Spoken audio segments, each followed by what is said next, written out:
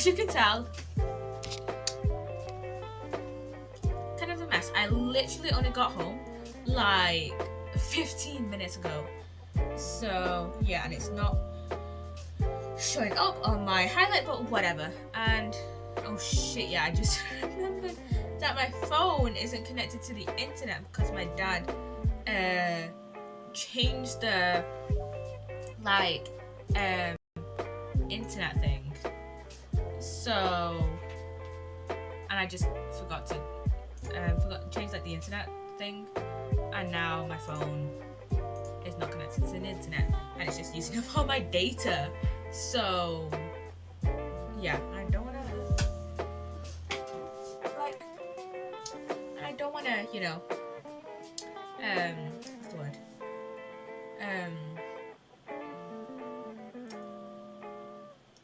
I don't wanna connect to it now on my phone.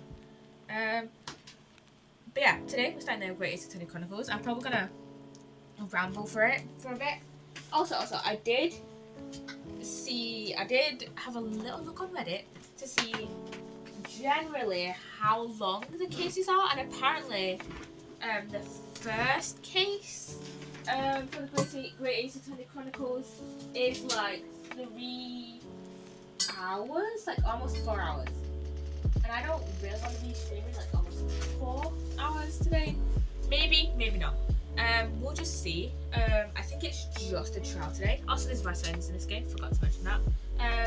So what I might do is, because I think this first case is just a trial. What I might do is do the first part of the trial today, and then do the last part of the trial on Sunday. So yeah, so I have a few stories I want to talk about before I get into this. First, okay, so so I'm gonna for the Alice Wonders Returns compilation. I don't know if I mentioned this last week, but what I might do for it is just wait until I have a little bit more time off of uni so that I can actually, you know, stay home more often and just kind of monitor exporting, I guess. And I have just more time to export it, I guess, because it's like 14 hours long. But I have made another compilation that I hope to have uploaded by next week into my drafts. That being like, the Phasmophobia stream stuff. So I'm gonna try and export it overnight on Sunday, because I'll be here all night all day even on Monday. So I'm just deleting the stream VOD from Monday. But yeah, hopefully I should try and get that done by next week.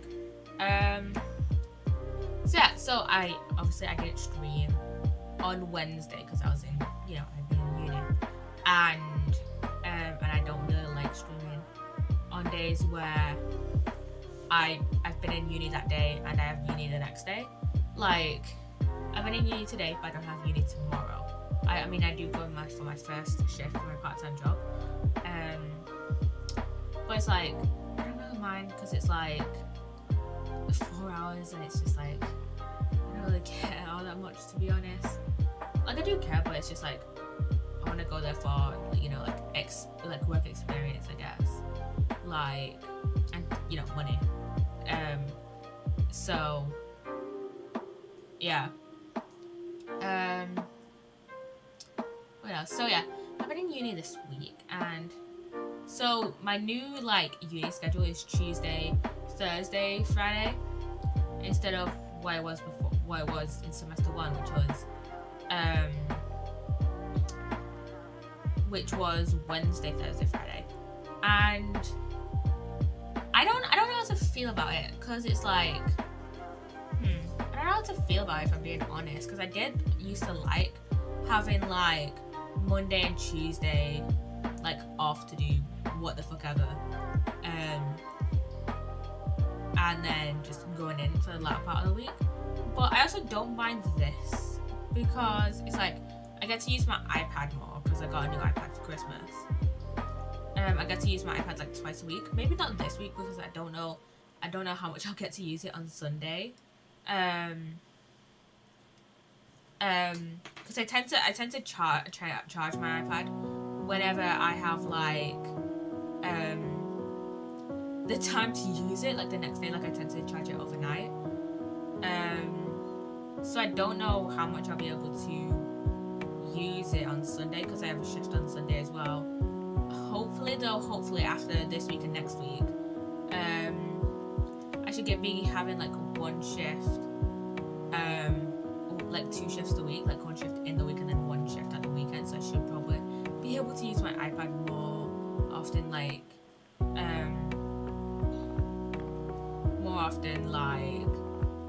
on like Sundays. So yeah, and then I use my iPad on Wednesdays just to, do a little bit of like revising and like going over like just like writing notes at like journal articles. Because what I did this on Wednesday, where I just read through like I read through like 3 journal articles, but I only did notes around like 2 of them, and I would like highlight certain bits and then like right next to them like, oh, this is this, and like kind of make associations with like stuff we learn in research methods and then stuff we learn for I think I want to do that for stuff we learn in Cog and Bio, because that Cog and Bio is the module that we have to revise for, because we've got like one big like multiple choice question exam at like the end of this module, which is in May. So I have my second semester finished. I first year finished at like the end of May, which is crazy. And I'm trying to speed up through his stories a little bit because I want to actually get into this game because I'm super excited for this game. And so yeah,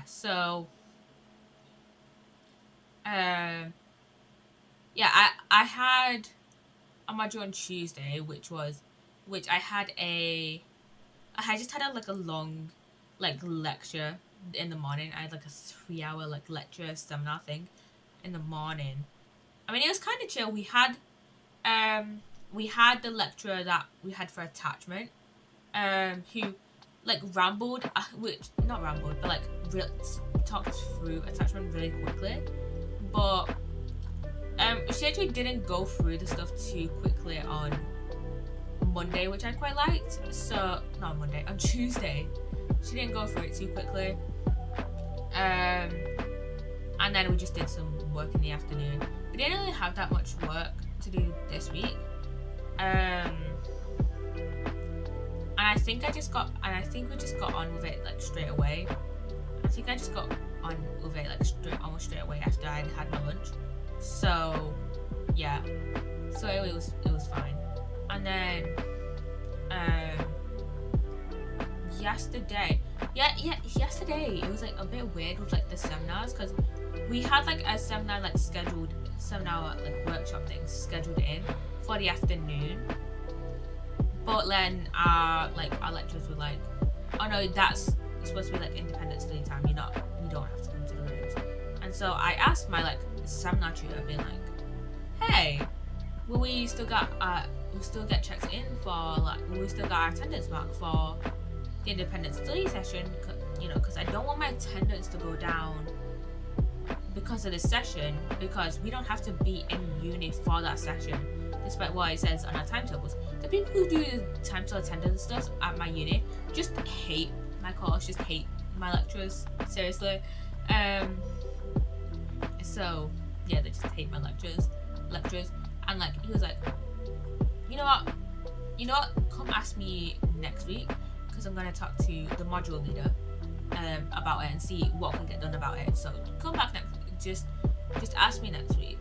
I also had that same seminar tutor like today for my lecture and my seminars and my workshops today, because I actually do have a workshop today. Today was research methods, and it was just going over like hypotheses and like independent and dependent variables. I found it super fucking boring. But also, I did research methods at A levels, so of course I'm gonna find it boring. Like that for me, hypotheses, and it was just an introduction to research methods as well. Like hypotheses and what's the other thing? Like variables. Like yes, I needed to go over the definition of a variable, but also it was fucking boring, and I was just like, I was just like, the whole time I was just like, I want to go, I can go over this in like an independent study session. I'm just bored, and like I was saying it in my head, I didn't actually say it out loud, but like I was just like, I'm so bored, like, and it was just like bored in the sense that like I found it easy, so like I was just like, and I got on with the work like decently well, so it was like, oh, I mean, I'm sure it'll get harder in like the next few weeks. It's just this week was like kind of boring. So yeah. And then my driving lesson, I just completely forgot. I don't know about that. My driving lesson, I don't even remember what we did for our driving lesson, to be fair. I don't even remember. I think it was just like practicing going around, like just like, it was just practicing driving really. We didn't really do anything new. The new high card episode, I forgot the new high card episode. Oh yeah, I think I'm almost finished with, or just finished the Junji Ito collection. Yeah, I just finished it. I quite liked it, not gonna lie. Oh wait, no, I've not finished it. I've got the 30B Tomie part, like the last episode, which is like the last Tomie episode as well. Not gonna lie, I feel kind of bad for Tomie. I have watched a few video essays on like Tomie specifically Tomie. Like I've watched a few episodes on specifically Tomie, and I feel kind of bad for it. Obviously, it doesn't like. Hello.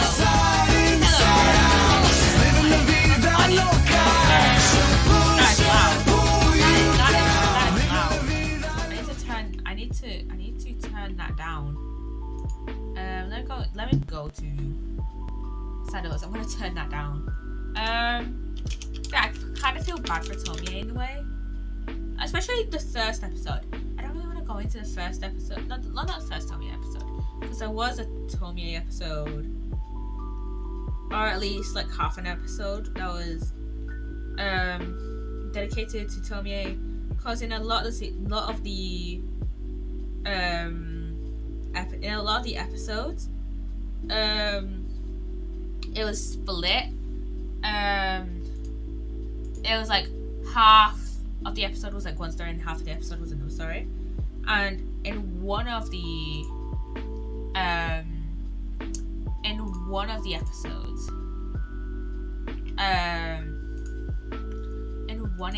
Tomie was like the main. Can I turn the volume down?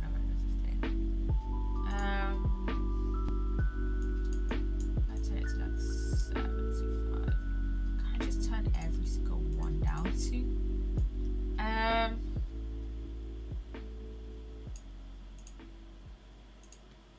But yeah, so I kind of feel bad for Tomie. Obviously, I haven't read the manga, so obviously I don't know all the like shitty things she's done. But I have, from the video essays I have watched, she has done like, you know, a ton of shit things.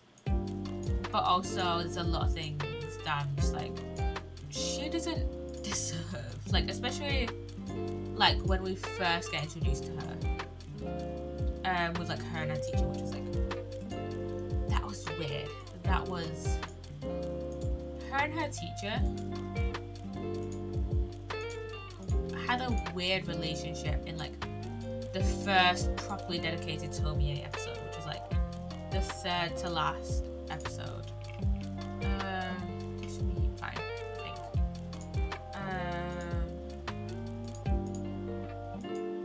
Yeah, I did feel bad for Tomie. And then high card episode. High card. What was this high card episode?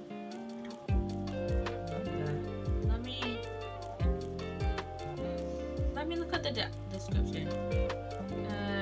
After the incident at the Pinnacle HQ, High Card is suspended indefinitely, despite the royal family's efforts to cover it up. With Theodore still missing and Chris hospitalized, the team is separated. That's when Norman shows up and starts talking about how he, Theodore, and Van met. Okay, I kind of remember this episode, but I also kind of don't. I should really put notes in my... This is what happens when you go back to uni and you just completely forget about the high card episode. I remember this episode, but I think I remember liking it, but I don't have anything specific to say about it. I think I did this for last year's season. Let me look actually. I think I tweeted out my thoughts on the high card episode and then clarified it more on stream. I'm gonna look on my Twitter to see. Oh my god, yeah. I remember this. I just wrote down like all my thoughts on this. So I think I should do that for my for the like next few high card episodes. I'll probably do that on Monday's episodes when I watch that. So yeah, I don't have really anything else to talk about, do I? Oh yeah, Hermitcraft season 9. Hermitcraft season 10. It's starting tomorrow. I'm excited for it. I am tempted to start watching more Hermits because, if you don't know, spoiler, Joel and Skiz are getting added to Hermitcraft season 10. I keep saying 9 instead of 10. They're getting added to Hermitcraft season 10, so I'll be watching 6 Hermits. That being, Joel, Grian, Mumbo, Etho, Stress, and Scar. I'm tempted to watch a few more Hermits as well. That being Cleo, Joe, and Wells. There's gonna be a lot of Hermits to watch. That's like almost half the server. So I might only start watching Cleo. But then again, I feel like in my brain, I can't start watching Cleo and then not watch Joe.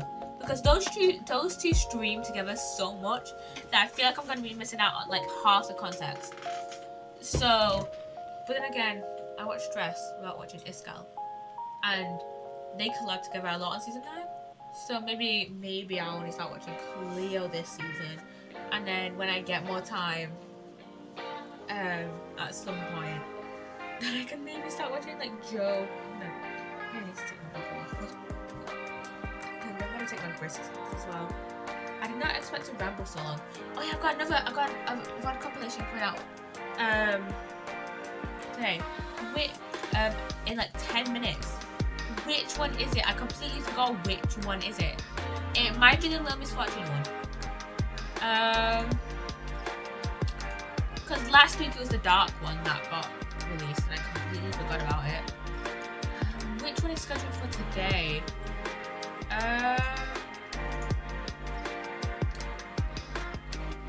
It's the Little Miss Fortune one that's scheduled for today. And then it's the Franville one that's scheduled for next week. And hopefully I can get the Phasmo one scheduled for the week after. And then I'll probably miss a week unless I can maybe get all my Among Us streams so far. And maybe all my Terraria streams so far. Or maybe I can cut up a few VODs for YouTube. Like maybe clean up the Phasmo stream I did with Sugar into the Phasmo bit and then the Minecraft bit. I don't know. I was gonna react to some stuff, but then before stream I was trying to get YouTube up and then it just was just like no, YouTube, not working. So yeah. Anyways, Great Ace Attorney Chronicles, Select Adventure, new game. Wait, first one? No, I don't. Is this the first one?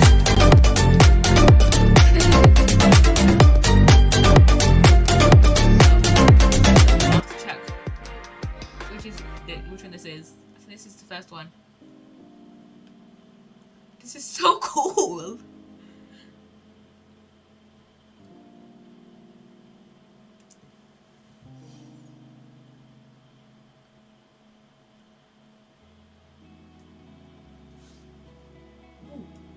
Murder! We got a murder. I love the cutscenes. Is that who he plays?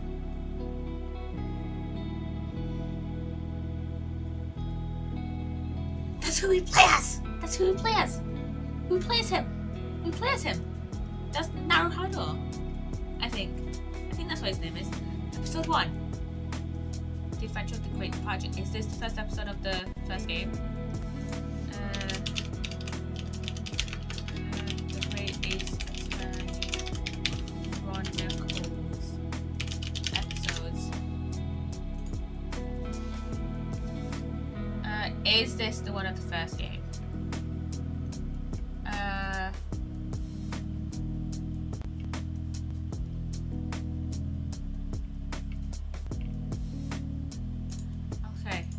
See. Save. This one.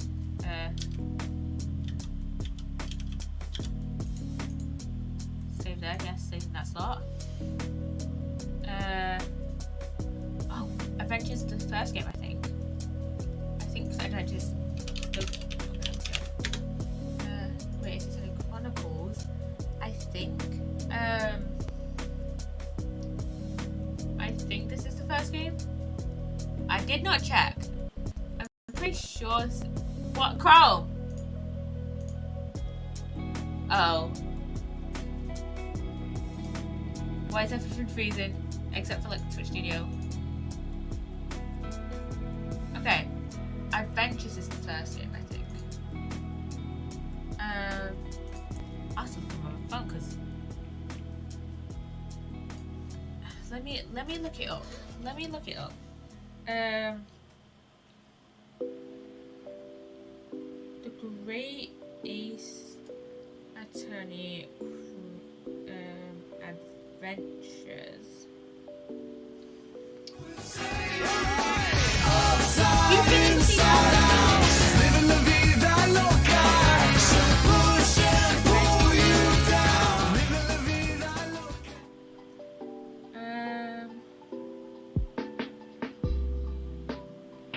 Let's see. Is this the first one?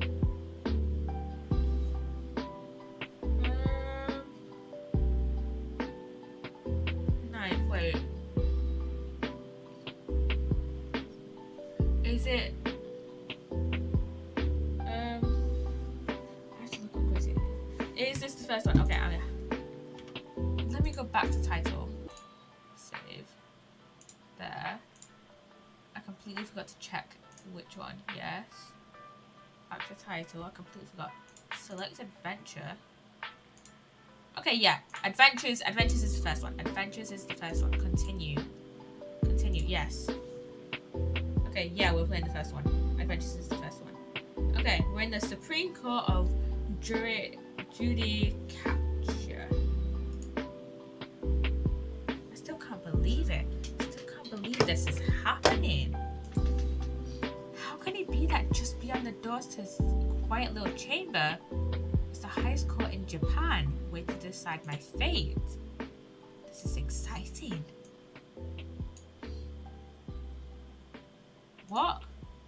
Oh, no, nothing. Savior glares, murderer. Sorry. This is fun. This is fun. My name is Ryunosuke. Ryunosuke Naruhodo. I just call him Ryunosuke. Oh wait, Ryunosuke. Let's call it Minosuke. I don't know if that's correct, by the way.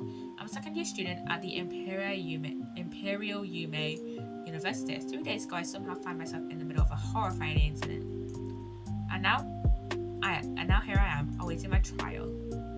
That's enough. He's not obliged to listen to such abuse, officer. And who are you? I'm this man's lawyer. I'll be defending him today. Lawyer? Yes. Until the judge has given his verdict on this case. No one has the right to treat him as a criminal, so you will hold your tongue. Technicalities. Look at you haven't even graduated yet. And yet, I still seem to know better than you how a court officer should behave. Right, Ryunosuke? Oh, yes, of course, sorry. Why are you apologizing to me so far? I suppose that wasn't my fault. But really, Kazuma, I never meant to drag you into this. I'm sorry. There you go again, apologizing. Just like always. Though I must say, you've been all over the newspapers these past few days. Yume University professor murdered in cold blood by student.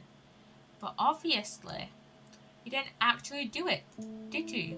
Of course not, you have to believe me. I could never murder someone. And there's nothing to worry about. Hold yourself straight and yourself up. Hold your head up high. History. That's cool. Okay. Okay, what did you say earlier? Of course not. You have to believe me. I didn't do it. This is cool. Okay. You mean... I believe you. I know you're innocent, Ryunosuke. Kazuma Asogi, my best friend, also in his second year at Yume University, but he's far more clever than I. A star student, in fact. He's even a qualified lawyer. Impressive considering he's still an undergraduate. It's not that impressive. The very concept of lawyers is only a few years old, here in Japan anyways. My qualifications don't mean much. Yeah. He said exactly the same thing 3 days ago. But I'm proud to have a friend like you, Kazuma. Truly. 3 days ago. Yes, that's where this all side. I'm gonna move this. Here.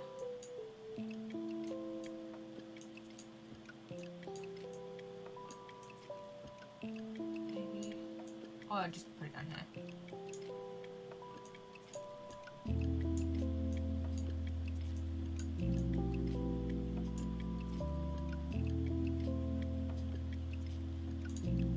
There we go.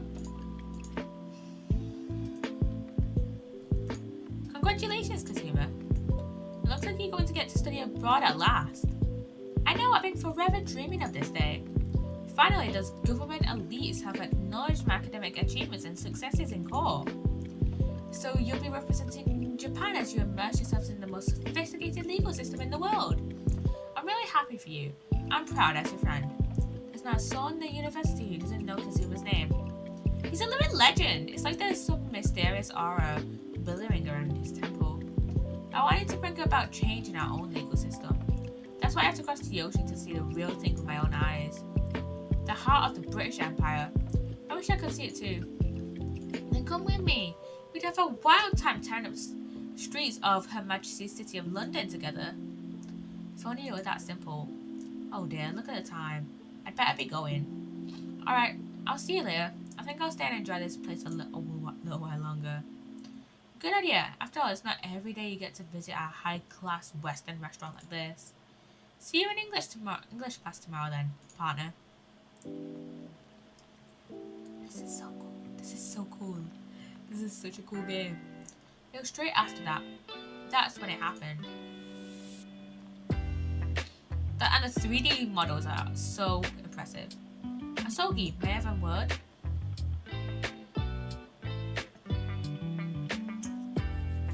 Professor, I didn't know you were coming. Oh my god, this is so cool. Well, this case is personal significance to me. Let's mind that for now. Asogi, you should go immediately into the judge's chambers. To His Excellency's chambers? Why? Who's looking for you before? You advocating for the defense in this trial was a sudden decision. It seems there may be some confusion about the procedures during today as a result. Who is this man? I feel as though I've seen him at the university before. I see. I'll go at once then. I shall accompany you. Alright then, Ryunosuke. I'll see you in the courtroom. Yes, thanks, Kazuma. The animations are so cool. This is so cool. This is so cool. This is awkward. If I may. Yes, sorry. You must be the defendant. Ryunosuke Naruhodo, I believe? Yes, that's right. My name is Eugene Mikotoba. I'm a professor of forensic medicine at Yume University. Ah, Professor Mikotoba. I've heard that name from Kazuma before. As I recall, he's been pushing to get the government to agree to Kazuma's study abroad. I'm in danger! Asoga has told me about you. You and he are best friends, I understand. As such, I feel you should know. Know what? Well, as you've no doubt heard, Sogi has been granted permission to go and study in Great Britain. However, if he should fail to defend you in today's trial, I'm afraid that permission will be revoked and never granted again. Uh-oh! What? Ah, as I suspected, you were unaware of this. I had a feeling Asogi may have chosen not to tell you. He's agreed to defend me, knowing that if he fails, his dreams will be shattered. But I don't understand. Why would the government do such a thing? The administration is to choose from a large number of applicants for our overseas study. It's very difficult to persuade them to grant permission, even in the most favourable of circumstances. I don't believe it. But I didn't do it, I swear. I'm not a murderer. I'm sure that's true.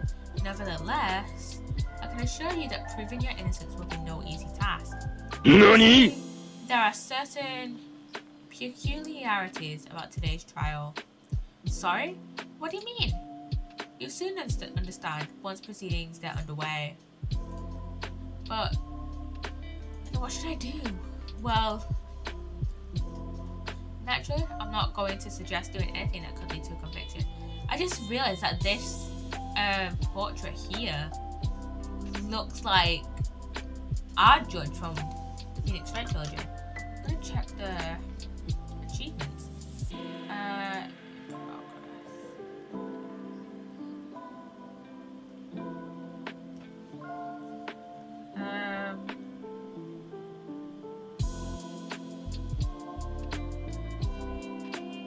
Okay, so we have to thoroughly examine the medical report card for the achievements. I think we only have 30 achievements for this one, and I think we had like way more for Phoenix Wright trilogy. We have to also have every ladders conversation, which is like we did that in the Phoenix Wright trilogy. That's it. I think that is it. I think that is it. And we also have two hidden achievements, which I think may be for the DLC episodes. I think there are DLC episodes, but I don't have them as of Oh shit! Did I read what I said? Naturally, I'm not going to suggest anything that could lead to conviction. Right. So, as soon as the trial starts, the judge will pose a certain question to the defense. When that happens, you must answer before anyone else. You must say, I do. I do? But what would the question be? Surely not. Do you accept the accusations brought before you? Of course not. Defendant! Court is about to begin. Proceed to the courtroom at once. Even though bailiffs get like some sort of personality in this game, which is more than I can say for the bailiffs in the trilogy. I would think our surreptitious discussions are to be cut short. So let me just summarize. Kazuma Asogi must not be the defense lawyer in must not be the defense lawyer in this trial. Of course, as the defendant, the final decision is yours. Why are you waiting for? Do you want to be found guilty for failing to appear? Get moving, there's no point in anyone advocating for the likes of you anyways. Fatal. This is it. If this trial goes badly, Kazuma's dream of studying abroad are over. And what's more, I'll be found guilty of murder. And so, with absolutely no idea what lay ahead, I embarked on that unforgettable trial. My one and only chance of proving my innocence, the trial that would decide my destiny. We've got to be not guilty. We've got to be.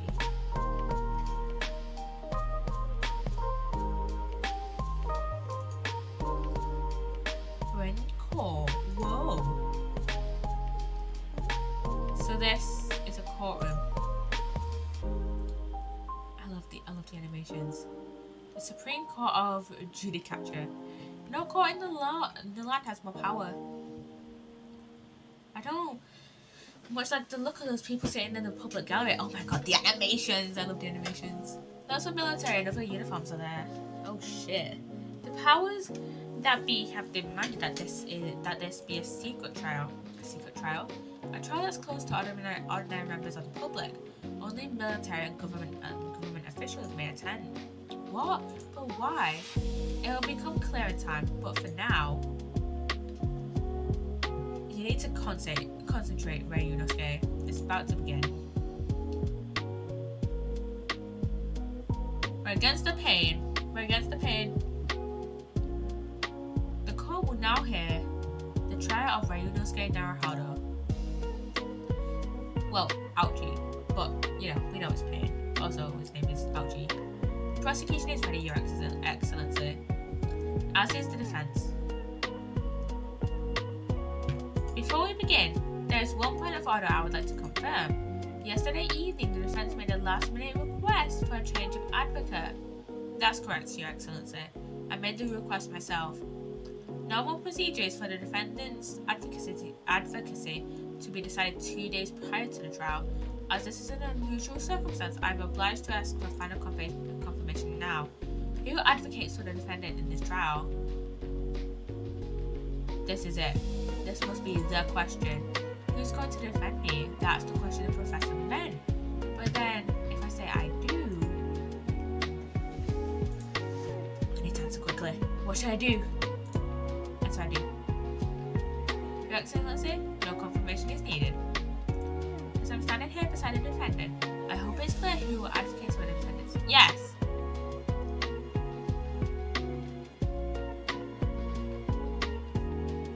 Oh my god, he looks scared shitless. What is the meaning of this unruly outburst? I would like to inform the court that I, Ryunosuke Naruhodo, will be defending myself. You'll be... What? Oh my god. Why are you playing out, Ryunosuke? Professor Mikotoba told me everything just now before the trial. He did what? He said that your dreams of studying abroad would be dashed if you were to lose. How sad. It means you don't have faith in me. You think I won't be able to get you off? No, it's not that really. It's just that, well, on the off chance that things don't go well for me, I couldn't bear to be the reason that you... Yes? I knew that's how you feel, which is exactly why I decided not to tell you. Professor Mikotoba shouldn't have stuck his nose in. Very well. The court hereby recognises the defendant's desire to advocate for himself in today's trial. Well, well. Does the accused admit defeat already, renouncing his own counsel? Really? Make no mistake, counsel. This merely shows that the defendant's innocence is so apparent he's confident he can speak for himself. Isn't that so, Naruhodo-san? Oh, yes, exactly. Exactly what I wasn't thinking. I'm not confident at all. In fact, my mind's a complete blank. This man is definitely the ancestor of Phoenix. This one is definitely the ancestor of Phoenix. I realize you're in charge now, but still, try not to look so bewildered. Well, for a mere university student to be brought before the Supreme Court, you must have perpetrated a most heinous crime indeed. As you are no doubt aware, this is the Supreme Court of Judicature of Japan. Accordingly, the very highest standards of conduct are expected of all present. Do I make myself clear, Defendant Naruhado? Yes, Your Excellency. It is therefore my duty to assess your competence for the task you have undertaken. My competence? What does that mean? He's questioning your ability to do the job.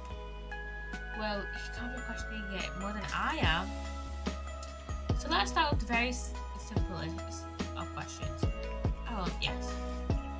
Kindly state before the court the name of the victim in this case. Oh! That's easy enough. I've heard his name more times than I care to remember. But, wait. I'm so nervous I can't even remember that. Oh, say again. Yeah, you're this guy. Let me guess. Your mind's gone blank. You know me so well. All the relevant information for this case can be found in the court record. But I can't even find that. It's simple. You can access the court record with a press of E. If you've ever forgotten something, just consult that. That's all you'll need there. You have to press E for the court record. Alright, there's no time to lose. Court record! Court record. Is there a list of evidence you've collected trying to strengthen the people? Find the details about the victim in here. We just proceed to go back. Yuji Mikatoba. That's this guy we just met. We got Kazuma. We got Eugene. We got Mikatoba. We got Ouchie. John H. Wilson, the victim. So remember, everything to do in the current case can be found in the court record. He better not keep his excellency waiting any longer. Go on. Find the victim in the people section of the court record, then press R to the... Oh shit, I don't have to see it open.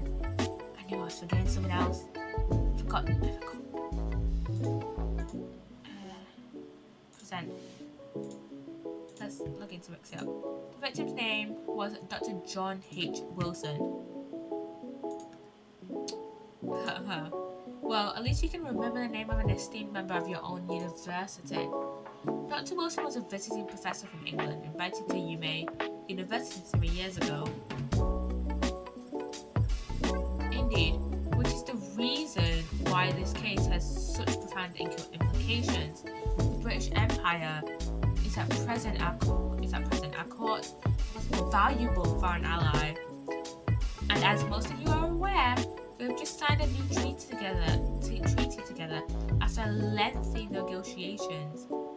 There can't be anyone who hasn't heard of the Anglo-Japanese Treaty of Friendship and Navigation. And yet, despite these delicate circumstances, the blood of an Englishman has been spilt on our soil. You two are both undergraduates at the Imperial Yume University, are you not? Murdering a professor from the very institution that provides your education. Have you no honour? Ugh, but I didn't do it. This case is coming under great scrutiny from our allies on the other side of the world.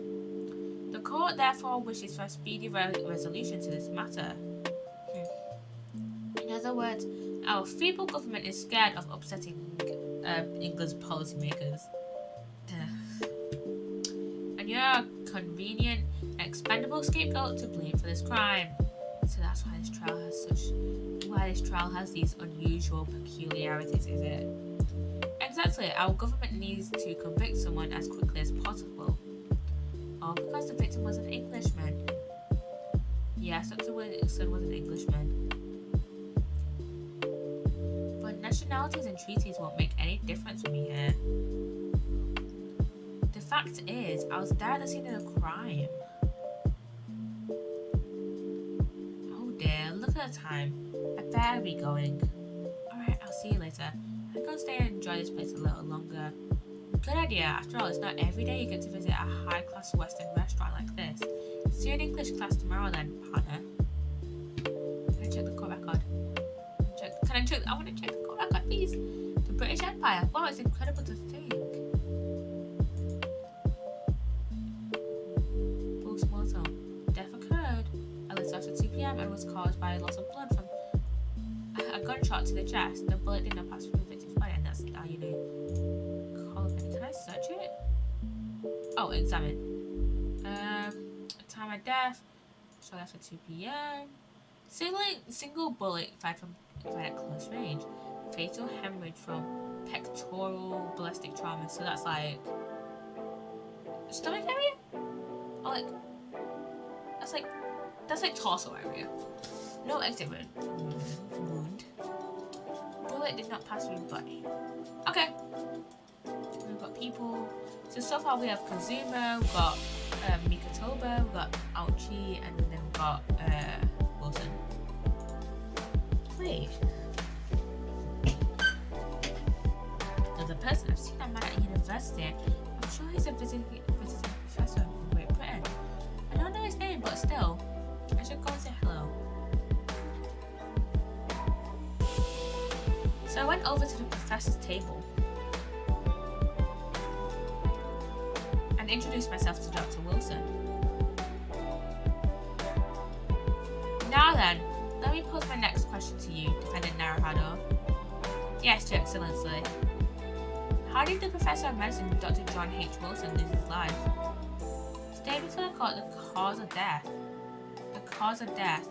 Well, obviously that was Ryunosuke. Remember that in the court, every assertion must be backed up by evidence. But how? Find the piece of evidence that shows the professor's cause of death and select to present. Do it now. The post-mortem report. Well, according to this document, the victim suffered a hemorrhagic death due to gunshot trauma. Learn to read, you imbecile. That's the post-mortem report, I take it. Sorry, yes, that's right. The post-mortem report. In the West, a doctor dissects corpses to identify the cause of death in an autopsy. But here in Japan, a police officer merely inspects the body and draws conclusions that way. Oh, I see. As long as I'm not going to be tested on any of this later. Is there a so-called photographic print of the scene of the crime? You can clearly discern scorch marks around the bullet hole produced by the powder explosion. Yeah, okay, we've got explosion. Do we have anything? Okay, I can't see anything behind him that would suggest that the bullet came out. Don't see any bullet holes or anything. In other words, we should assume that the victim was shot at close range. What if he wasn't shot at close range though?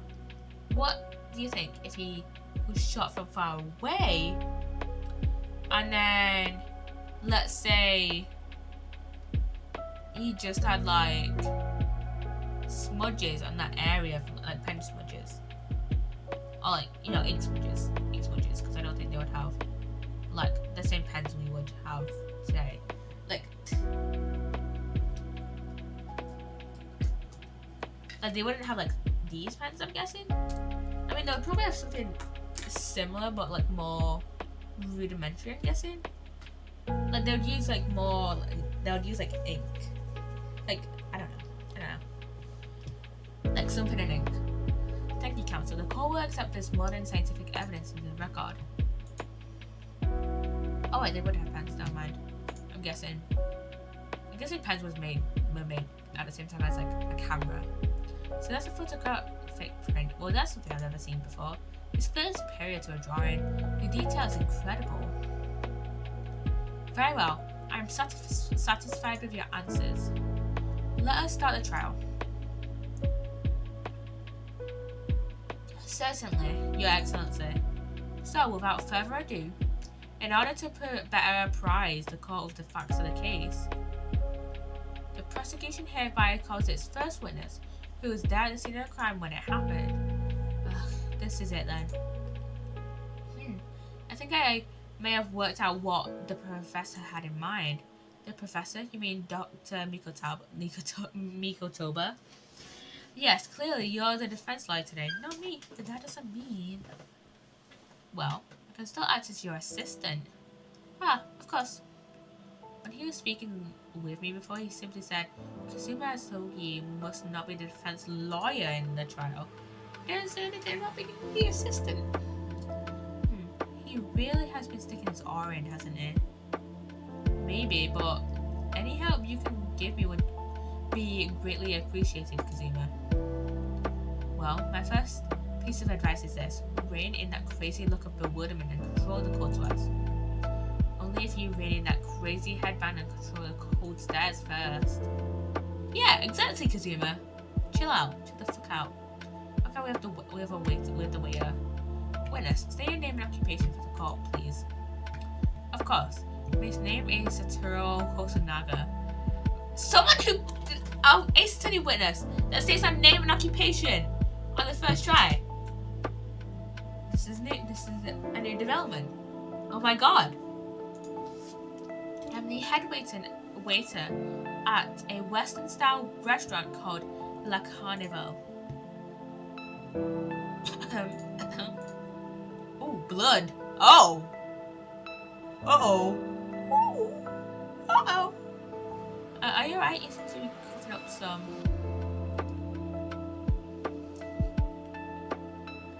It's a regular occurrence. It really doesn't bother me.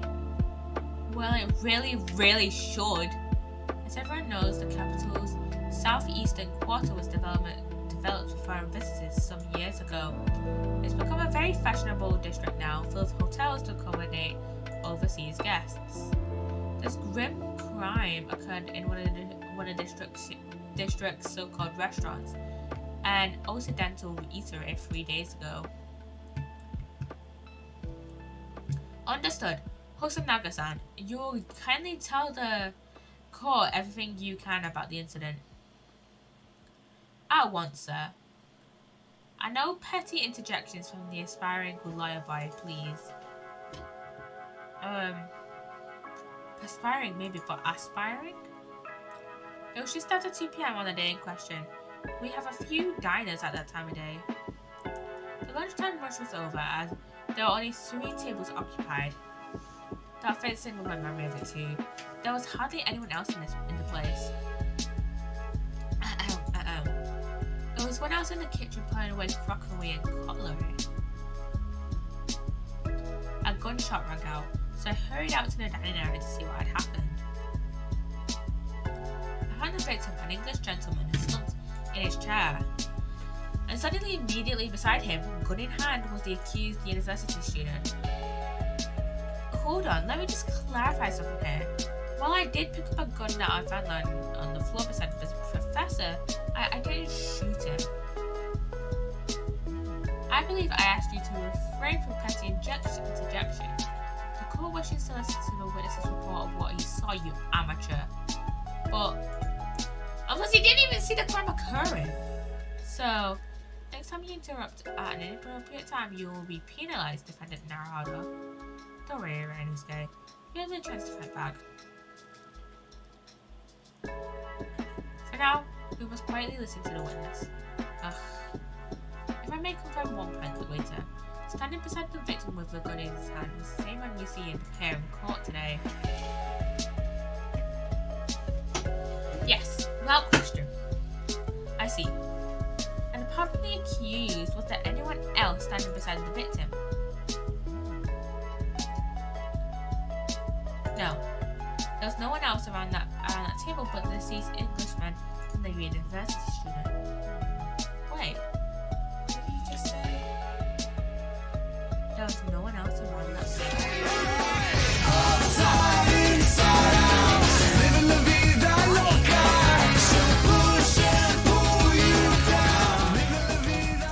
Hello?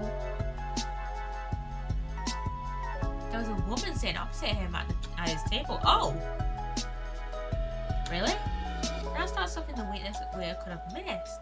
I've been warned about interjecting, but still, what should I do? interject. We should interject. Just a moment, please. Dr. Wilson wasn't alone that day. I'm sure of it. There was a lady sitting with him at the same table. Dear me, dear me.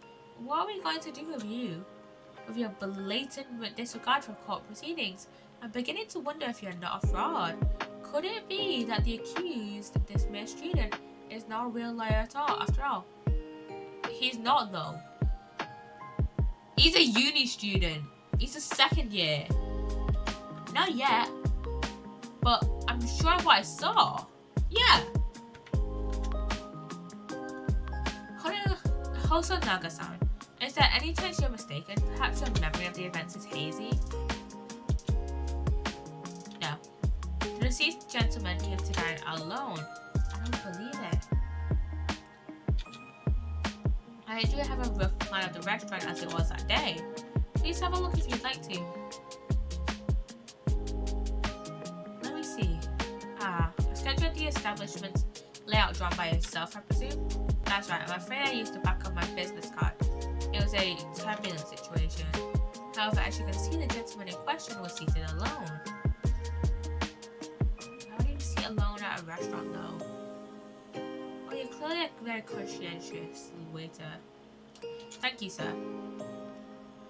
The court will take this plan and add it to the court record as evidence. Oh, well, is there a problem?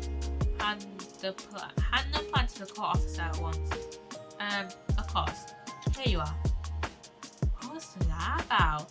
He's been completely calm and collected until now.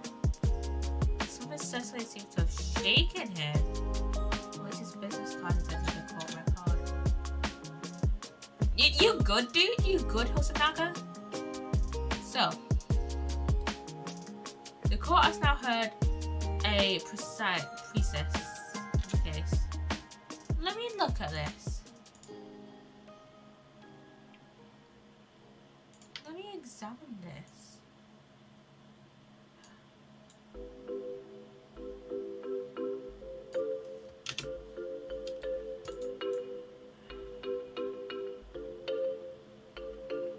Is there something on here that we should see? I don't understand what these letters mean. I don't read, I don't know which one this is. I don't know if it is kanji or what was it, katana? I don't know. Is there anything out of the ordinary? I mean, unless it's like a lettering.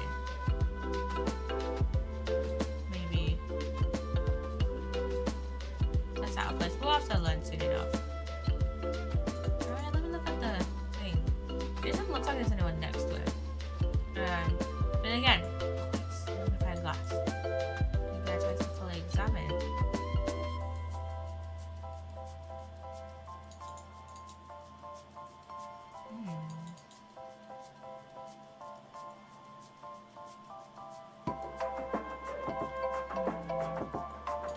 I can take a look at this later on when it's relevant. Yes, at the moment the gunshot was heard in the restaurant, the only person in close proximity to the victim was the defendant on trial today. It would seem we are looking at a black and white case here. Defendant Naruhodo. Yes, Your Excellency. If you admit your guilt at this stage, the court is willing to look mercifully upon you. In other words, you may have some small reprieve in terms of your inevitable punishment. I called this waiting as an unsworn witness in order to explain the details of the case to the court. While I must warn the defense, if you are determined to proceed matters further in this trial, the prosecution has decisive evidence from sworn witnesses who were present at the scene of the crime. Oh shit. It doesn't properly tag me. Wait, because it doesn't. Not after. That's well. But yeah, my Wheel of Misfortune thing went out like half an hour ago. Wheel of Misfortune completion went out like half an hour ago, and I completely forgot. What do you think I should do, Kazuma? What do you mean? Well, I'm going to be found guilty one way or another, it seems. Wouldn't it be sensible to plead guilty at this stage and hope for a more lenient sentence? Everyone keeps telling me that this trial is unusual, about these peculiarities. You've said it, Professor Mikitova said it, and so has the judges and the prosecution. I'm scared of what lies ahead if I push this. As I said from the onset, I believe you're innocent. I trust you. And yet, despite knowing that, you're willing to now throw that trust back in my face? Is that it? What? If the accused is in fact innocent, then a defense lawyer is duty bound to prove that innocent by whatever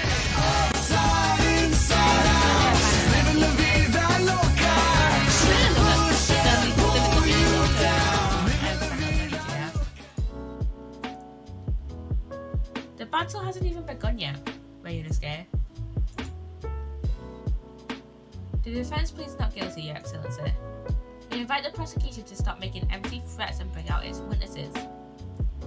Then we'll see just how decisive this evidence really is. 3D models look really cool. Indeed. The prosecutor Alche, please continue with the proceedings. Well, you were warned the young can be so reckless. You know, many call me a saint, but I could be a devil when I want to be. Who cares? Honestly. In a few short moments from now, that dumbstruck young mouth of yours will be silenced forever. The prosecution calls its next witnesses. Very well. Officer, bring forth the witnesses at once. Oh, we've got multiple witnesses? Oh, I forgot about this feature. I forgot that we got those multiple witnesses in. Gracious, honey. I heard that we had multiple witnesses. Witnesses, kindly state your name and occupations for the court. Yes, sir. The Great Nippon Imperial Army Sergeant. Yes, sir. No, sir. Reporting for duty, sir. Myself, I find employed as a purveyor of fine articles of antiquity from the efflorescence of our nation, Nippon, and conduct my trade from Rasute, a humble premises in the 2nd district. Kaiurio Correcutor at your service. An antique dealer and a soldier. What an unusual pairing. Both of these gentlemen were present at the restaurant on the end in question. There must be the diners at the other table that the waiter mentioned. Myself, I habitually take tea of the most exquisite aroma at the establishment in question, always post-noon, and not infrequently converse with interesting parties regarding the curiosity with which I make my business. I can't understand a word that old man is saying. He's an antique dealer, and it sounds like he's a regular La Carnival. He seeks out potential customers who may have an interest in antiques and tries to sell his wares to them. He obviously targets La Carnival because it's a high-class restaurant with rich clientele. Right, I see. Although to be honest, that sergeant looks more like he'd be a seller rather than a buyer. Now, you both witnessed the precise moment of this most atrocious incident. Is that correct?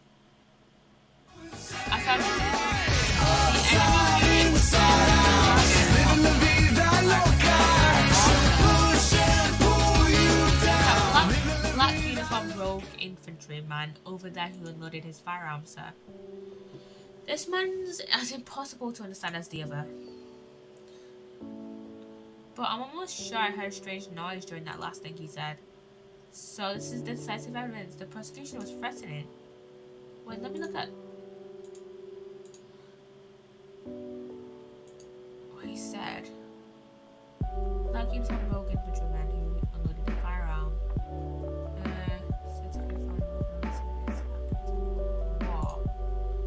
The soldiers claim that he actually saw the precise moment he shot the victim dead. Yeah. Well, Are you starting to feel uncomfortable? If I'm honest, I was feeling uncomfortable from the start.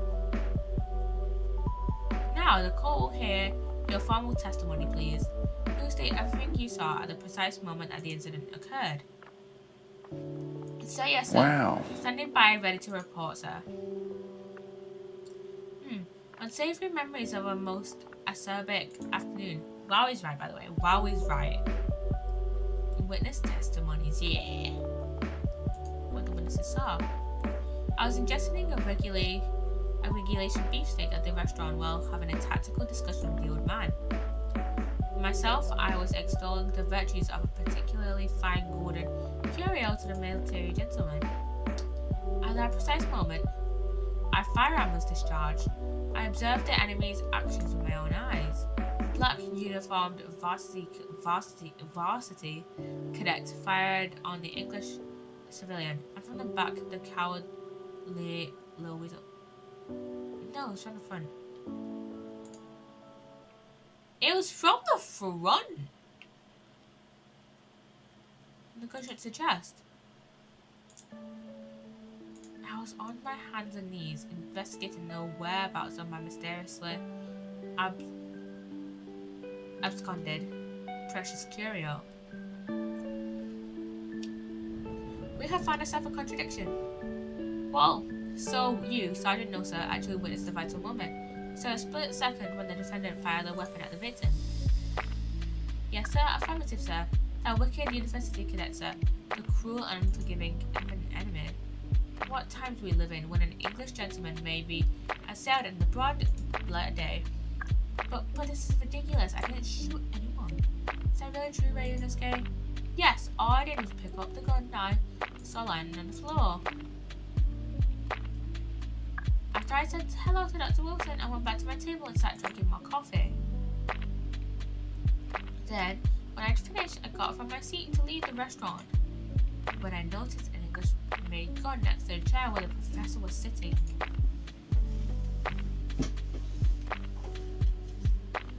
I thought perhaps the professor had dropped it.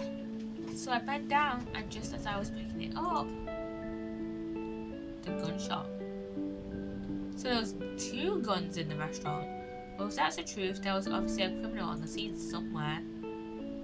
And somewhere in these 2 witnesses' testimonies, there's a clue as to who that criminal was. There is. Ray Yunosuke, you must exercise your own right to cross-examine the witnesses. Cross-examine? Do it now. As you have heard, Your Excellency, there is no room for doubt in the testimony of these witnesses. The defendant is clearly guilty. Nuh-uh. It is time to bring this despicable student to justice. Certainly, the testimony the court has just heard eliminates any vestige of doubt. Therefore, it is my grave duty to declare the verdict of this trial.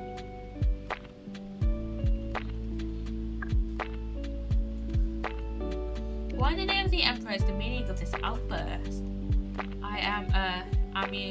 The defense demands its right to a cross-examination.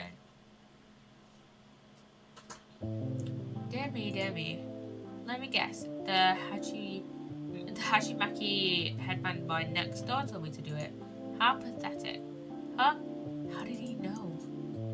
The prosecution objects. This is a clear waste of time. The defendant obviously has no experience. How can he possibly carry out cross-examination? The defense is asserting its right to a cross-examination. Whether or not you think he is capable of it is irrelevant. Kazuma is so commanding. Very well. Let the defense conduct a cross-examination of the witnesses. Alright, this is where the battle really begins for Yunosuke. But I don't even know what I have to do in a cross-examination. Isn't it obvious you have to expose the lies in the witnesses' statements? How? You didn't fire the gun, which means what the soldier said has to be a lie. Well, yes, but it's just a case of proving it, and the key to doing that is evidence. Right, evidence. All you need to do is present some decisive and indisputable evidence that proves the witness is lying. Now let's go, Ryunosuke. Don't let them beat you. Alright then. It's all or nothing. Cross-examination, yeah. Okay, I know what to cross-examine.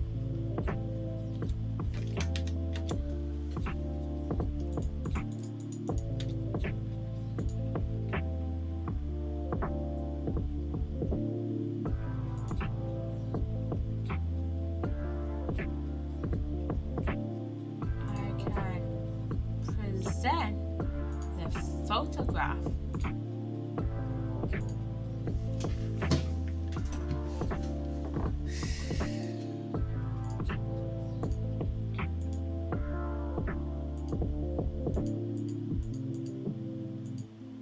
What are you playing at, cadet? What is the meaning of this subordination? Thrusting some photographic print in my mustache.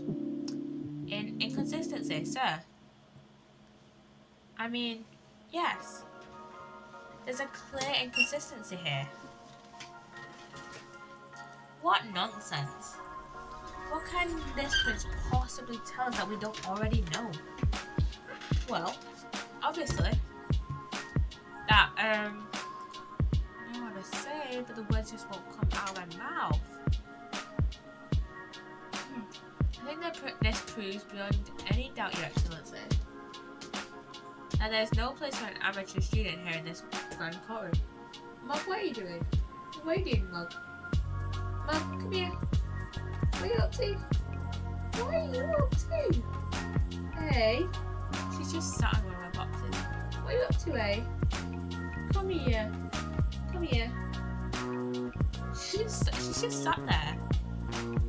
You just sat there, aren't you? Malcolm, come here. You can get, I know you can get down. I know you can get down. There we go. There we go. Come on then.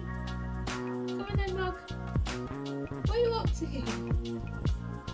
I know you won't go in there. I know you won't get in the tub. That's all my nose in it.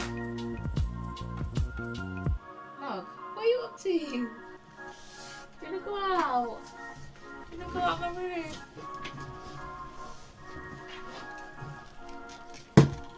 Come on then, Muggy. Come on then.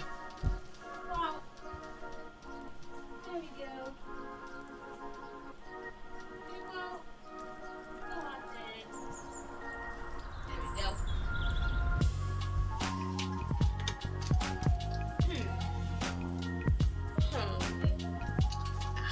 This is so frustrating.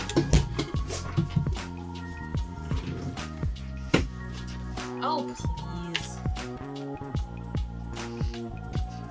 Sure, this doesn't require an explanation. It could have been more plain. To spell it out would be an insult to the court. Consumer, what? What are you talking about? It's apparent from a single glance at this photographic print presented by the defense that there's a clear discrepancy here with the sergeant's statement. What? Sergeant E.A. said no, sir. Yes, sir. What, sir? The statement you just made was this. The black uniformed varsity cadet fired on the English civilian and from the back the cowardly little weasel. Yes, sir. Affirmative, sir. I witnessed the crime with my own military grade eyes, sir. Then maybe you need your eyes fucking checked because they certainly aren't military grade. But no, that just can't be. Why not, cadet? Because. Take a closer look at the print. Kazuma coming in clutch. Cause not gonna lie, Ryunosuke is kind of an idiot. The victim Dr. Wilson died from a bullet wound to the chest. Sergeant, according to your witness statement, the culprit shot the victim from behind. And that is the obvious discrepancy here. Well, how do you explain it? Oh, well, he has a fucking baby! He has a fucking baby! What the fuck? What What was that? Something just popped up from behind his back, but he pushed it back down again. It was a fucking baby. What the fuck? Why does he have a baby with him in court? Certainly there's a clear discrepancy with the facts here. Would you not agree, Sergeant Nosa? Yes, sir. At this juncture, that would appear to be indisputable. Until the moment I had the firearm discharged, my eyes were... Why does he have a fucking baby? Why does he have a baby? Behind his back. Firmly fixed on the delicious La Carnival steak, sir. Oh, why? Why does Nosa have a baby with him in court? What? The last testimony the court heard has proven one thing beyond all reasonable doubt. This witness, Sergeant Iesa Nosa, did not see the defendant firing a gun at all. Ugh, that's absurd. I think the conclusion we must draw is simple. It looks like my neck is long, but I'm literally just literally lying on this pillow here. There's no place for an amateur prosecutor here in this grand courtroom. Yeah! It's a fucking baby. Why does he have a baby? You're a witness to court. Why do you have a baby? Why does he just have a baby with him? I am so confused. There's an opinion that complete timeline to draw is simple. I have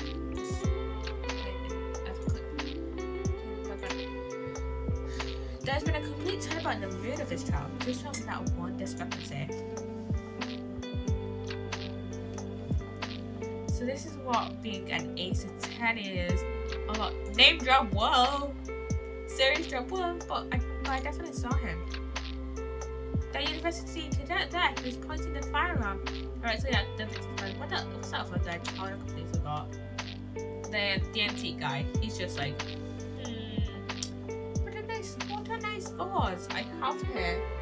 Would anyone like to buy this vase? Would anyone like to buy this vase? Would anyone like this vase? So yeah, why do I have to pick this card?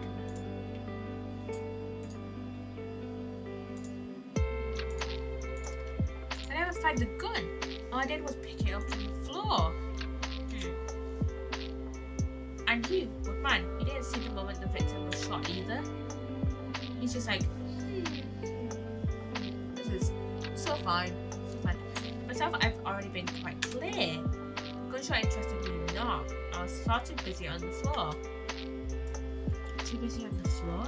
Sorry, what were you doing? Hunting for treasure. Treasure? Indeed, the Hawaii era, I don't know how to pronounce that. Koban, my prized coin. On each occasion when I visit that restaurant, it is my habitude to place in my bosom pocket a particular trinket of interest in my shop presente. In a meeting of which diner I'd like to buy it from you. On the day under scrutiny, it was to the military man that I profited my white treasure. Believed that he would purchase such a rare find, I did not. But I was presented with a little alternative. And then what? After I'd rested my eyes for the briefest of moments, it was then and what? It simply vanished. The Koban vanished. Hunting around under the table, I was in case mayhap it had fallen there, and then it happened. Pew pew pew. You heard the gunshot, you mean? Indeed I did, but I heeded it not, for I was concerned only with finding my absconded white treasure. Nothing could distract me. Out of interest, did you find the coin in the end? No. I see. That lamentable day, the precious white Koban was lost to me. No doubt some unscrupulous scoundrel pocketed the prize coin for himself. As I am sure everyone present is aware, this case demands a swift and decisive resolution. Our government has promised to send a full report to Great Britain by telegraph this very afternoon. Nevertheless, the witness testimony in the court as just heard was inconclusive. No matter how subservient our government feels it must be to the British in it, it'd be unforgivable to deliver a verdict on this trial right now. What is your position, Prosecutor Algie? Worry not, Your Excellency. The defendant may have fled a tiger at the front gate, but he will never find a wolf. I just realised his fucking name. His name is Ouchie. Like, ouch. Like what you say when you get hurt. And then with pain in the trilogy.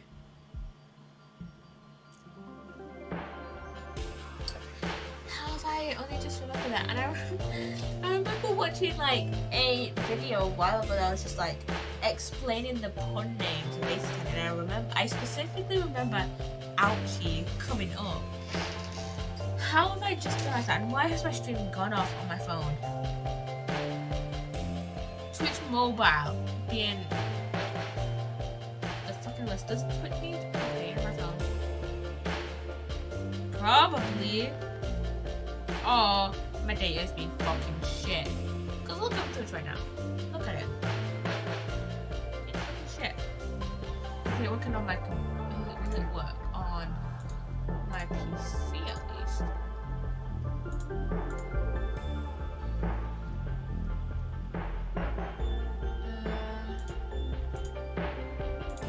The witnesses have further testimony to make. Explain. Let me just. I need to close my Twitch down so my stream doesn't fucking die. Yeah, I need to monitor my stream on my phone, but Twitch Mobile gives me a fucking twat. Upon hearing the next statements, it will become abundantly clear that there is only one person who could have possibly committed this despicable crime. This demands this equally despicable defendant by Yusuke Naruhodo. What? He really seems to have a despicable opinion of you, doesn't he?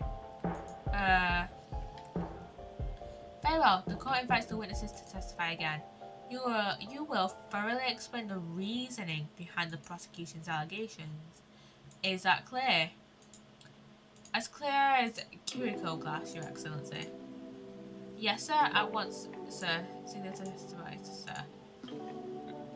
Excuse me, but there's someone peeking out over your shoulder, I think. Affirmative. The newest member of the Nelson family to rise up through the ranks, sir. Name, Ido.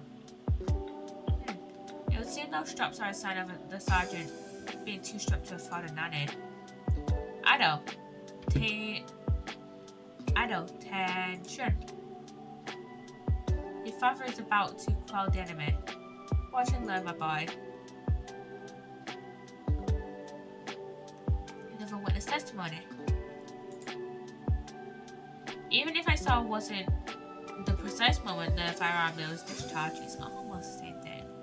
Yes, pointing his gun at the foreign man he was. That young lad in black, that much I myself did see. Furthermore, a visual search of the premises at the time confirmed that we were the only personnel present. Indeed, alone he was, the Englishman, dining out by himself. Therefore, no one other than the black uniformed cadets could have dispatched the Englishman. Over and out. Wait! Oh wait, no. Kazuma... What did I say? Kazuma left before the gunshot was heard. Wait, that's like the victim, Dr. Wilson, wasn't alone at all. Please, enough of these outbursts. Alright, but there was a woman, there was a young woman at his table. You must have seen it. Everyone there must have seen her.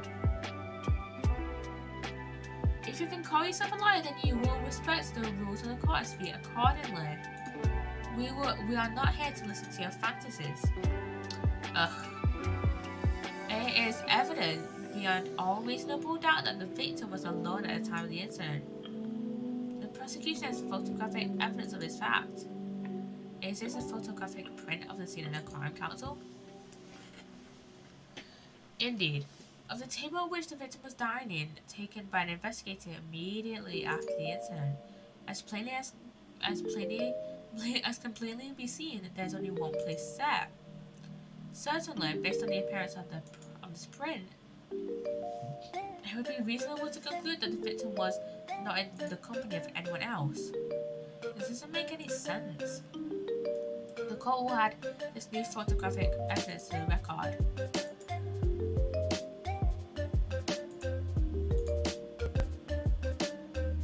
I don't understand. What's going on here? Is it not possible that nobody else saw that woman?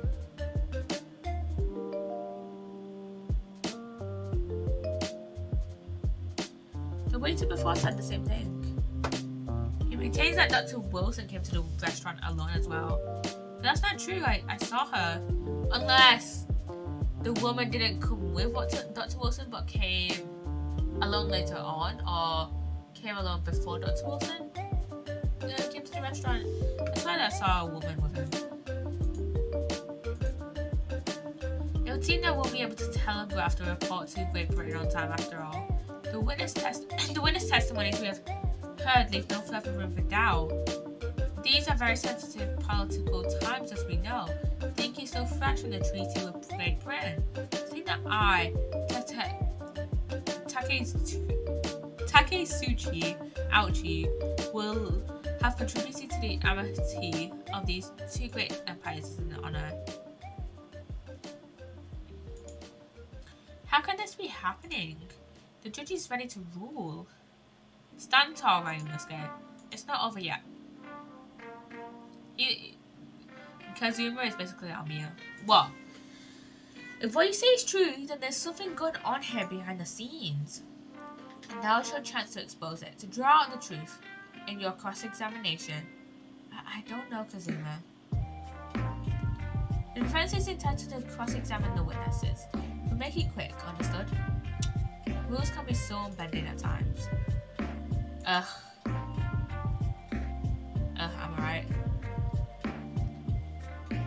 Okay, I think it's time for us to save soon. I'm gonna save over despite the fact that we do have autosave. Okay, that's our autosave at 9:58. 15 minutes ago, we can load from the autosave, but I'm gonna load it right now.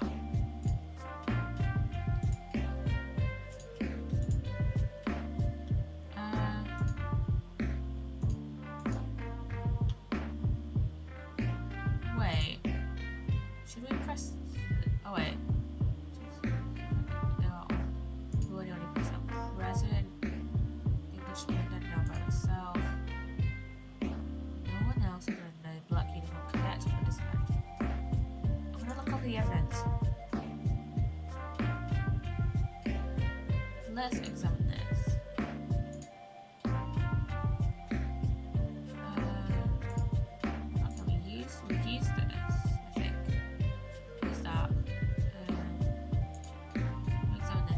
Yeah, there's nothing else that could suggest that anyone else was there. Where's his business card?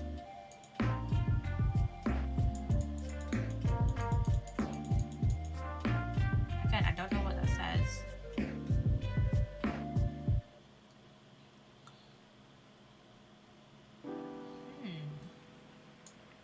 I genuinely don't know from the photograph.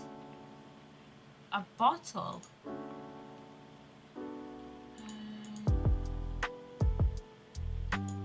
What do you think, Raimusuke? What's the matter? I can't find anything. I can't find a clear discrepancy anywhere. I'm done for. I can't win this trial. No. No. Listen, the first thing to do is calm down. You can't expect witness statements to be full of holes every time. Just take your time and try to tease more information out of them first. What do you mean? Oh yeah, pressing their statements. You can choose to either press or present against each of the witnesses' statements. Thank you for Kazuma for reminding me that I can present their statements. If a witness is saying something you're suspicious about, press him on the cue. For a little look, you may get more details which could prove to be crucial. Right, I see. The important point is there's no sense in holding back. If anything is even slightly jars with you, press the witnesses on it and press them hard. Alright, got it. I'll press them like blocks of tofu. The professor wasn't alone in the restaurant. I'm sure of it. And one way or another, this cross-examination is going to prove that I'm right. It's time to press them for all their worth. My fate depends on it. Oh wait, we'll find out penalties. Let's press this. No, it's not the same thing at all. For a start, I didn't fire that gun. We have a difference of opinion on that. The opinion of a uniform officer versus that of a fledgling cadet. I don't think so. Consider this differently. Just a moment ago, I blinked. Did you? Did you see it? Did you see me blink? How could I? And yet, it is an undeniable fact I did blink. But it's not undeniable. What's the word I'm looking for? It's not an undeniable fact that Ryunosuke shot the gun. So there, you have it. Totally not the same things at all. Those are totally the same things, yeah. Yeah. Have what? Tension. The sound of the firearm rang in my ears, and the very next moment, I saw you waving the gun at the Englishman. I think that says it all, don't you? Ugh. And let's not forget that the antiques dealer witnessed the accused in the most incriminating position as well. Isn't that so, Correcutor?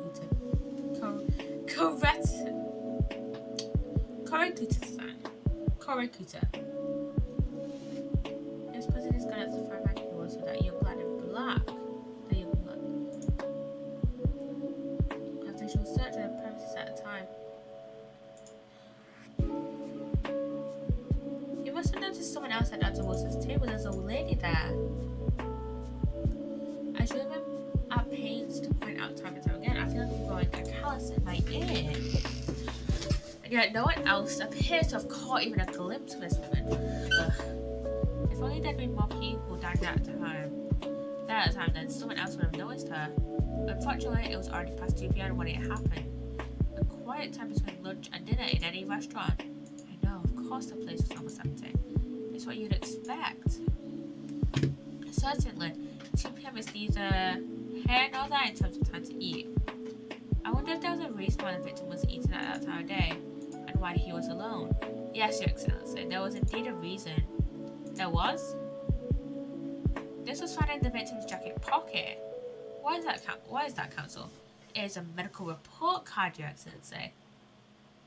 It would seem that the victim had an appointment at a clinic prior to visiting the restaurant. Hotter clinic? Uh-oh, is that a reference to Hockey Clinic? Yes, there would indeed appear to be an entry for the date in question. 19th of November, noon to past 1 p.m. The very day of the incident. So the victim went for a late lunch following his appointment. The explanation could be more simple. The prosecution felt no need to submit this evidence before, as it really has no bearing on this case. I wonder. What do you think, Ryunosuke? Well, it's hard to see how it could be related, really. Remember, you can request for it to be entered into the court record as evidence if you think it could be useful. Should I ask for Dr. Wilson's medical report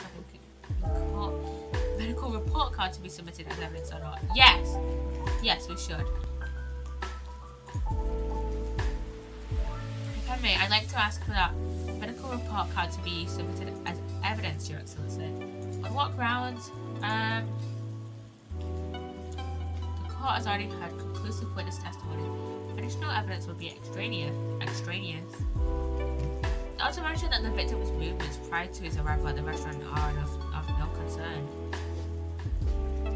Whether or not they ever are of concern is up to us to decide. We have a right to explore all possible avenues. I beg your pardon? You have no authority to refuse a perfectly valid request for the submission of the evidence.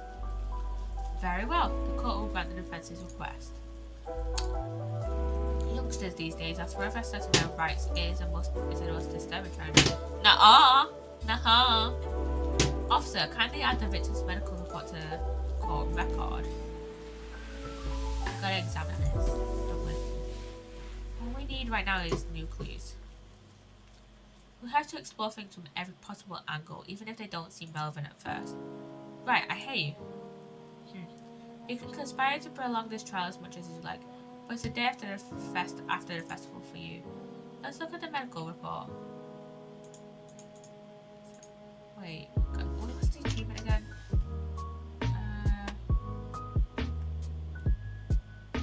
Thoroughly examine the medical report card inside and out. Or perhaps you'd forgotten that these witness testimonies leave no room for doubt. Feel free to reiterate to the accused Korakuta-san.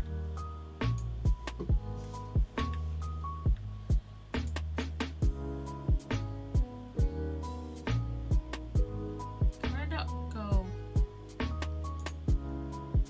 back to a statement until after we live the entire statement? Excellent work, Fionosuke. We please to know your information now. Well, yes, but I don't feel like it changes much. Can't see that it brings any real discrepancies to light. I wouldn't be so sure. Let me see that medical report card you got before. Oh, you mean this? Yes, this is a brand new piece of evidence, so perhaps we should examine it in a little bit more detail. How exactly? You notice that some pieces of evidence bear a magnifying glass? These are ones you may examine. Press space and you can take a closer look at the piece in question. Use the arrow keys to rotate the evidence in all directions and examine it from all angles by using WAS and D.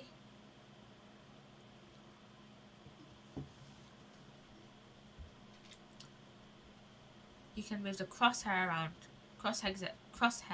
to hunt for clues that may have been missed before. If the crosshairs start to pulsate, press space to investigate further. So, partner, I think you should take a closer look at this medical report card. See if there isn't something new to be learned by examining it in more detail. Alright, I'll see what I can do. I need to use arrow keys, WAS and D, and space to inspect any areas of evidence that look suspicious.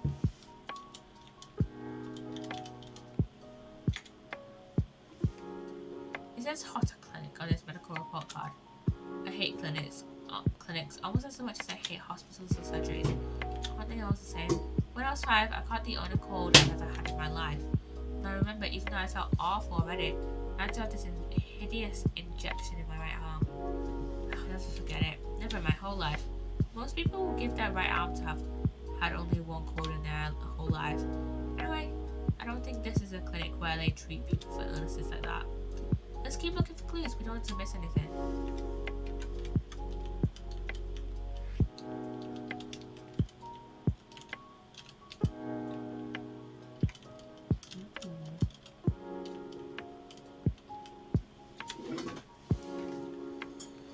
It looks like this medical report card was first issued quite some time ago. It's probably a record of long-term treatment, that's why. With a family doctor, I imagine. Well, I can't imagine going to a doctor, as long as I'm alive, I'm never consulting one. Well, if you were dead, there'd be no point. So you don't like doctors hurt, then? Where would you? They make you drink horrible tasting medicine, they give you painful injections, then they demand lots of money from you for the privilege, or when you're at your lowest ebb. You sound like a model patient, with a bad case of stubbornness, no less, for which the only cure is very bitter medicine, indeed.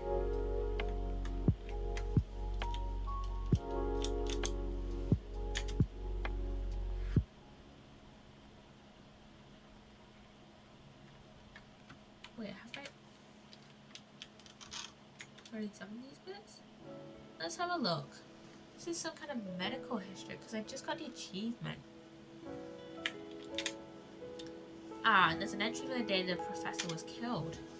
Extraction of molar with topical anesthesia. Extraction of molar, you mean he had a tooth taken out?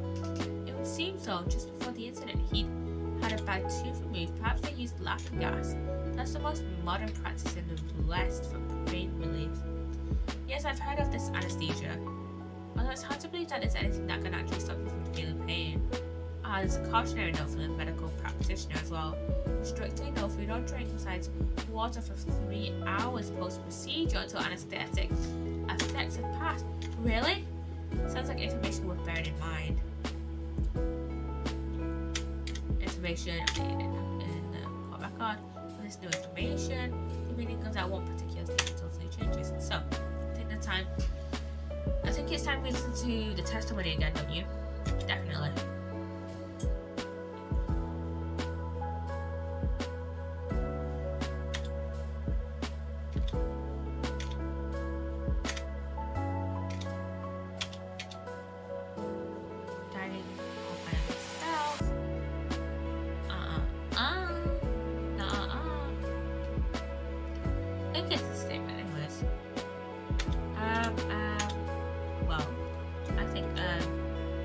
Why are you whittling, lad? Call yourself a liar? I wish I could. But first and foremost here, I'm the accused. Why are you not scared? Everyone stumbles on their words occasionally. Under the circumstances, I wouldn't worry about it. Thanks, Kazuma. I can see quite clearly in that cross-examination you just carried out. When you raise your hand straight up like that, so purposefully, you know exactly what it was you wanted to say. Don't feel like you have to choose your words carefully. Just say what you're thinking. Alright, and thanks for the advice. Kazuma's great. Kazuma's great. We love Kazuma in this household. Karakuta-chan, this is a medical report belonging to the victim.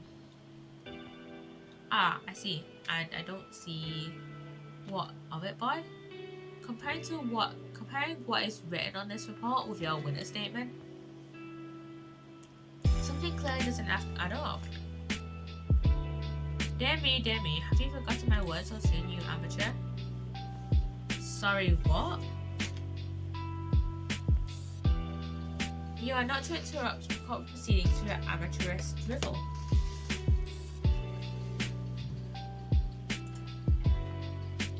But let's see if I can explain in words you might understand. It was after 2 p.m. in the afternoon when the victim was murdered at the restaurant. Whatever he may or may have not done before that time is completely irrelevant. Nah. But that's remember, Ryunosuke, you don't have to use clever language or fancy words. Just make your point. Your Excellency, I believe we're finished here. There's surely no need to prolong this trial further. The witness testimonies the court has heard have been clear and concise. This medical report has no bearing on the matter at all, for the simple reason that there is no one else beside this pale-faced people that... what did he say? I don't know. This medical report card has nothing to do with the case. Finally playing the best game in this series, Naruhodo. Welcome in Talio... my words have not been great today. Talionos. Welcome in, Talionos. What?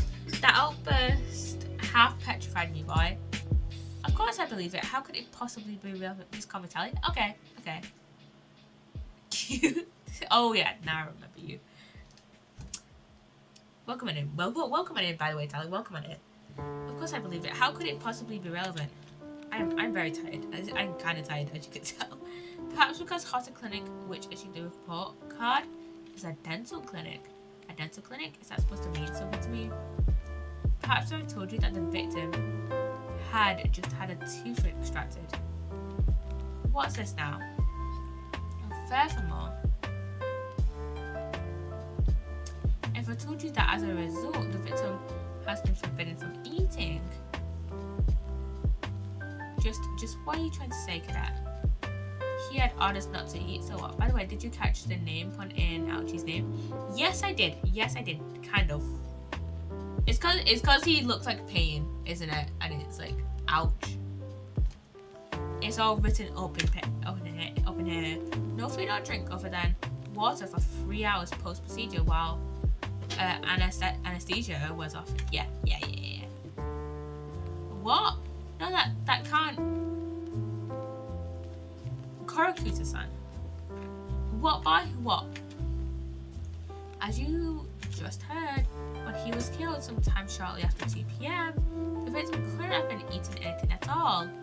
No. Additionally, there's more. You have just assured the court with unwavering self-confidence that the victim was dying alone. But that can't possibly be the case. This game has showed the potential that AA truly had if it had its image finalized. Oh my god, yes. From what I've played so far, this game is pretty great. No, very much pun intended, actually. Very much pun intended. I have been really enjoying the animations, cause I've been playing Apollo Justice, and I know that game has like some 3D models, and so I've basically just gone from like the Phoenix Wright trilogy to Great Ace Attorney, and oh my god, the animations and the 3D models, I love them. I personally absolutely love them. So yeah, and the cutscenes, the cutscene at the start, I loved that. I loved it. This is pretty good so far. Pretty great. If I say so myself. I'm tired. I've been up since like 7. Because the victim, as we know now, had just had one of his teeth extracted and was still experiencing the effects of his anesthetic. Expertly done, partner. Said that this game came out a long time after its release, but it actually released, so it's still fine. Yeah, it's fine. It's fine. Yeah, I'm so glad that I found this game because I'm loving it so far. What is this nonsense, you little upstart? And plus, I've not seen a lot of people actually talk about this game.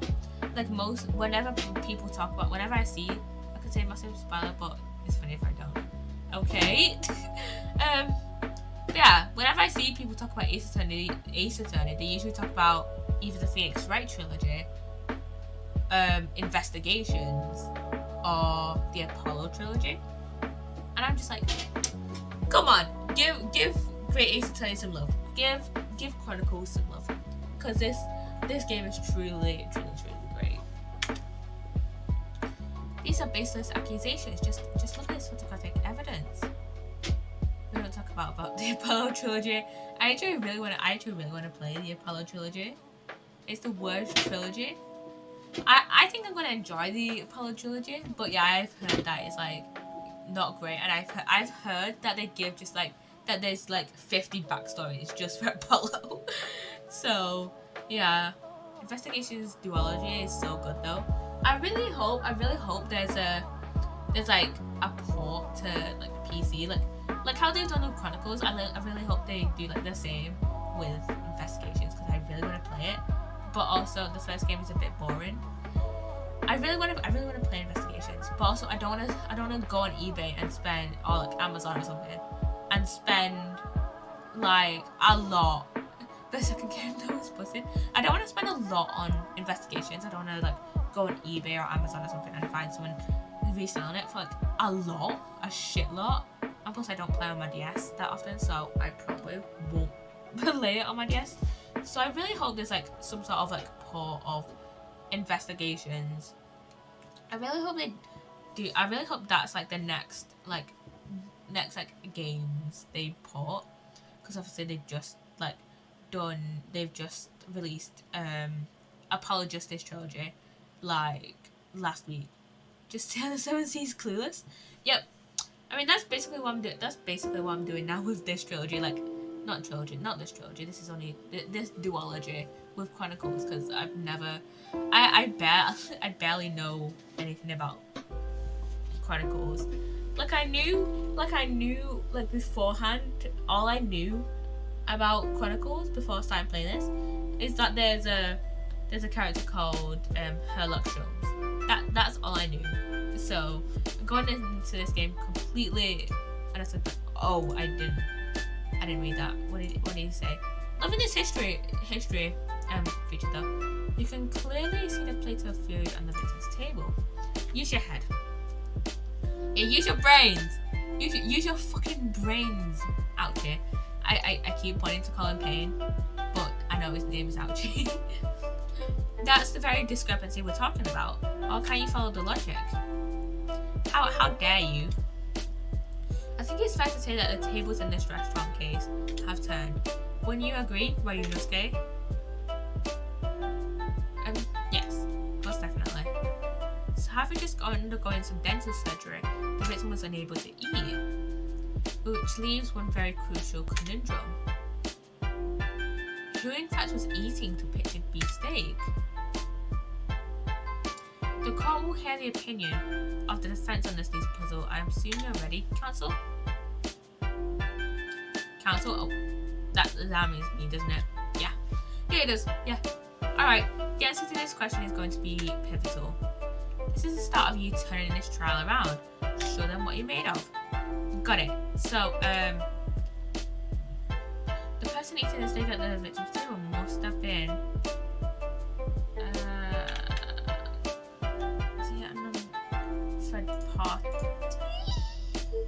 yeah. Obviously, it can only have been someone else who was sitting at the professor's table. Oh yeah, because Naruhodo said he saw someone. This case is such a pivotal point in the duology, but you won't know it yet. Oh, really? I thought it was just like a normal tutorial. I thought it was just a normal tutorial. I didn't know it was like going to be such a pivotal piece. You would not let this go, will you? There was no such person. Yes, there was. Naruhodo saw someone. Ryunosuke saw someone. There was, but because I saw her when the incident occurred, we know that the victim couldn't have been eating anything. Yet we have evidence of a half-eaten steak on his table. We know the ending makes this case such a pivotal point in this game. I'm so excited now to get to the ending. That's all. The only logical conclusion is that there was somebody else there eating it. We have strong evidence to support our assertion. It's clear not the first game ending. Okay, the overall ending. Second game ending. Yeah. With strong evidence to support our assertion, it's clear that these witness testimonies are unreliable. If the court decides to push through a ruling at this stage, we will lodge a formal complaint with the Ministry of Justice and pursue a fair retrial relentlessly. Kazuma, are you insane? Yeah. I'll just tell you that everything connects to everything else. Okay. I'm excited to get through this game then. I'm very excited to get through Chronicles. You would just take on the government? He would. Don't worry, Counsel, I've no issue with you. What do you mean? I have issue with them. Cases are very much interlocked. Okay. I'm very excited to get through this then. Those two witnesses in the stand. What? What are you talking about? We have demonstrated with evidence that the victim was not alone. So if it now turns out that the two of you deliberately lied when giving your testimonies, obviously you'll be charged with perjury. Finally! This basically has trials and tribulation in prisons and makes it be fulfilled in much more than it could be in the original. I can see that, yeah. First of all, if you compare this first trial to the first Phoenix Wright game, first of all, they're accusing him of perjury, which did not happen in the first Phoenix Wright game, I can assure you. That only started happening, like, in trials. Like, maybe it happened, like, once in Justice for All that I don't remember, but I doubt it. I know it started in Justice for All. Not in Justice for All. It started in trials. It started in trials that they started accusing witnesses of, like, it actually did in AA case 4. Oh, really? In 4? I don't remember that, like, at all. I do not remember that from 4. Like, at all. I just remember it being, like, more consistent. I just remember it happening, like, more in trials, to be honest. Wait, let me remember my facts. Wait, do you mean case 4?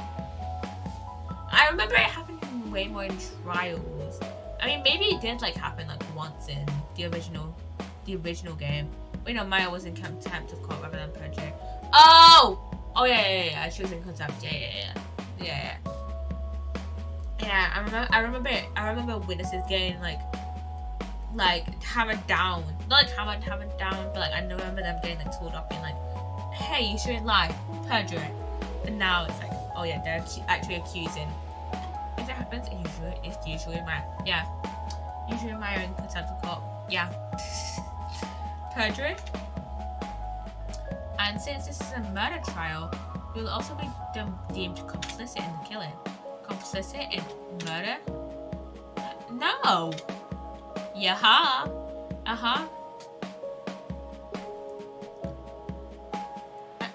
Negative. There's no mention of this at the tactical meeting. I was just following orders. That's right, as the man says. Just say you never saw the gentlewoman. That's what they told us. Ouchie, was it you? It was probably Ouchie. Ow. Oh. What? What did you just say? Kurakuta-san? Why do I keep saying his name wrong? Kurakuta is such a simple name. No. You're just following orders? Now hold on, lad. I was saying you never saw the gentlewoman. When you say gentlewoman, do you mean you never saw the victim of a lady from overseas? What? Well, what is the meaning of all this?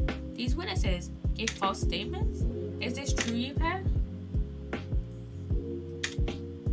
Just one simple slip of the tongue.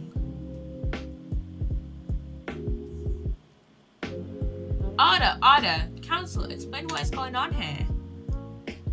It's painfully clear now. You tried to prevent these witnesses from telling the truth. Absolutely not. The prosecution knows nothing of this. And who's behind this? Who tried to make you keep your mouth shut? Well, that's classified. So you're prepared to be tried as a conspirator to this murder, are you? You wouldn't. This can't be happening. Or Yunosuke. Judging from the way they're reacting to this, I'd say they were sworn to silence by someone with considerable influence. However, I don't believe Ouchie had any idea about this. By the way, what are you saying?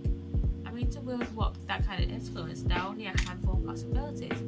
It could only have been the government, the military, or the police, I suppose. You do know Ryusuke is Nick's great something grandfather. I knew Ryusuke, at least Ryusuke was his ancestor. I kind of knew that like at least some of the characters were like ancestors to like the modern day characters because they do have the same last name. Yeah. I recognized that at when we begun this. Even if I've forgotten like Ryusuke's name at first before I started this, I genuinely knew that like at least one of the characters was Phoenix's like ancestor, because if the rest of you watching this don't know, in Japan Phoenix's original name is Naruhodo. So yeah, I think aren't there a few other characters as well that are like ancestors of like the modern day characters, or am I just making that up? Because I know about Naruhodo, I know about Ryu. What is it? I know about Naruhodo. I just can't remember if there's anyone else. I'm gonna look it up. Shit. Any ideas about who might be behind this? No, just if you're gonna threaten who tried to silence these witnesses, then we can continue our pursuit. So to name whoever it was that tried to make the witnesses keep their mouths shut. Of course, we need evidence before we make any firm accusations. Plus, both of their names is quite literally translated. It is for Ryunosuke is to see a dragon. For Phoenix, to see the first son of a dragon. That makes sense, actually. That makes sense.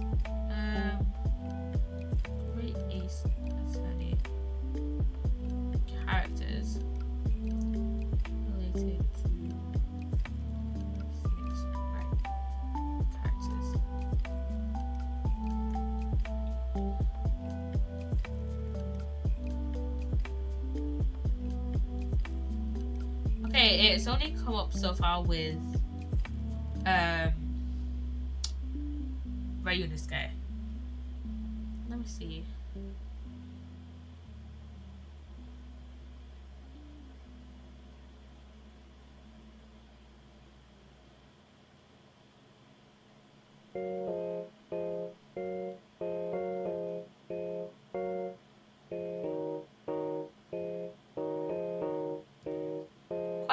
Question. I'm looking for the characters of the Great Ace Attorney. Is Iris Wilson the daughter of the victim in this case? Because they have the same last name.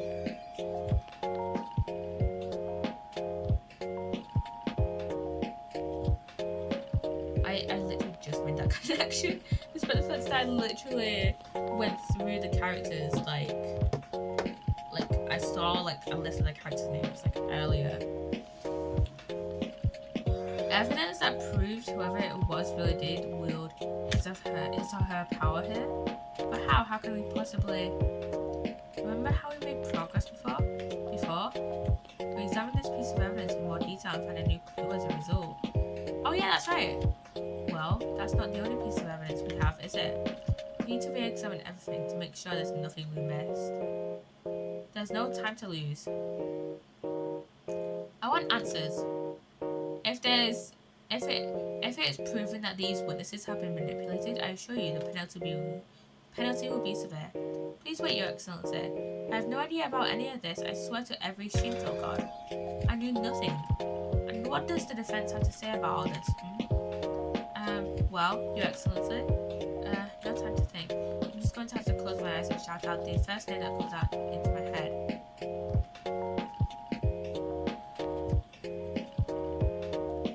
Besides the prosecution, the only person with the necessary influence to manipulate the witnesses is...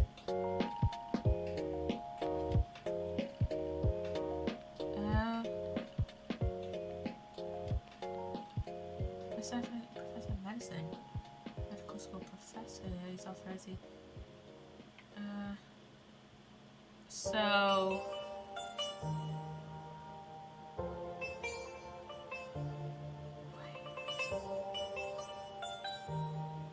Uh-oh.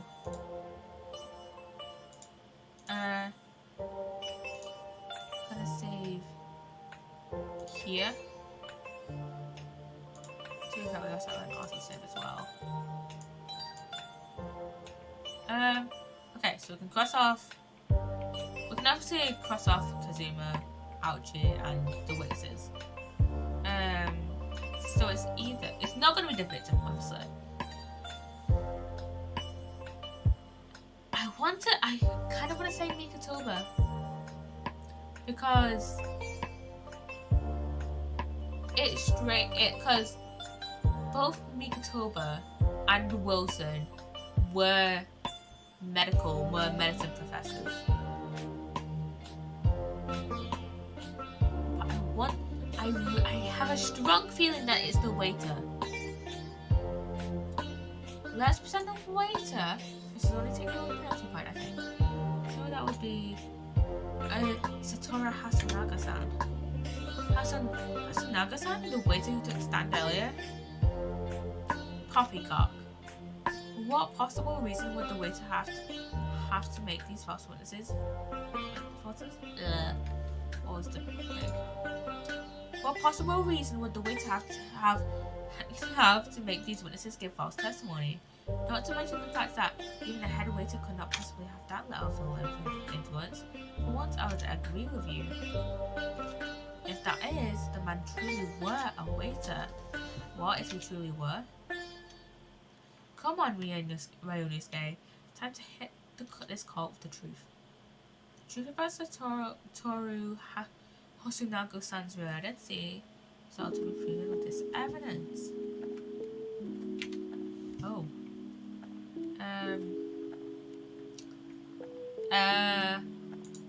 Oh shit, well, we didn't fully examine the business card. Chief Inspector. This is why we're gonna... I'm so not used to 3D evidence examination. Like, the last time we did this was in Rise from the Ashes.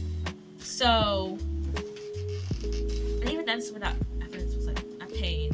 Mainly with, you know, I think it was like the vase thing where we had to make it look like the Blue Badger. That was a pain. But also, I've had so many people complain about it, where it's like, okay, I'm not stupid, it's just a really shitty puzzle. Yeah, so last time we did 3D evidence exam, 3D evidence. Speak, please, words. The last time we did 3D evidence examination was in the Rise from the Ashes case. So yeah, I'm not sure what this is supposed to prove, Council. I think Your Excellency, that what it proves is not the true nature of the waiter, but the true nature of the accused. Sorry? A blackguard who stooped to presenting irrelevant evidence to incriminate an innocent man. That's the true nature of this rookie. But, try again. Go over all the evidence we have one more time. There's something in there that proves who this waiter really is. I'm sure of it. Alright then, I'll try. But that's the most logical option. Go over to the back. Do we need to? Well, that's unexpected. What is? Look, do you see it says the witness's name here? Satoru Hasanaga. Well, yes, business cards do tend to show the person's name. That's not the point. It's not a name that's unexpected. It's his job title. His job. Oh! Chief Inspector Satoru Hasanaga, Primary Criminal Investigation Division, Imperial Police Bureau. Inspector, who on earth? I have no idea. But let's face it, the police have a lot of power and influence. If they're wielding it somehow here. Now, can we present it now? And get a different thing? The plan of the restaurant sketch of the man in question. I agree it shows a great attention to detail, but I'm not sure we can conclude anything. Sorry, Your Excellency. That's the back of the card. It's the back of the card that's of interest. I beg your pardon? Or perhaps I should have said the front? You can really tell he's a rookie here. Yes, it's the front of the back of the card. That's what where telling detail is. You could have just said the other side. Will somebody please explain what this overexcited student is trying to say? Hasanaga-san sketched the plan of the restaurant on the reverse side of his business card. The front of that business card reveals the man in question's profession, his true profession. The waiter's profession, but surely. Good gracious. That's right, Your Excellency. The card reads Chief Inspector, Primary Criminal Investigation Division, Imperial Police Bureau. What? The waiter is a police detective? I haven't heard any mention of this before. Why haven't I heard any mention of this before? The Imperial Police Bureau has immense power, absolute power, as far as regular civilians are concerned. So, why is it just keep throwing me off my own stream on my phone? Is my data really just that shit? I really need to, you know, log onto the fucking internet here.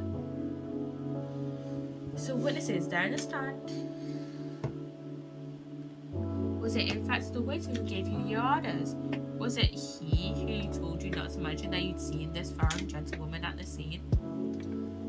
Well...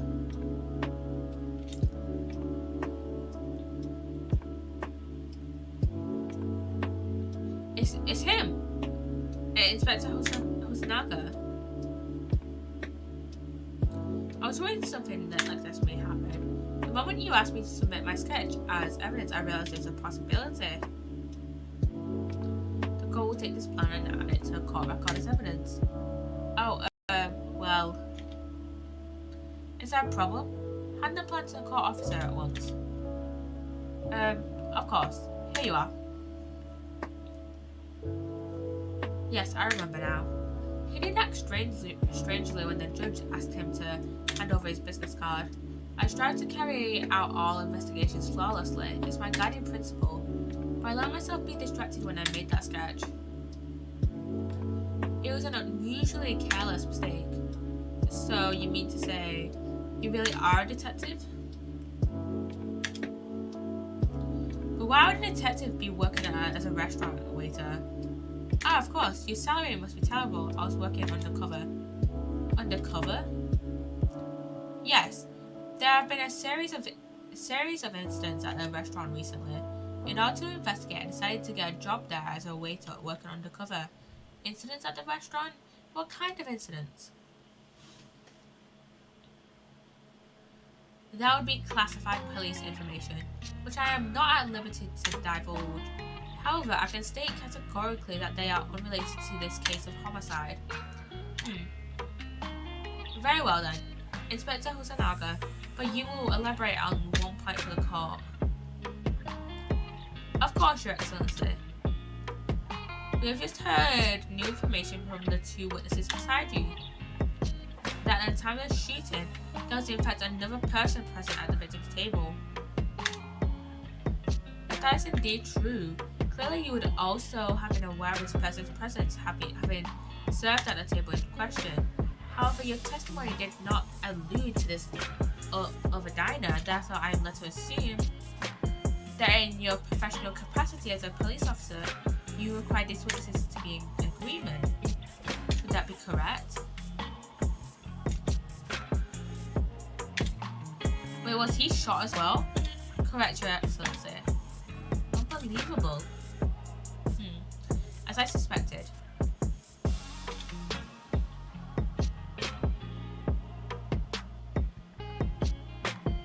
As soon as I heard the gunshot, I ran out of the kitchen to see what had happened. The victim sat slumped in his chair. Beside him, gun in hand, stood the accused student. Sitting opposite the victim at the same table was a young lady who I guessed to be an English woman. So the truth comes out. I immediately sealed off the restaurant and reported the incident to the Bureau.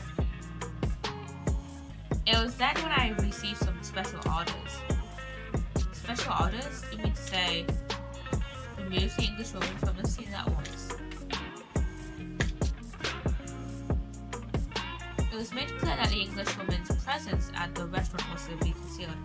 I guess to make sure no disputes between Britain and Japan arise. Those were my orders. But what if this English woman was a killer? I think it would be in everyone's best interest not to pursue that idea.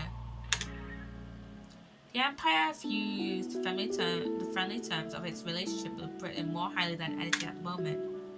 An Englishman has been murdered. An Englishman has been murdered on our soil. To name an Englishwoman as the primary suspect. Well, without irrefutable evidence, that would be completely out of the question. So that's the reason for the disappearance of the phantom woman in this case. But it's not right.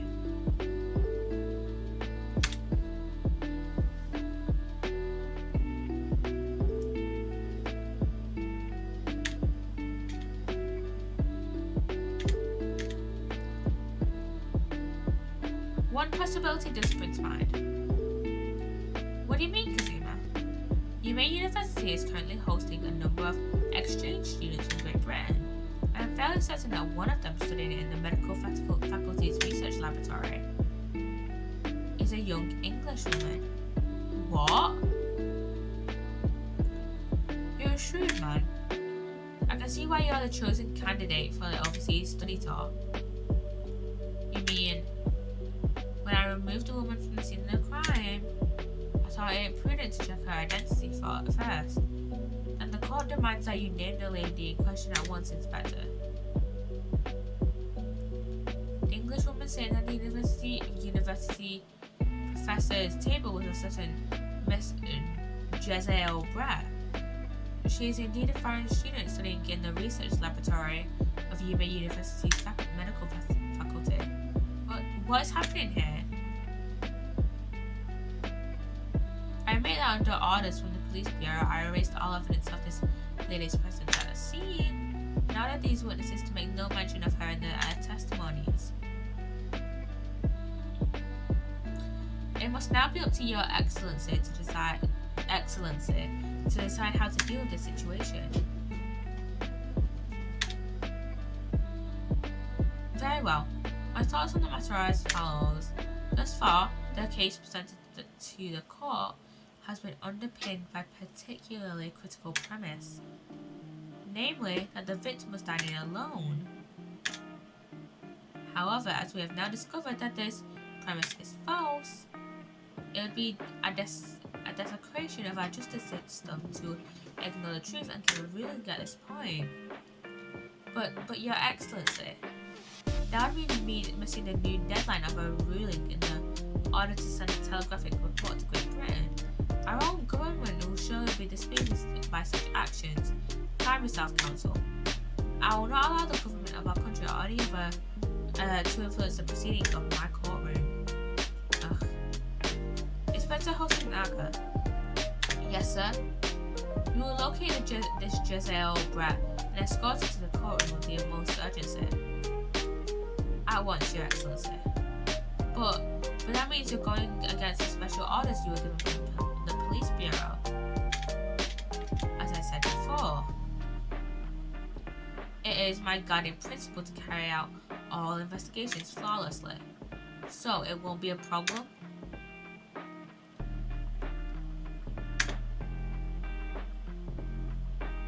Nothing will get in my way. I have a feeling he may have been shot as well. Call or adjourn briefly. The prosecution must call the English student Giselle Brett to the witness stand. Do I make myself clear? Yes. Your Excellency. Good. Then we will have a 30-minute recess before reconvening. To be continued. That took a while. Let's see how long the next part is.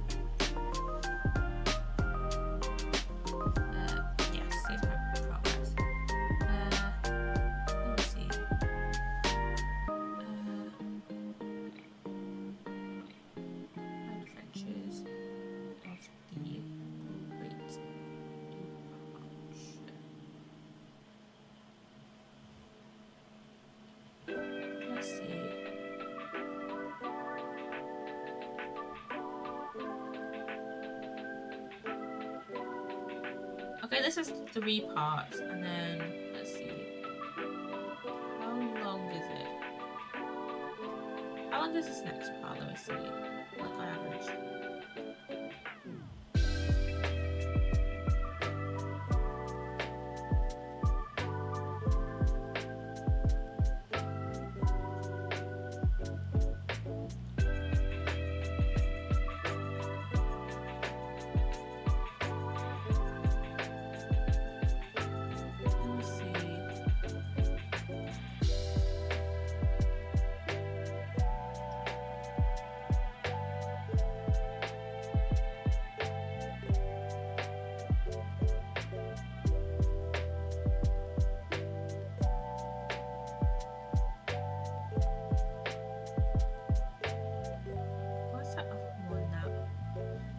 One that I found earlier.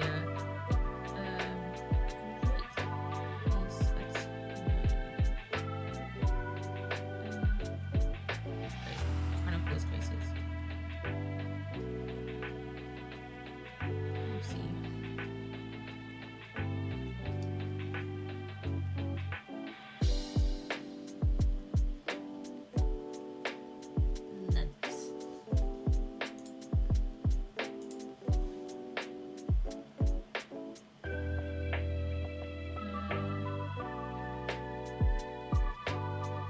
Let's see.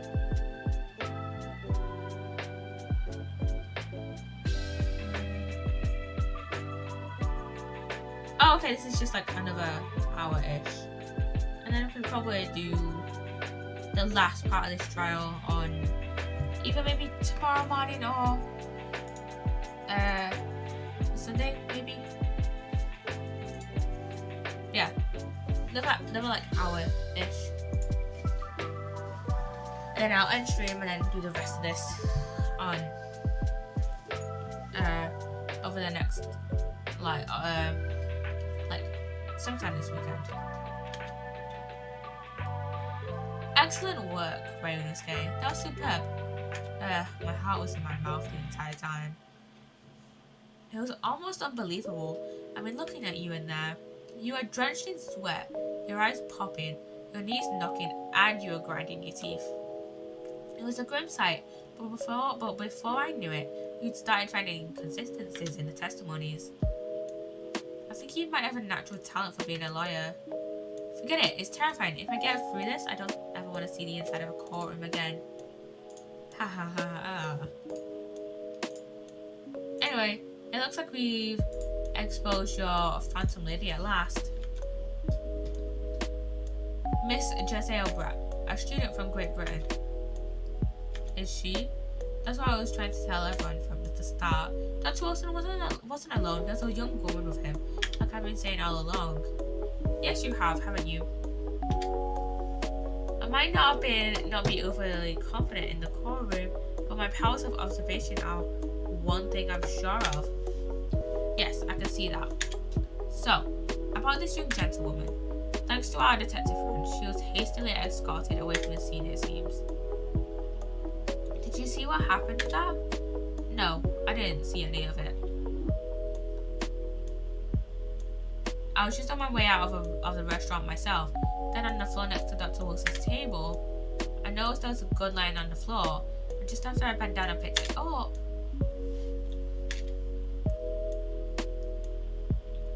I didn't have the time to think about where the sound of the gunshot had come from. The waiter ran over to me, looking as wise as she, and he bundled me in some sort of small pantry next to the kitchen.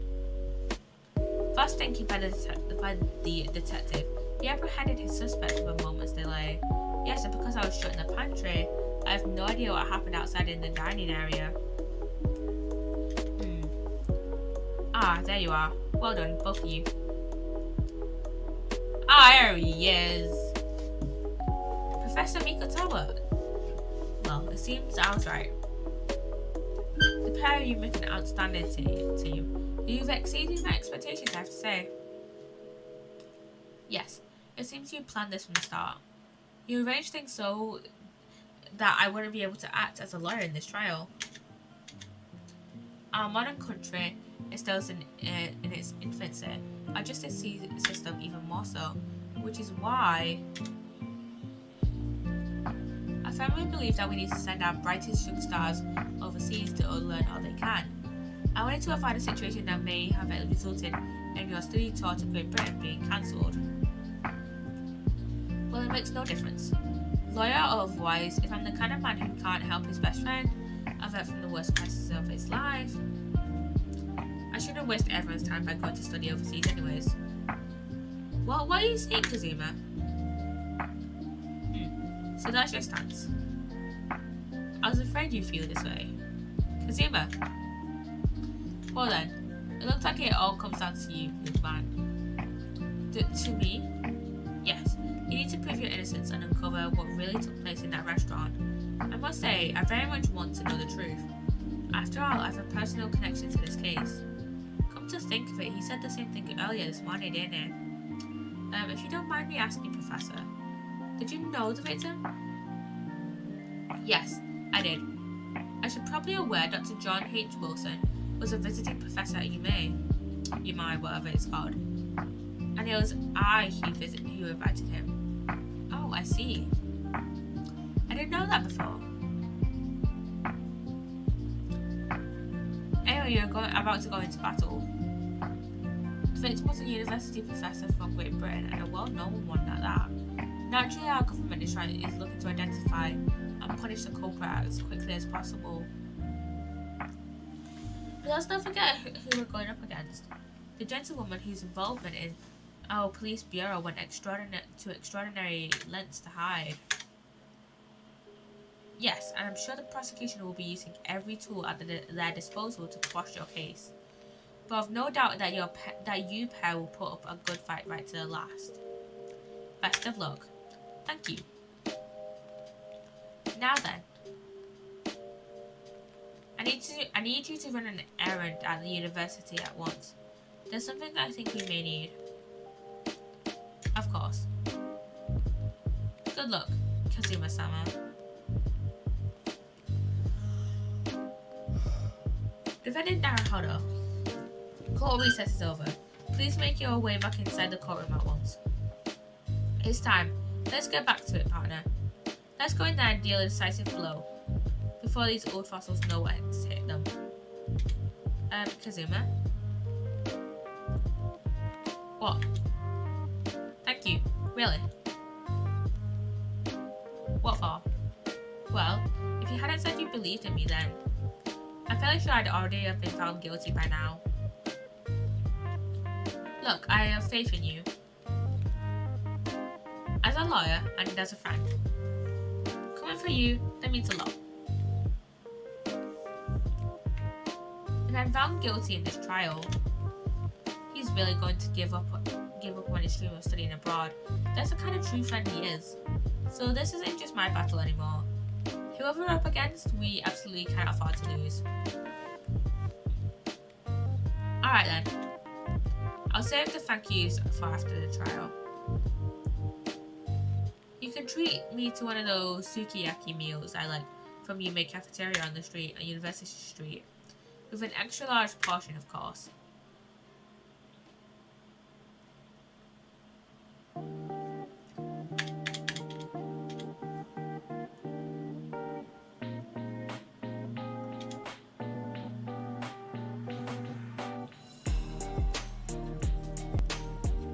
The court hereby resumes the trial of Ryunosuke Naruhodo. Prosecutor Aochi, have you managed to supponate? Never know who to say that word. Subpoena. The witness? Yes, Your Excellency. Against all odds. And thanks to a certain young stripling, the prosecution is now under rather painful scrutiny from the government. Sorry. Let the government scrutinise. That's their job. There's nothing to worry about. It's highly unlikely that the good relations we've forged with Great Britain will emerge from this trial unscathed. Will you still think it's nothing to worry about when the new treaty breaks down on our nation's founders? Again, terribly sorry. If the friendship between our nations is really so fragile, then the treaty isn't worth the paper it's written on. You really have nothing to worry about, Ryunosuke. What do you mean? A secret trial, anxiety over some foreign government's opinions, a one-code investigation, missing witnesses? Is this what our nation's justice system is? Is this the Supreme Court of Japan or of England? Shut up, you jumbled up rookie boy. You and your friend know nothing of the situation our nation finds itself in. By aligning ourselves with this great world power, we'll become strong. Diplomacy has never been more critical. Steady political maneuvering is what will secure our futures. I won't deny that I'm no expert, I'm just a student. And one who could arguably study harder too. But standing here now in our Supreme Court, there is one thing that I feel very strongly. A country that fails to uphold the truth in its justice system is a country with no future at all. Well said, Ryunosuke, despite the wide-eyed look of terror. You little brats. Thank you, Counsel. This court is the pinnacle of our nation's justice system, and exists solely for the pursuance of truth. With that in mind, this trial will now resume with the next witness taking the stand. The visiting student from Great Britain, Miss Giselle Bratt. Yes. Your Excellency.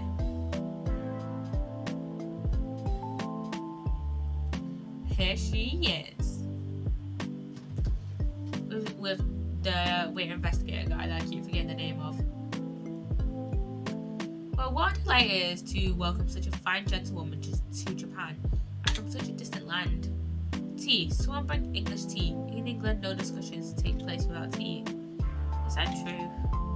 No idea. So, Could we possibly trouble you to state your name and occupation for the court? Of course. My name is Satora Hasanaga. Not you! I've been working undercover as the head waiter. Lakan. Yes, we know all about you already. Inspector Hasanaga, where are your manners? In England, it's always ladies first. Is that true? No idea. More importantly, a little earlier today you said something to me. You said your powers of observation are the one thing you're sure of. Oh yes, I think I did, didn't I? Yeah, your description for this amazing sight was simply a woman. Sorry, Ryunosuke, but powers of observation aside, your powers of description are sorely lacking. Guilty. So dear lady, once again, if we may trouble you for your name and occupation, please.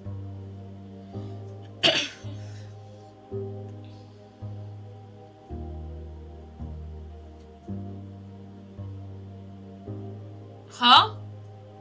Is she speaking fucking cursive?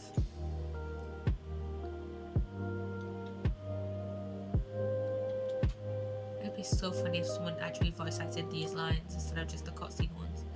I'm terribly sorry, dear lady, but what?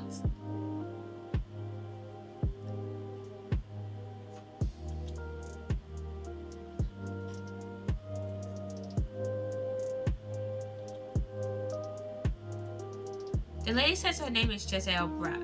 She comes from London, England. She's a visiting research student, currently enrolled in UMaine University's medical faculty even.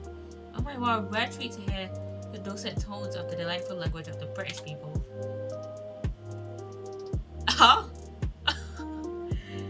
I'm sorry. I'm afraid I don't understand the beautiful word you said, but it was as beautiful as a hummingbird song. Really? As far as I could tell, the detective is translating her words faithfully enough. Yes, I agree. Ha, you'll obviously do fine in England, Kazuma. Her English doesn't matter you at all, does it? No, you've clearly been paying attention in your English classes, Ryunosuke. The court thanks the beautiful lady for taking the stand. Now, if we may trouble you to confirm something, Miss Brett. 3 days ago at a restaurant called La Carnival, a grand murder took place. The court has been led to believe that you were dining there with the victim, Dr. Wilson, at the time. Is that correct?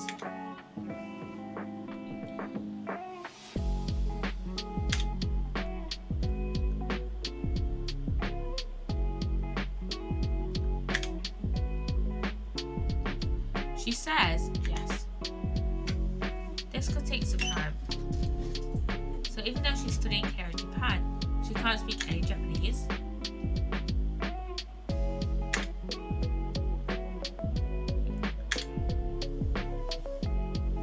She'd like to apologise for disappearing from the scene. She says that she was due to make a presentation at the university, so she had to leave immediately. Interesting when you're the one who engineered her escape. I was just following special orders from the Bureau.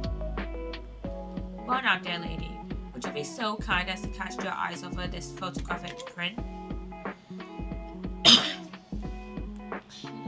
Seeing as you were so unfortunately present at the scene of the crime, could it be that your resplendent eyes caught sight of the wicked perpetrator, perhaps?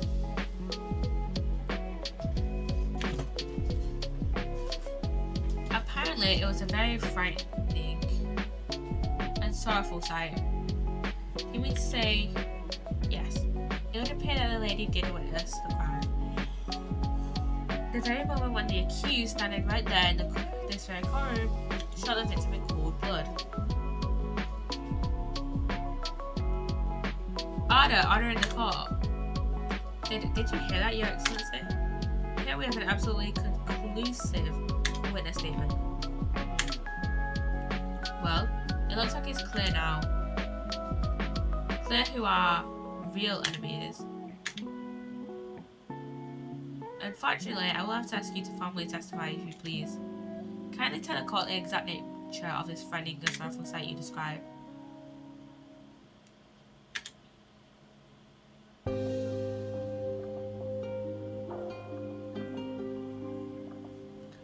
Witness testimony.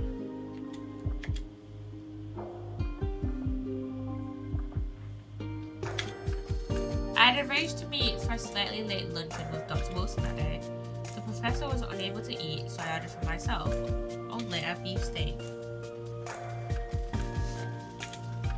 After a while, the accused came over to acquit the professor and they got into a fierce argument. Then not long afterwards, the accused took the professor's gun and shot him right before my eyes.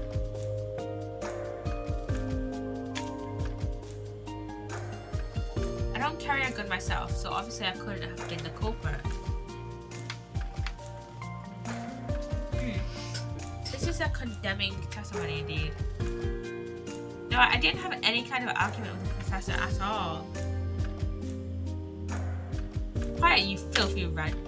Look at you, you black-hearted blackguard. Look at this Snow White angel. I'm sure even a dark-minded scoundrel like you can imagine whose words the court is going to believe. Ugh. You're still making the same mistakes for you, this guy. You mustn't blurt out when you're goaded like that. That's a lesson you need to learn. But he's so annoying. Of course, I was at the scene as well. I took statements from this lady and the two witnesses who testified before I reported back to the bureau. It was decided that Miss Brett was not involved, so I let her go. The testimonies of the last two witnesses that were completely worthless, however. Well, even so. On the day in question, the lady was wearing the same outfit as she is today. As you can see, there was nowhere about her person where she could conceal a firearm. I mean, she could under her hat. I would think she could hide a gun almost anywhere in that outfit if she wanted to. Unless and until the precise location where the witness is to have hidden a weapon can be shown, this is moot. There are no pockets in my outfit, and I have nowhere to hide a gun. Those are the witness's own words on the matter. Ah, that's ridiculous. If only I was allowed to lift off her dress, I could prove it. Don't think about doing anything rash, Ray, this guy. But I didn't find the gun I picked up. There must have been another gun in that day. You're right about that, which means this lady was hiding a gun somewhere. Yes, that's what we have to prove now. And to do so, we will need to pull her testimony apart.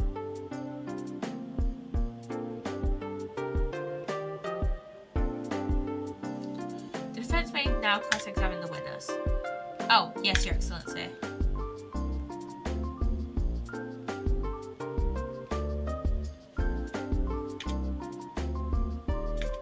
Okay.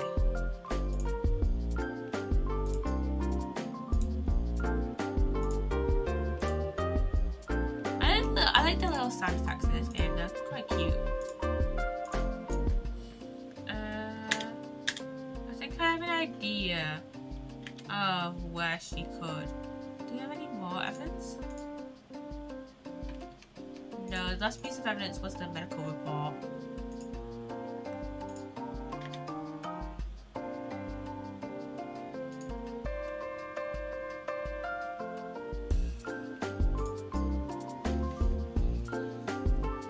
It's all very well saying that, but can you prove it? Absolutely, I verified it personally. You verified it?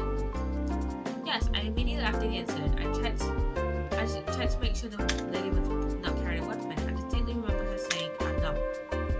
That's all you did? You just asked her? Surely you carried out a physical search, Inspector.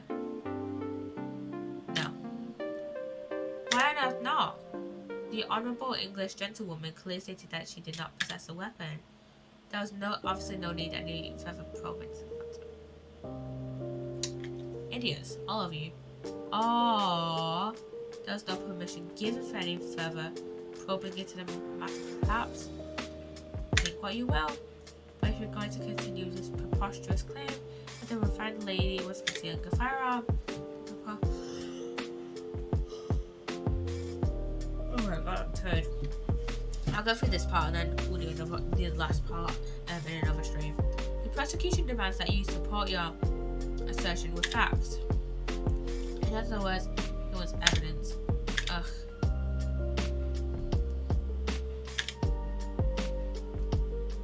The lady wishes to point out that of course she wanted to stay and assist in the investigation, but she was in a hurry to give a presentation at the university, so she was compelled to leave. Not to mention the fact that your officer told you to get the woman out of there. No, get her out of there, I just urged her to leave. And then you would like to point out that she is in no way meant to run away from the crime, which is why she is only too happy to cooperate and testify here in court today, of course. And like a stern student who refuses to admit when the game is up.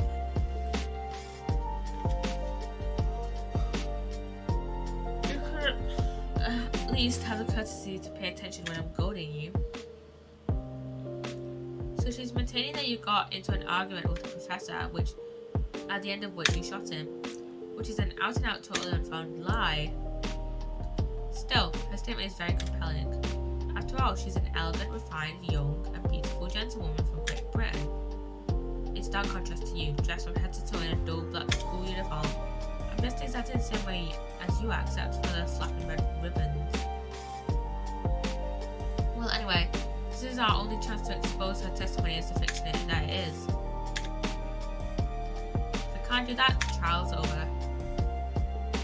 Even you with your thick skin must be able to feel the murderous looks you're getting from around the room. Only too well, I feel half dead already. The fact that I can't seriously go inconsistency in her testimony isn't making me feel any better.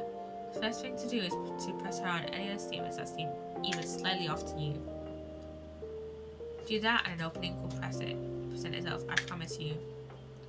I need to expose the true fact of this exotic foreigner who's hiding behind the mask. That's why I should be aiming for in this cross-examination.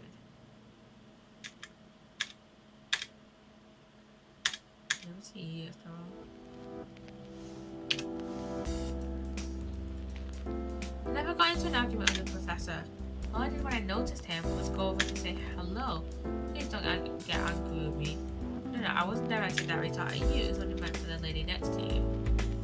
But anyway, as I said, I did not argue with the professor. I'm afraid your words are in vain. Sorry. Miss Fredber does not appear to speak Japanese. No, of course not.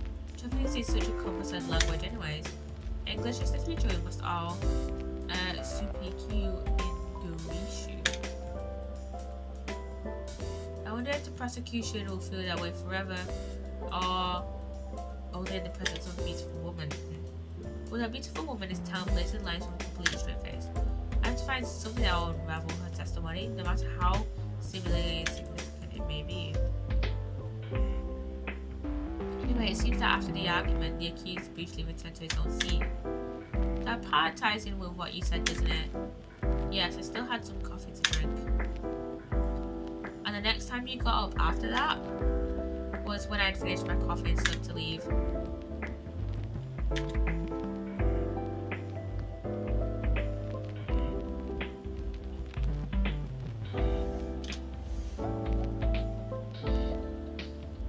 Like I said, I did not shoot that gun. And like I said, there's no point repeating that assertion over and over. I wasn't expected to be attacked by my own side. Nevertheless, defendant, you can't deny that when the shot rang out in the restaurant, you had a gun in your hand. Well, yes, that's true, but all I did was pick up the gun I saw on the floor next to the professor as I was leaving the restaurant.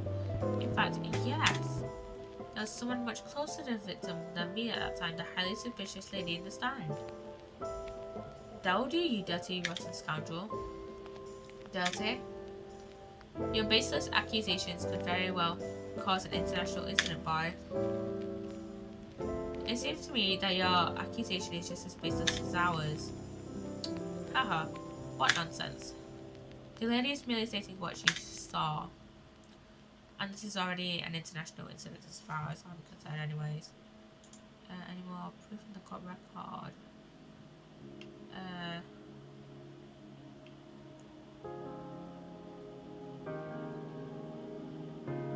No.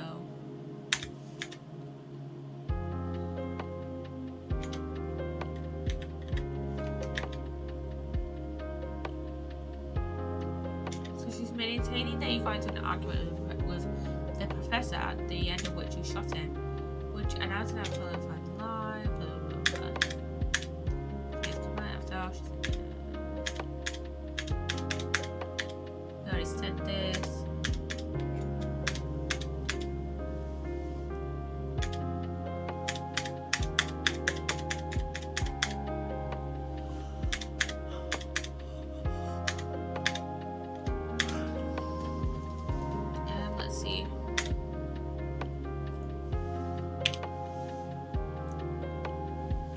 2 p.m. in fact.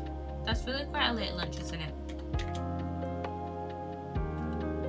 You don't keep up with the latest fashions from present, do you? Late lunches are on vogue, isn't that right? No. A decisive English no has quite a sting to it. The gentlewoman is currently working in the victim's research laboratory, it seems. So it was apparently a daily occurrence that they would lunch together. But on the day in question, the victim had another appointment at the clinic first. Yes, which we can prove in the medical report that was submitted as evidence earlier. That's right. Miss Brett and the victim went to lunch following the victim's treatment, which is why it was so late. Yes, that all makes perfect sense. Such wonderful logic. What a shining example of English intelligence this fine gentlewoman is. So you both arrived at the restaurant. What happened next?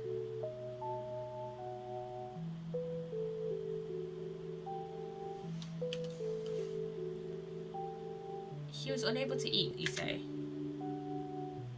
And that was because he had just had a tooth removed at the hotter clinic, correct? That's right. You're supposed to actually check the witness before answering. Was Miss Brett aware of that fact? It seems so, yes. She'd heard that the professor was to have some dental treatment. So that would mean that it was you who ate the steak picture here. Is that right, Miss Brett? That's right, yes. The print you have there shows the table exactly as it was left after the horrifying events. Exactly as it was left. Dear me, what a harrowing experience. So I've travelled to a distant land on the far side of the world and being abroad in such a tragic accident. I have no fear, my dear lady. I swear I'll crush the evil fiend that subjected you to this terrible plight. So the victim, Dr. Wilson, had nothing to eat or drink after all? That's right, other than some carbonated water. Just water? Yes. The professor was unable to eat, but he had been given permission to drink water. So it appears that the diners toasted their lunch with a glass of water each.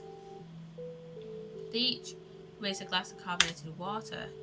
What do you think of Ryunosuke? With the witness's last statement?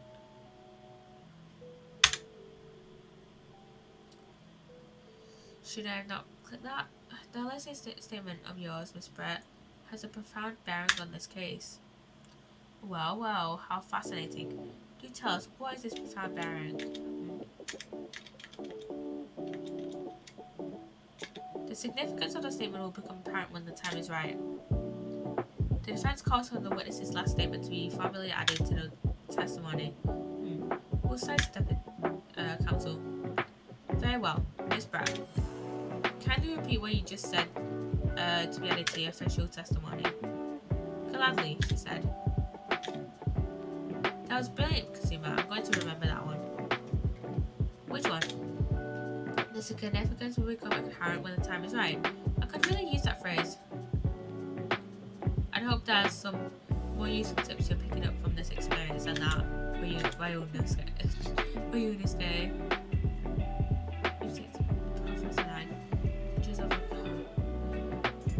That's carbonated water.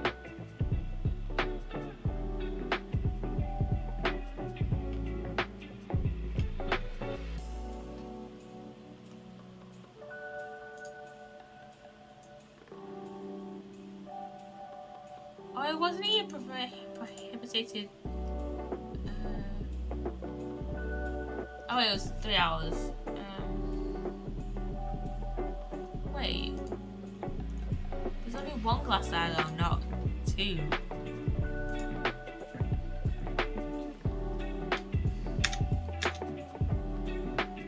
That's it. Let me just confirm something, please. It's to do with this photographic print.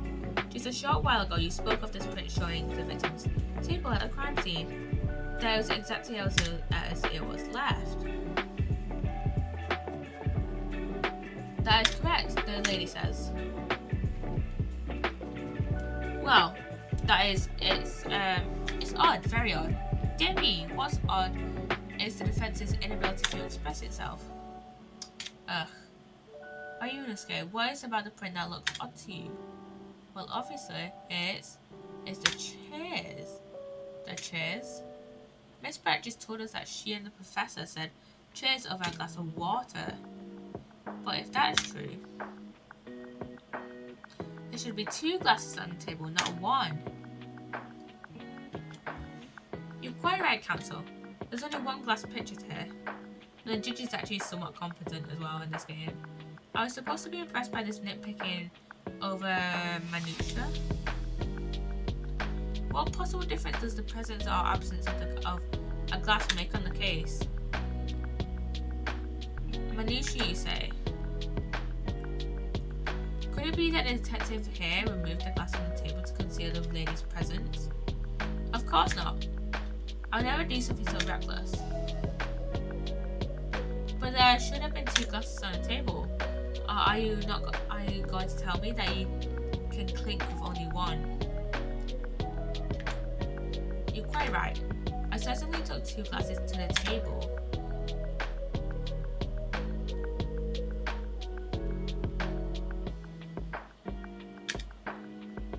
Inspector, what did the lady say? What did Giselle say? It would seem that it was Miss Brett who took the glass from the table.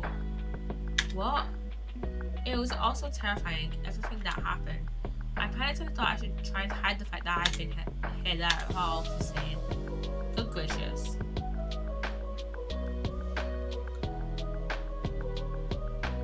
I wonder how this would be adapted in like a dub anime. Sorry. There, as I showed the court before, this is of no consequence at all. Oh please. You must remember that this student had just murdered this lady's luncheon companion before her very eyes. Who could blame her for concealing a glass or 2 in her state of disarray?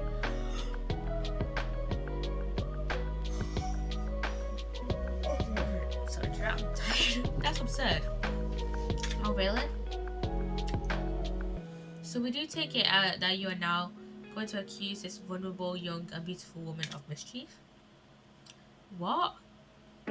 No. This can't be put down to mischief. I'd like to know exactly how the lady took the glass from the scene.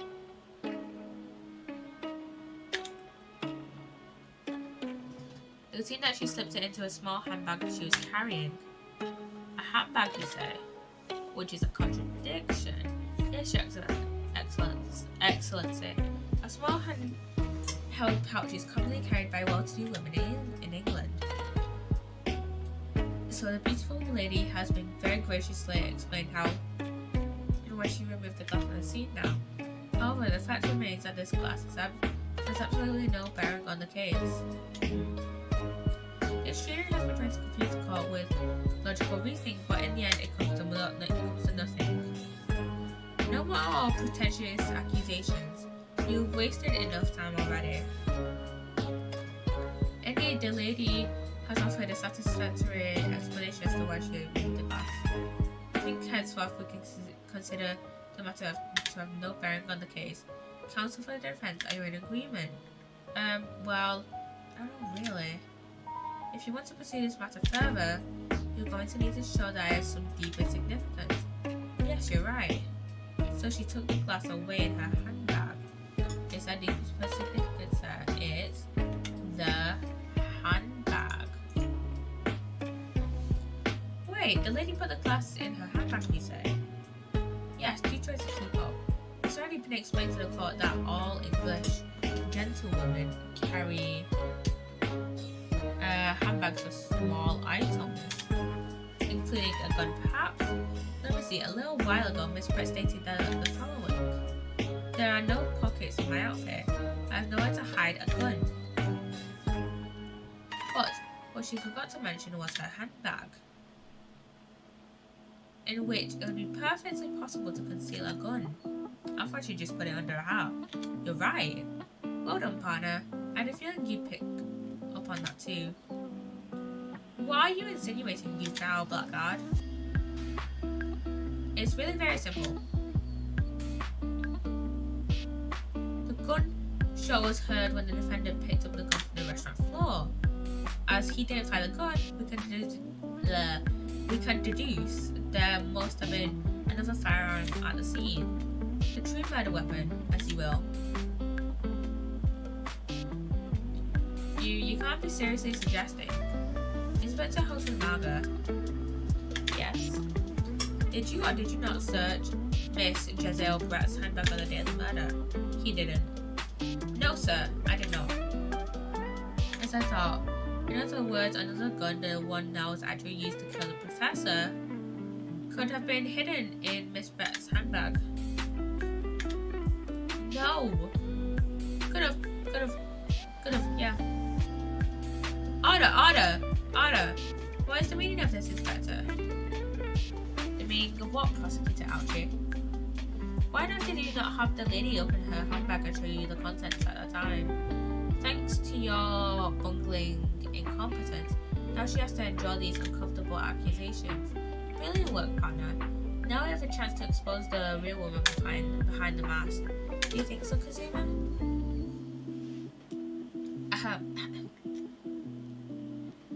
You good over there, buddy? Well, what's our situation? Clearly, you have no faith in the police. As I said, I did not search the lady's handbag after the shooting, simply because it was unnecessary. Unnecessary in what way? I decided to say student was lying, really.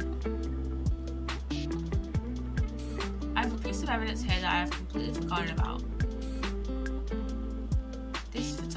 This photographic print.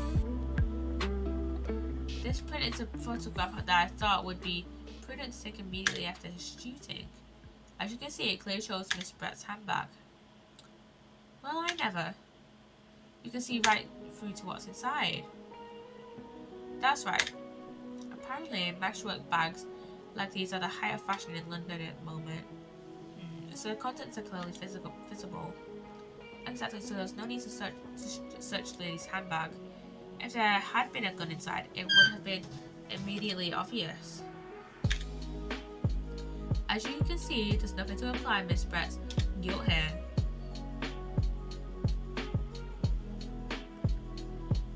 Thank you for helping to prove that Naruhodo-san. Are you good, dude? Order! Inspector Hosanaga, you will submit that print as evidence at once. Certainly, Your Excellency.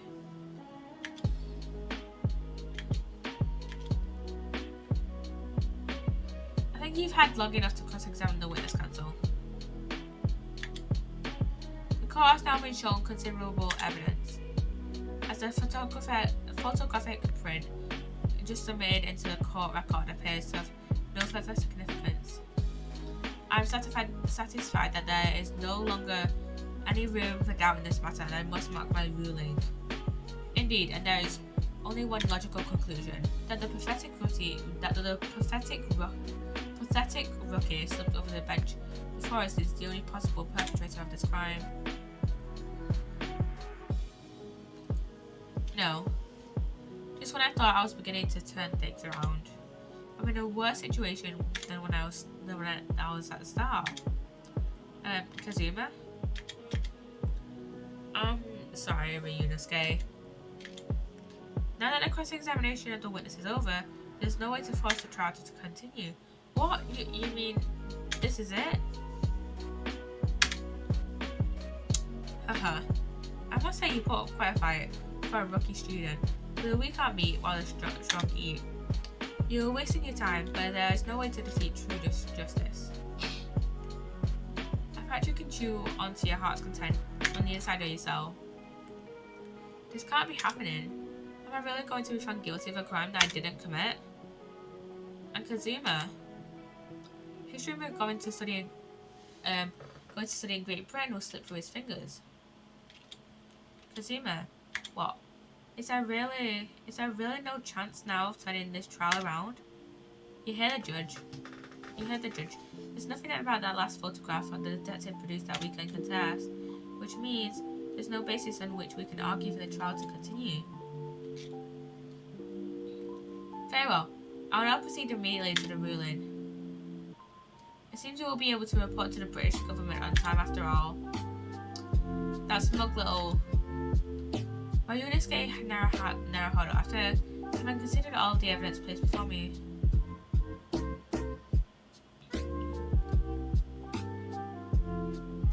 Wait, Your Excellency. Ryunosuke? I don't think you can rule on this case yet. This amateurish is getting tedious. When His Excellency deems that the trial is over, he gives his ruling. That is the most basic protocol for the courtroom. Your Excellency, just a moment ago you said this.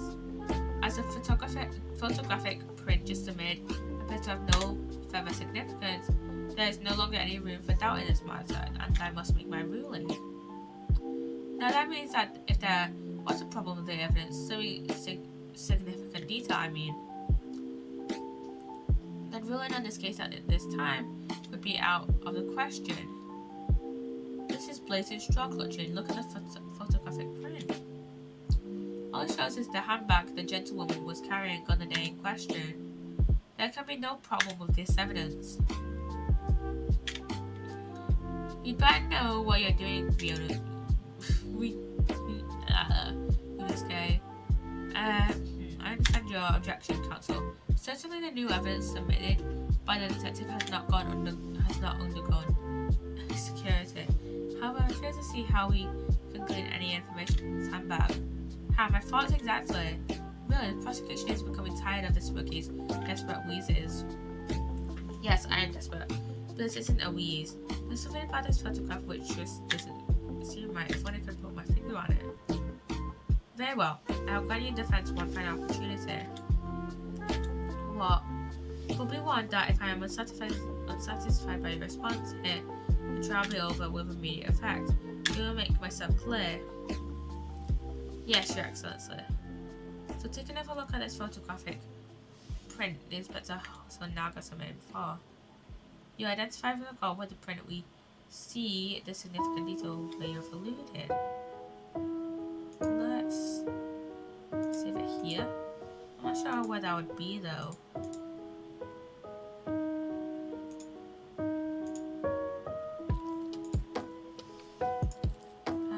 Let me see.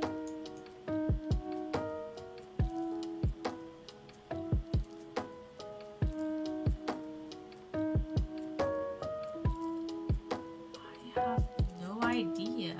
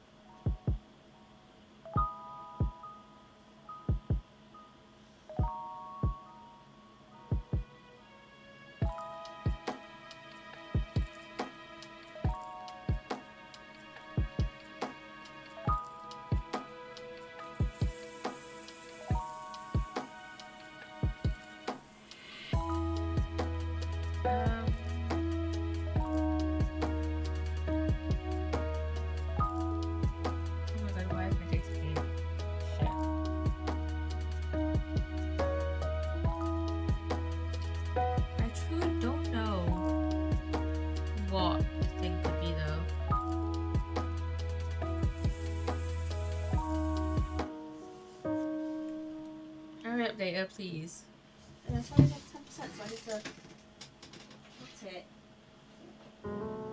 on charge while it loads this. I should really connect it to the internet so it can actually load quickly. Let's just see if it'll come up on another site faster.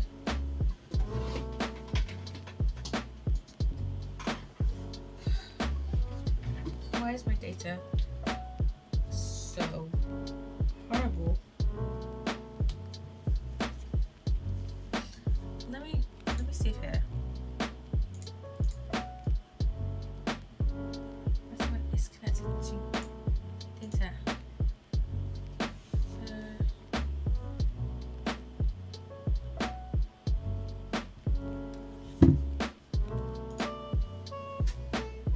Let's see.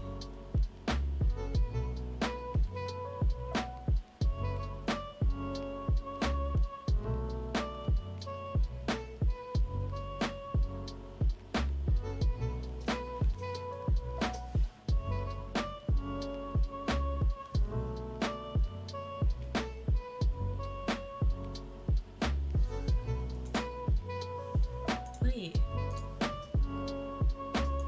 This.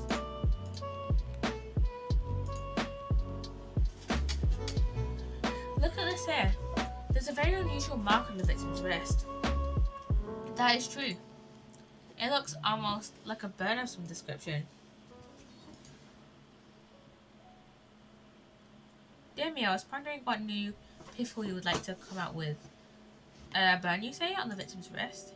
Clearly that has nothing to do whatsoever with the magnificent lady's handbag. Yes, that is a burn mark, you're right. Go on, Inspector. The police coroner also noticed it when he was performing the post-mortem examination. It was deemed unrelated to the cause of death, so he didn't note it in his report. What did I tell you? In any case, we have no idea when the victim suffered this burn, do we? And no possible way of knowing either. The more I look at it, the more I find myself intrigued by the curious shape of the mark. However, as Prosecutor Alchi points out, unless a firm connection to the case can be shown, I cannot allow any further time to be spent on the precise details of this burn.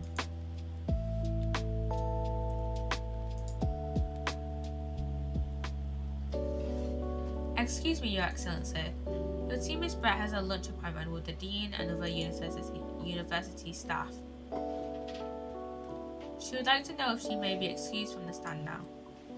Oh, of course, dear lady. We shan't hold you up any longer. I'm quite sure His Excellency is about to give his final ruling anyway. What's your thinking on this, right? Do you believe this burn does have something to do with the case? To be honest, I'm not really sure. But if I don't keep pushing, then it's all over. So I'm thinking I should keep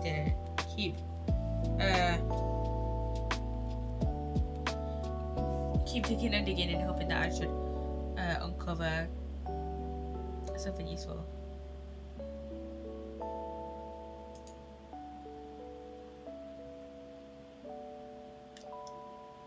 Yes, you're right. I am.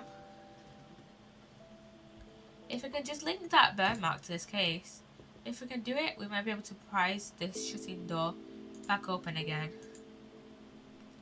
Just give up, counsel. You can't possibly hope to do that. Indeed, I'm afraid that without evidence, I can't allow you to pursue what is little more than conjecture. But if we had evidence that irrefutably links the burn on the victim's wrist to the case, then you would allow it. I would, yes. To tell the truth, I hadn't noticed that burn, but as soon as you pointed it out, what I did notice was the colour draining from Miss Brett's face. Really? I have to find some link between that burn and the case.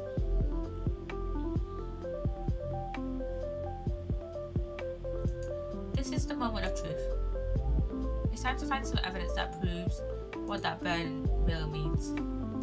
So then, the defence will now present its evidence to the court. The evidence that demonstrates an inextricable connection between the victim's burn and this trial. What is this? I'm tired. What's this, counsel? Yeah, another print? Yes, Your Excellency. I believe photographic prints are an amazing invention. When we humans look at a scene, we miss things. But in a photograph, things we may have overlooked at the time are recorded forevermore. Don't hurry up, Rocky. What are you trying to say? To inconvenience this poor lady any further really would be quite inexcusable. Actually, we may need you to stay with us a little longer if you don't mind, Miss Pratt. You see, it's very clearly visible in the silver photograph. How did the victim go to have that unusual U-shaped burn on his wrist? The reason is recorded here forevermore. What? How? You can't fool me with your little bluff spot. If that's your game, then let's see how you play out. Show the court exactly what you mean. What's this photograph that explains the reason for the victim's burn? This, I think. The beefsteak?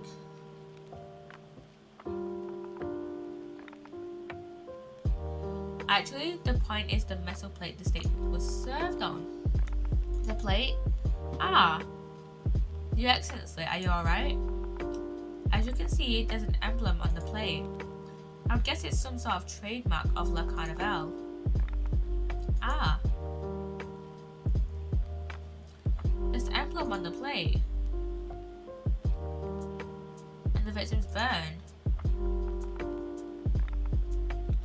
are exactly the same shape. Ryunosuke, you genius. You're spot on. Which means the victim must have suffered this burn while he was present at the restaurant. But even if that is the case, we can't know if it happened on the day in question or not. It could have been the day before or the day before that. It most likely happened at some other related time. Well, Sadly, Prosecutor Ouchie, the chances of that are extremely slim. Thanks. Why? The outline of the burn is clearly discernible. Such a serious injury would have caused quite a commotion in the restaurant. Wouldn't you agree, Inspector Hosonaga? I can't imagine having missed such a terrible disaster, certainly. But I would say, looking at the picture of the wound, that it wasn't suffered very long ago. And although it's not a particularly large burn, it's extremely well defined, as the defense just pointed out. This is no mild burn, that's for sure. Can you be more specific, Inspector? Well, let's see.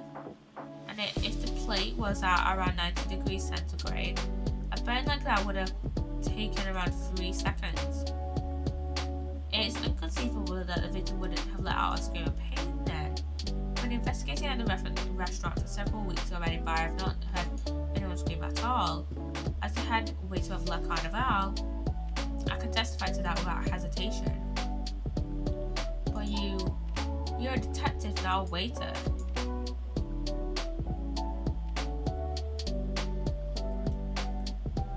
There you have it, something isn't right here.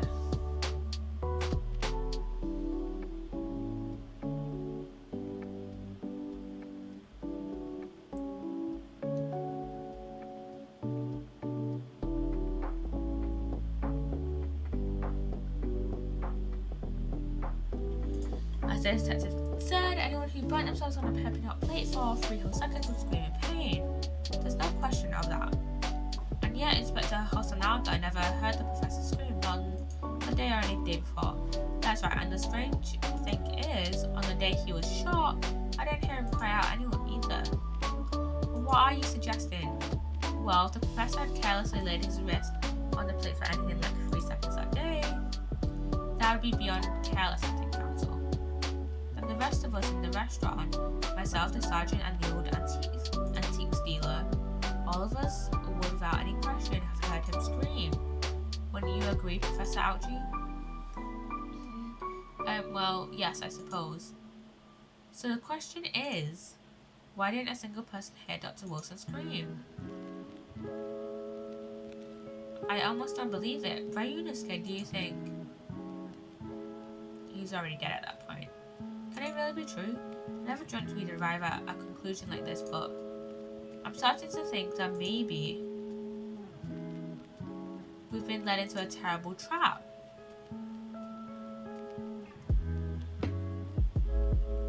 There's only one explanation I can think of to make sense of this apparent impossibility. On the day in question, when he suffered the burn to his wrist, Dr. Wilson was already deceased. No man could remain silent while his wrist was burning on a piping hot plate for 3 whole seconds.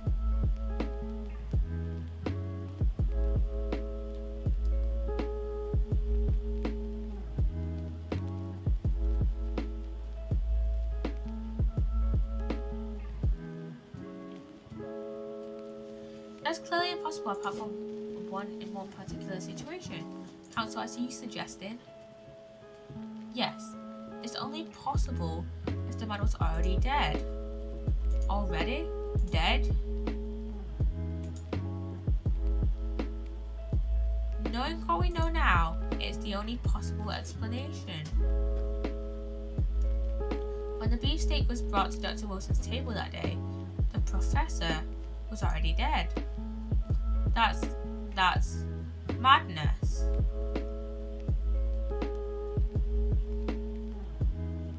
Order, please. Counsel, please explain this absurd notion at once. The victim was killed by a gunshot. That's right, that's absolutely right, Excellency. This is no ridiculous ploy by the rookie student, but clearly he has no grasp of the facts here. No, Prosecutor Algie. It's you who has no grasp of the facts. I beg your pardon? As soon as it became apparent that the victim had suffered a burn while at the restaurant, this whole case was turned upside down. Or have you not grasped that yet?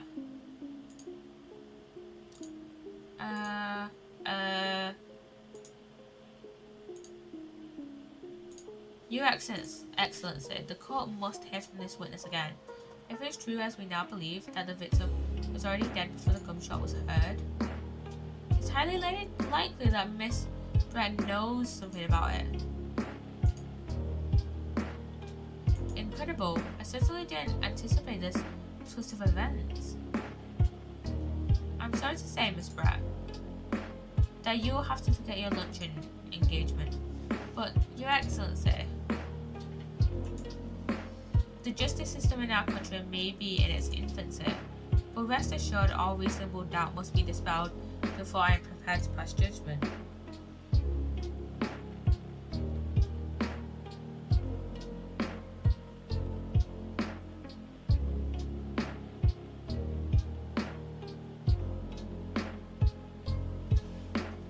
Thank you, Your Excellency.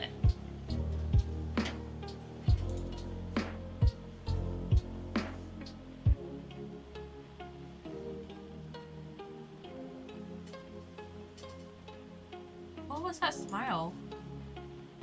Yes, of course. I mean, I'd be delighted to help, especially if it helps relations between my country and yours. She can speak Japanese? Ah, Miss Brett, you speak Japanese?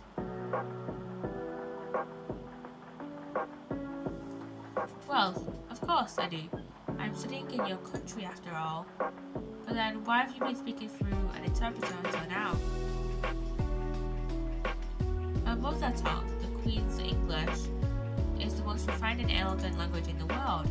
As a gentlewoman, I try to avoid speaking in your vulgar tones as much as possible. Okay. Bit weird to say. But it seems the men in this land possess none of the chivalrous virtues of the English gentleman. Yes, because it's a whole different culture entirely. So I can see that I shall have to lower myself to communicating with you on your own level. Oh, well. You are the epitome of a true Englishwoman. We are truly honoured by this lavish consideration you so graciously afford us. I see. In that case, Miss Brett, I will now ask you to testify in your own words about the events leading up to the death of the victim, Dr. Wilson. So we're finally going to hear her own words on the matter. Things are getting interesting. Real scary.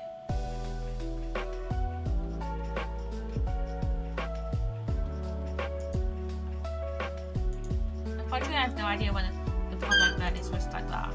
The waiter brought my steak. Professor and I raised our glasses in a toast. As far as I read the post-mortem report showed no possible cause of death beside the good shop. If there's some other way a man's life can be taken without leaving a trace, please do show me. But of course, this country's inferior investigative techniques probably wouldn't pick up on it anyways.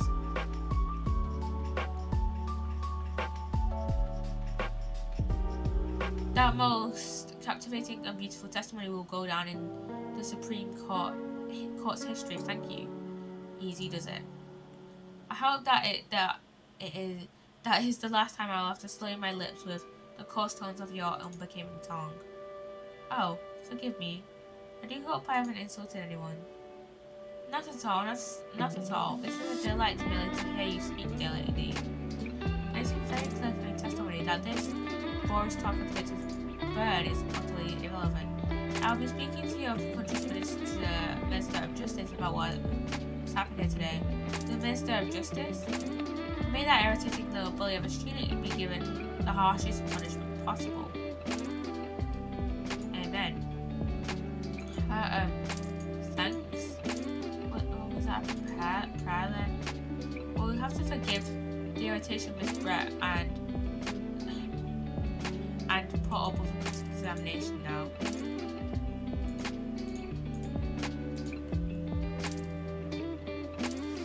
I expect you've noticed that this little bully of a student, as you put it, doesn't miss much. I'm sure I don't need to remind you, counsel, that this will be your final cross-examination in this trial. If you fail to demonstrate any problems with this witness's testimony,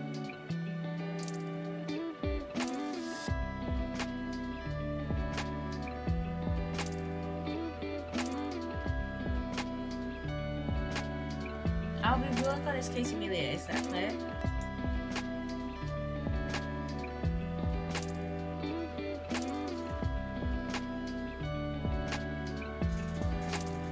Yes, Your Excellency. Then you may proceed with the cross-examination.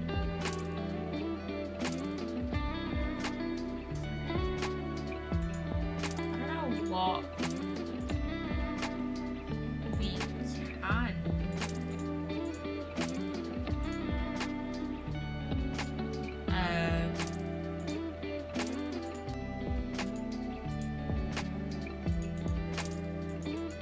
Ask about.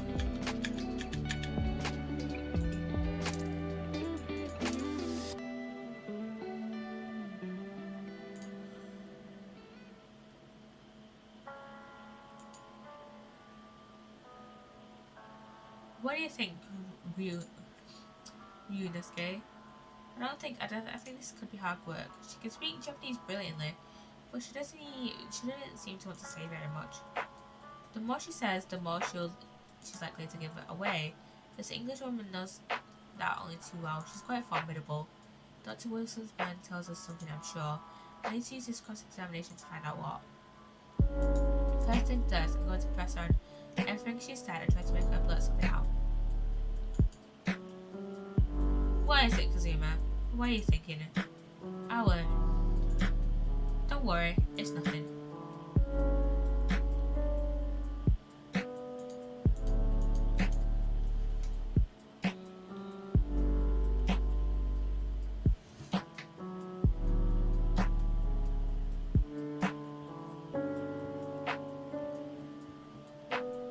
Okay, well, we're almost done with this part, and then hi. I'm gonna upload this and go to bed. But his hand was on the staring hot plate for at least 3 whole seconds. You can't have not have noticed. Do you think so? Let me ask you something. Sorry? Ever since I arrived in this courtroom, and even since still now, the flat nose, unsightly black trousers of yours has been wide open. You can't not have noticed. Can you? Huh? What? What fun. You hadn't realised. The dear lady is absolutely right. As your friend, you've embarrassed me as well as yourself ruinous day. Why didn't you tell me? Dr. Wilson was a true English gentleman. He chose honourable silence over a vulgar scream. Can your tiny brain imagine such a thing? Oh yes, I think my tiny brain can. Well, I can't. Anyway.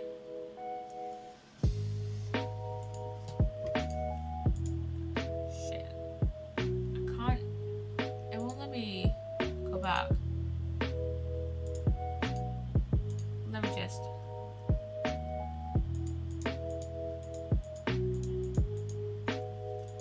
Go back through this. It doesn't let us go back like in the trilogy, which is a shame. Like in the Phoenix Wright trilogy. Unless I can, and I just don't know how.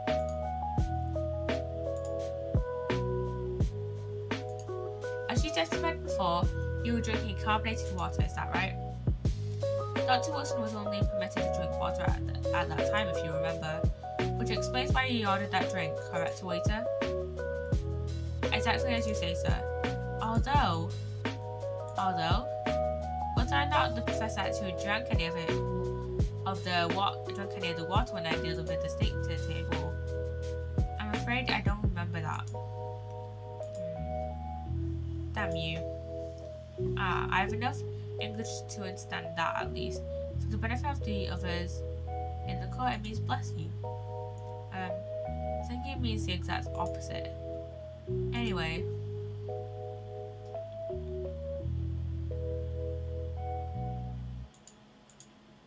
Shit. Okay, we just need to do the middle one. We can just... Without leaving a trace, if someone is shot, or strangled, or stabbed, or thrown from a height, however a person's life is taken, there are always telltale traces on the body. Quite right, dear lady. And as our police force has thoroughly examined the body of the deceased, there can be no doubt. Isn't that right, Inspector Hosonaga? As I've said, I always aim for a flawless investigation. There will be physical traces of all these causes of death, that's true. But maybe there's some other ways of killing someone that doesn't leave a mark. If heaven forbid you doubt me, young man, you're going to have to tell everyone how exactly you think the professor did lose his life. Otherwise, I'm afraid the argument falls rather flat, isn't it? Oh no, perish the thought. Calling such a sweet young lady's innocent into question. On my honor.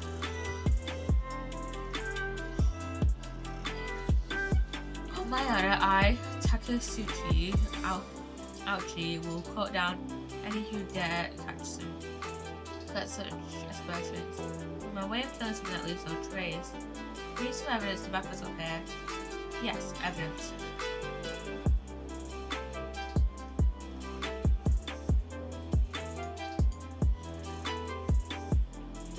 Inferior? What do you mean by that? In the lands of the Great British Empire, the police store everything to find out a crime scene for later examination. But in this country, you investigate once and that's the end of it, isn't that so? Quite right, La Carnival is open for business as usual today, just days after the incident. Exactly, which means that even if the investigation takes a different direction, vital evidence might be lost. Does it even occur to your naive detective to try to preserve the crime scene? I'm trying to be as tactful about this as I can, you understand. Ha! I feel a blow. The lady is as formidable as she is beautiful. Amazing. Such a admitting our police may be flawed. Perhaps Prosecutor Ouchi is finally starting to see some sense. I very much doubt that. Still, there's something about what Miss Brett just said. There's always a moment before when something just didn't seem quite right.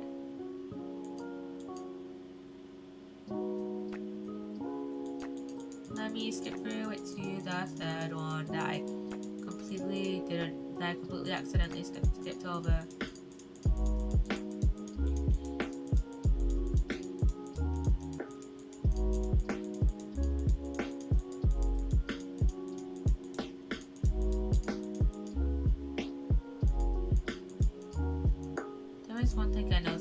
something that's been bothering me. Bothering me. Miss Brett, actually, no. About the person standing next to her, Inspector Hosonaga, the detective? Yes, he seemed to react a little strangely to Miss Brett's last statement. I was wondering if it might be significant, if it might present an opening maybe. Alright, I have an idea. Try pressing her on that last statement one more time.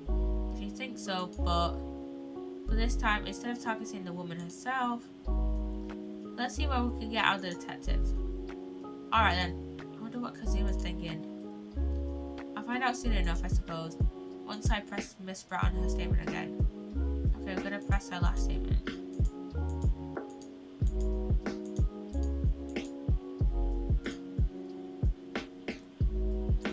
Inferior, what do you mean by that?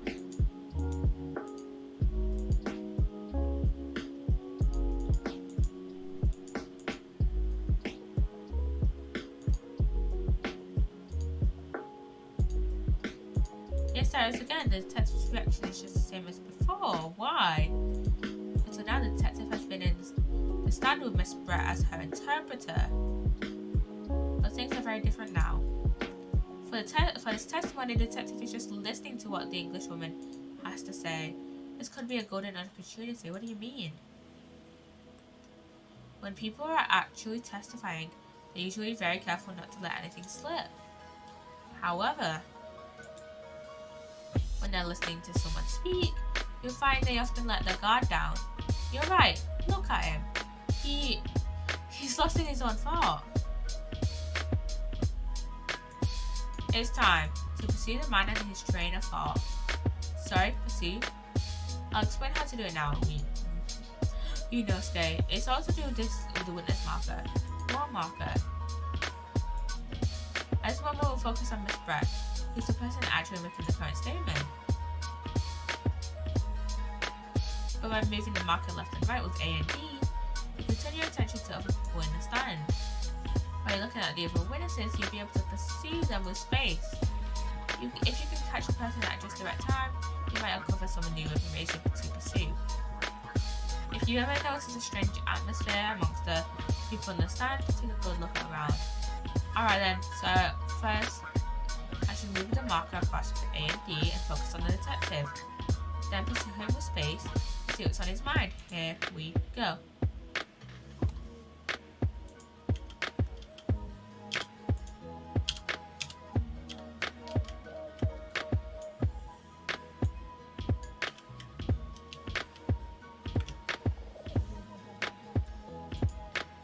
What's the meaning of this?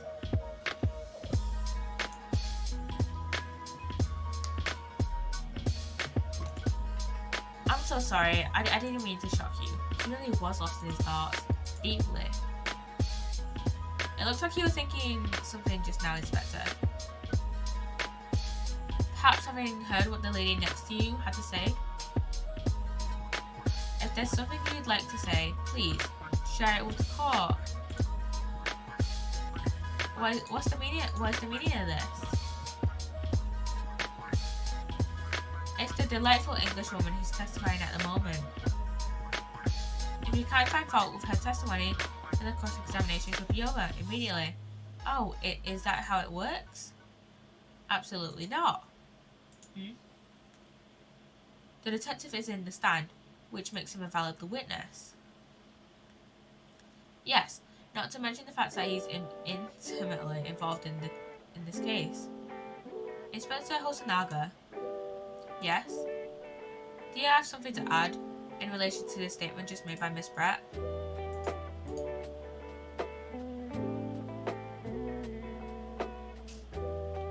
Well, yes, if you don't mind. I would like to speak.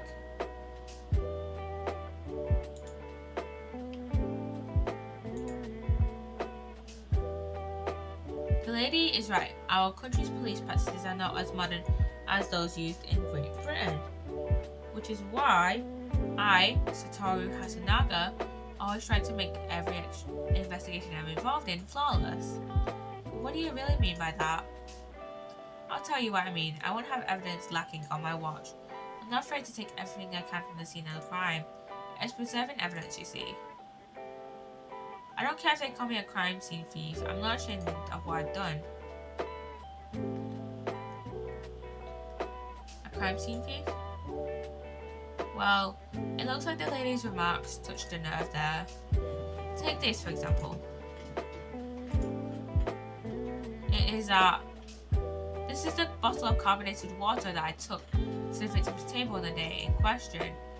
And yes, it's lost all its fizz, having been opened for 3 days ago.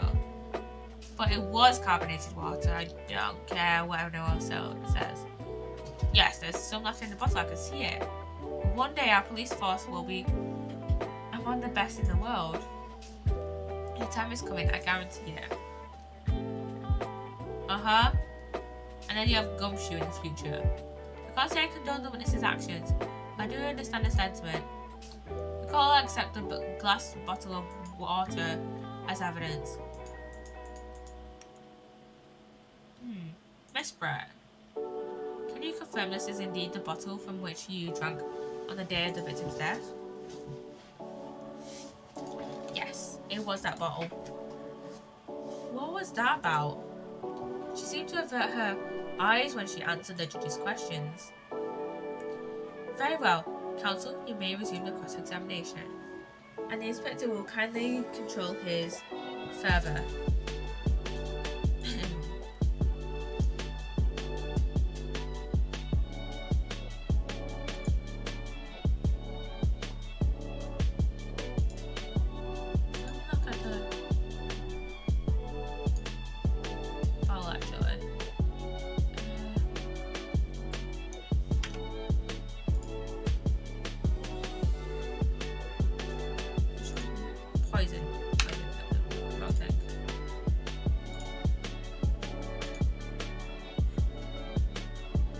What is this, the bottle of water? Actually, there is one method of killing a man without leaving a trace that comes to mind. Obviously, I'm referring to poison. Poison? On the day of his death, we know that Dr. Wilson drank from this bottle of carbonated water. Could it be that there was poison inside? Could it be that the professor actually died after taking a sip from his glass?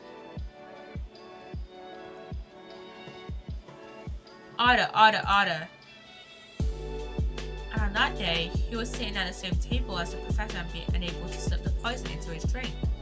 There's only one person who could possibly have done that. Jose or Brett, it was you. This is outrageous to suggest such a thing about a scrap of evidence. You little rookie imbecile. Have you even considered the delicate situation our country finds itself in now? Have you forgotten that we have only just signed an accord of friendship with the British Empire? Have you even the vaguest inkling that your rash accusations could jeopardize the entire treaty? This is not a political arena. This is a trial to determine one individual's guilt with respect to one crime. What? The fact that this woman is British makes no difference. We are here to determine the truth. If I may, I'll silence you forever for this disgraceful attack on... It is you who should be silent. Of course. Dear lady. Where did that come from? She just snapped. I'm afraid I may have spoken unfairly before. I offer my most humble apologies. I'm sorry, my lady, to what are you referring? I described your police force as inferior, but no matter how inferior they may be, you still investigated this particular point thoroughly, I believe. The bottle I mean, Inspector, and whether it contained poison or not. Of course. You did? Have you forgotten what my guiding principle is already? I strive for a flawless investigation every time. I don't believe it. Naturally, we tested the inside of the bottle and its contents. And what did you find, Inspector? I only test for every toxin that's available in this country at the present time. find no trace of poison of any description in the bottle of carbonated water, Your Excellency. What? Are you sure? The tests were meticulously carried out by the chief coroner himself. No!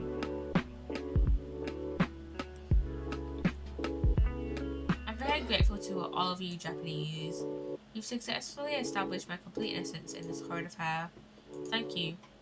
But of course, dear lady, the pleasure was all ours. I was so sure. This can't be right. Everything falls into place if he was poisoned. Thank you, counsel. I think that cross-examination has clarified everything. As the prosecution has asserted, a shot to the chest from this gun is the only conceivable cause of death. Furthermore, the accused who by his own admission was holding this weapon is the only possible culprit. I'm done for. The court wishes to apologise for the great inconvenience this has caused you, Miss Brett. Oh no, I'm just glad this matter is resolved. Before proceeding, I must ask the counsel for the defence. Do you have any further new evidence to present to the court at this point? Kazuma?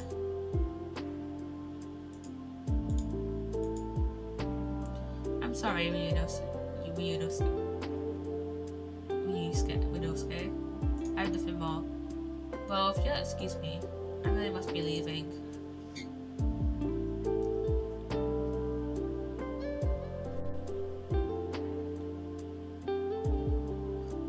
Who's that? We saw her earlier. Please, wait. Isn't that... What is the meaning of this? Forgive me for intruding for court proceedings, Your Excellency. Susato Mikotoba, Judicial Assistant to the Defense. Mikotoba? In my darkest hour, with nowhere left to go, she appeared like a bolt of lightning. And in her hand, she carried a small package wrapped in a furoshiki cloth.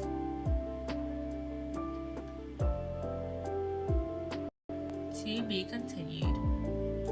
And I think that is time where we end stream. I am exhausted. I'm gonna save it here. Okay, so that's saved.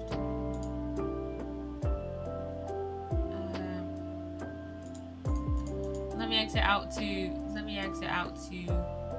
Oh shit! I didn't realise that I had it muted this whole time. Okay, I have to keep checking my audio mixes. Okay, let me go to options. Let me go to options.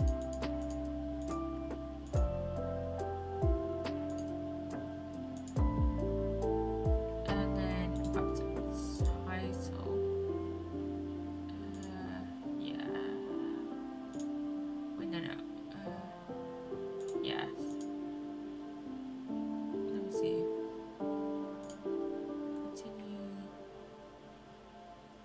Yeah, that's fine.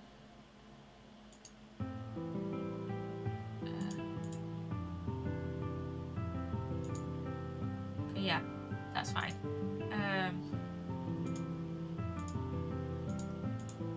Yeah, we made like quite a decent amount of progress today on this game actually. Hope you've enjoyed. I have someone in mind to raid. I want to raid one of my YouTubers.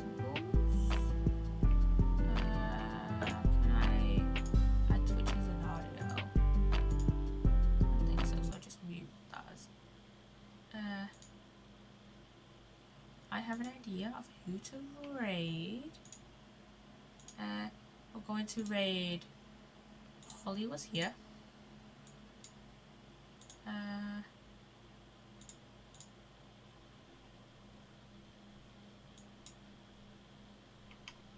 Go enjoy the stream. Go enjoy Holly's stream. They're on an SMP. So raid. Holly was here. I spelled that wrong. I need to switch to my raid screen. Hope you have enjoyed the stream, and I shall see you guys. That Wrong username. Too tired for this. Too tired for this. There we go. Hope you go enjoy Polystream, and I shall see you guys probably Sunday, if I'm being honest. I don't know if I'm gonna stream. Don't think I'm gonna stream tomorrow. Go enjoy Polystream, and I shall see you guys probably Sunday to finish off this case. So yeah, bye bye guys. Bye bye. Yeah, we're gonna try and get the Adventures of the Great Departure finished off today. I think we've only got one more part left. I just saw something like black and like behind my old chair there, and behind my old chair like there, and I didn't know it was. It's just my old. It is my old college bag from like second year.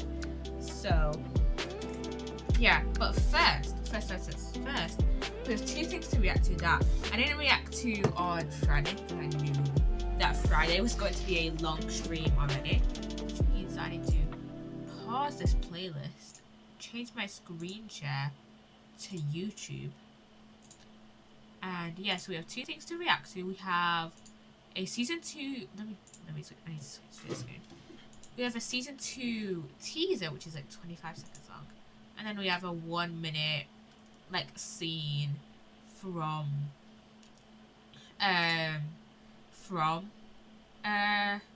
Dragons Rising season 2. Let's start off with the season 2 teaser, because this is the most like, interesting thing. This looks so like goofy, like out of context. I have a feeling that this is just like a nightmare sequence, maybe. Hopefully, because it just looks kind of goofy. I'm not gonna lie. The Red Moon is interesting though. The Red Moon is interesting though. No idea what that's about. We'll see soon enough. We have Raz here, and then there's Jordana there, and then there's our new villain, one of our new villains, who is called Cinder, I believe. A lot of people have been comparing him to Ash, who hasn't been seen since season 4, I believe. Who hasn't been seen since season 4, which is interesting. Imagine if like Cinder was actually Ash. That would be so like cool if it actually was Ash. I don't know if they'll bring a lot of the past elemental masters back from season 4, from the original Masters of Spinjitzu era of Ninjago. I hope so, because they have brought back other characters into, like, they brought characters that were originally introduced in Masters of Spinjitzu into the just Ninjago era. For example, Gale Gossip was around, Vinny was around, and of course we have our main characters, like we have our like, kind of main characters and main villains such as Garmadon that came back, for example. And there's kind of temple here. I'm guessing that's the like the villain's base there. And then we have so this here. So you see, so we have Lloyd here, we have Wildfire, and that's Kai. And then we have Ryu in the background who has like aged up. And then here, so here you can see the back of a blue mask. Some people I've seen have been dismissing whoever this is as Nia. But Nia, that isn't Nia, that's Jay. Cause Nia's like, I don't think Nia has ever had that shade of blue. Like, there's always been a distinction between Nia and Jay in terms of their suit colors. Like, Nia has always had at least two colors on her like gis.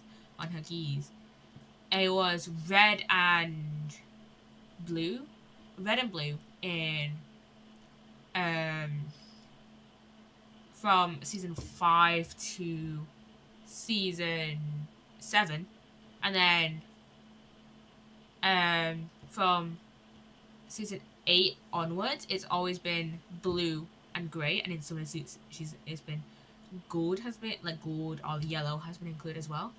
But that's like a darker blue, and it's like just blue. Obviously, it might probably include yellow as well, as seen with.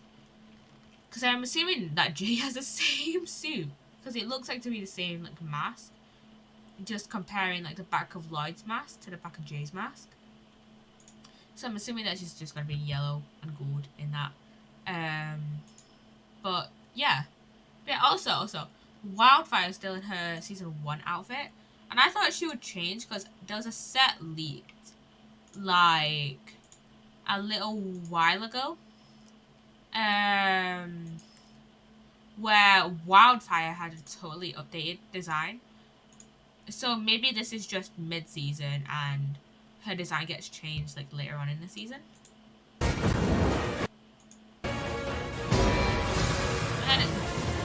yeah. Not gonna lie, he has the same hairpiece as like one of the characters from Dreams. And whenever I look at Cinder, I'm just like, that looks like a guy from Lego Dreams. And yeah. I think he kinda looks cool. I don't know how to feel about his design. He kinda looks cool, but I think I'll warm up to his design. I think I'll warm up to his design when we actually get the season released, which apparently is in April, so it's only like 2 months away, which is great because I love Ninjago, if you couldn't tell. And then we've got this clip here, which I think I watched this like yesterday or Friday. I think I can't remember.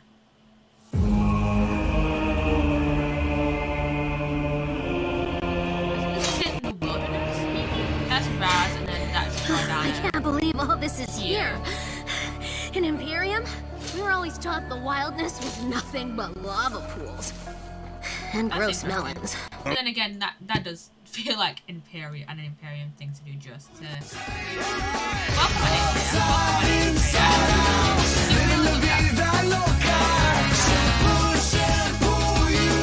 But yeah, Jordana, I feel like that's a very Imperium thing to do, just to be like, oh, the wilderness. You shouldn't go to the wilderness. It's just a barren lava wasteland, you know.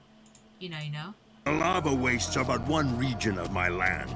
Yeah, they're just like, I mean, the lava area, the lava like wastes certainly probably do exist, just as Raz said. Because we had what I call it, I cannot remember from Dragon's Rising season 1, from last year's season.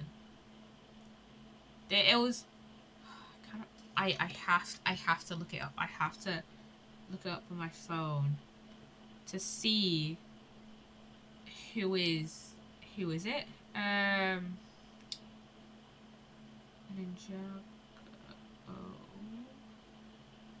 Dragon's Rising characters. Let me see.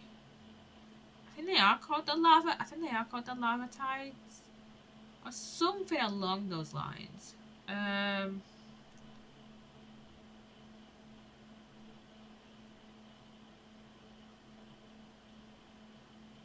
me see. Right, I can just probably go and... They are called the lava tides. They are called the lava tides. Okay. Because we know that the lava tides live in like a deserty area, and I assume they come from like near a like lava area.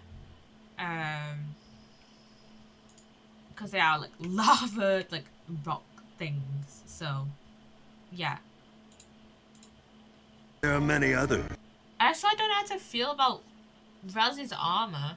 Like, Jordana's looks cool, but Raz's, I don't know how to feel about it. I don't know how to feel about it. Diamond glaciers, the forever rock, boiling... Also, I think the forever rock was, in Chima, which, like, people have been saying that it, like, canonizes the existence of Chima or something along those lines. Chima has been canon in like the Ninjago universe since season 5. But yeah, so I think Chima is going to be Chima is probably going to be playing a much larger role this year season, finally, after years of just nothing, because it did appear in season 5 when, in Possession, when, Lloyd and Morrow were fighting over the Realm Crystal, and they like disappeared. They were like fighting over it, got teleported into multiple different dimensions, different like realms. They're called realms in Ninjago, and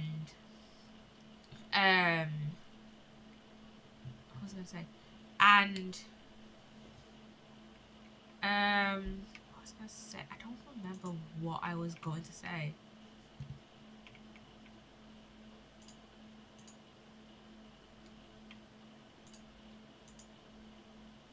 What was I gonna say? I don't know. I think who said it on Twitter? One of the writers said it on Twitter about the wilderness. Not the wilderness, the wildness.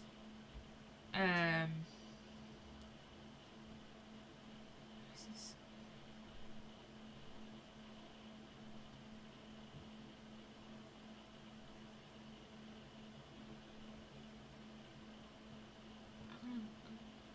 Let me see. Oh, it's Doc White. It was Doc White who said it. Let me see.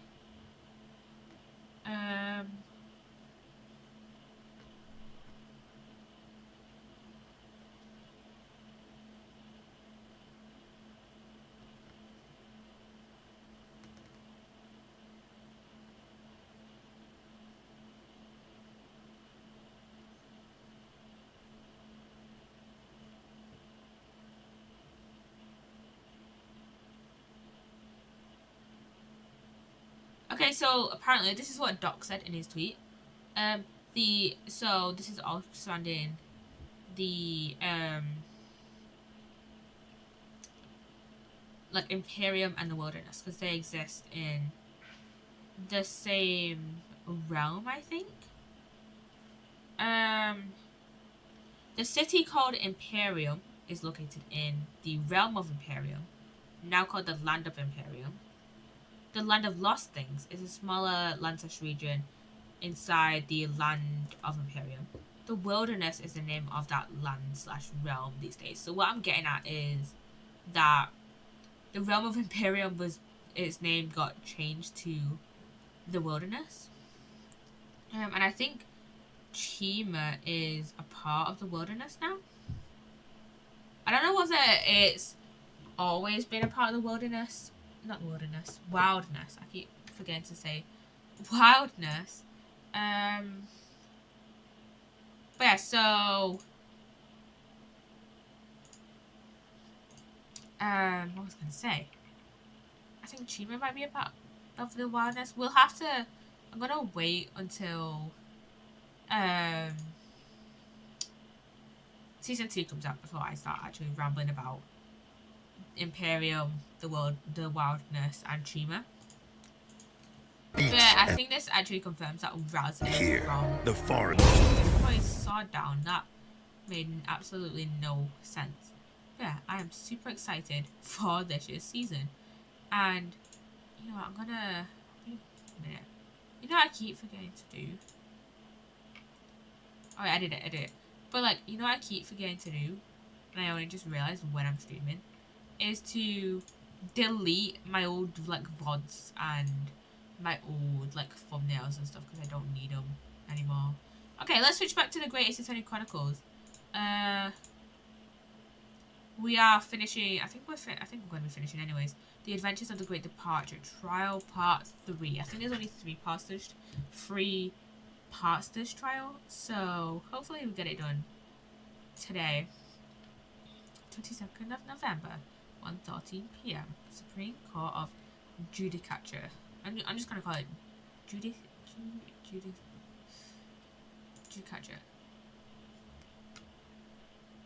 Okay, I cannot remember what she said.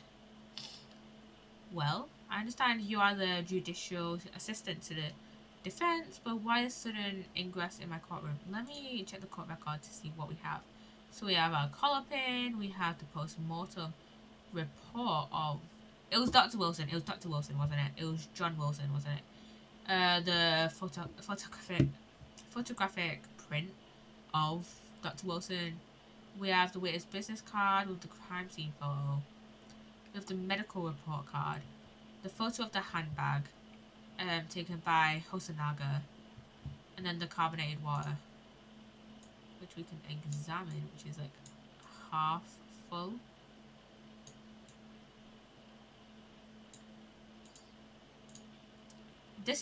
I love the 3D examination bit. Ha! A judicial assistant and a woman no less. Shut up, Ouchie! Shut up, Ouchie. The rules state that females are not permitted into this court of law other than to testify. Yes, I fully understand. I ask only for 5 minutes at a time. I have some vital evidence I must hand over to the defense. Ha! You're too late, little girl.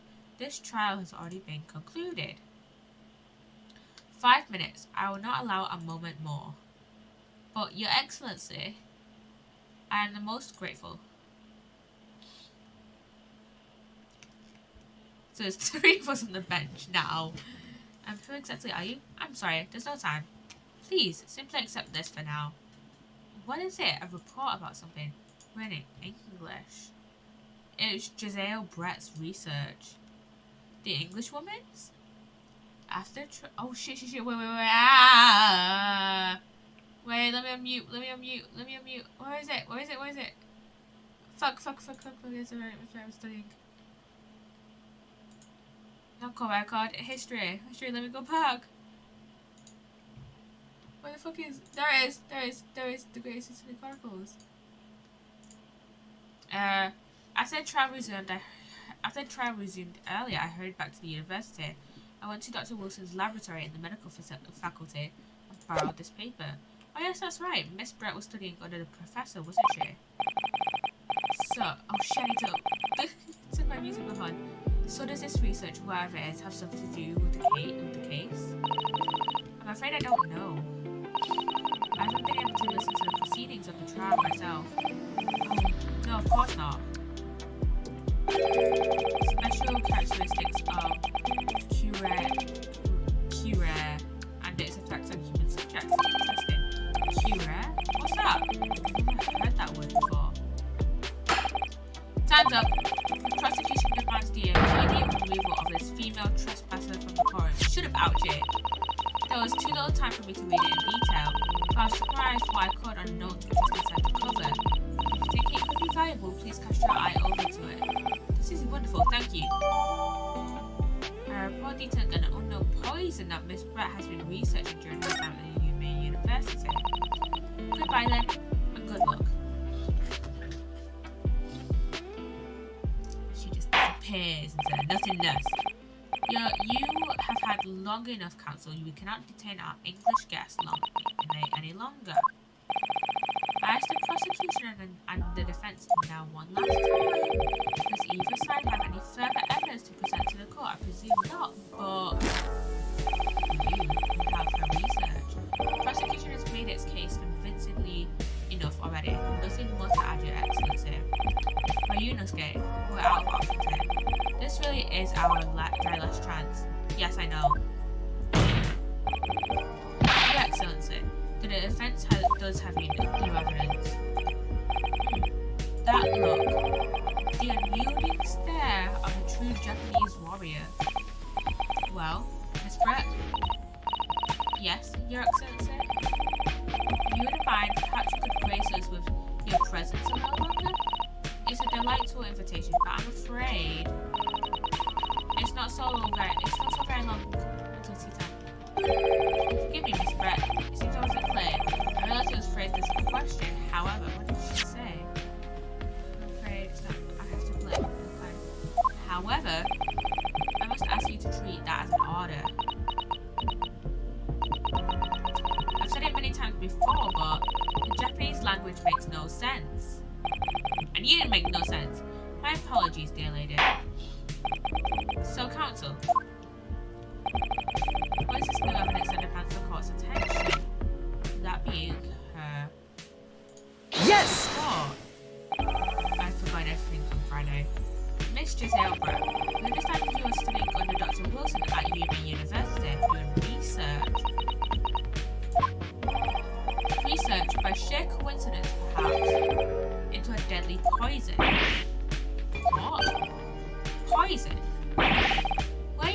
this, Council.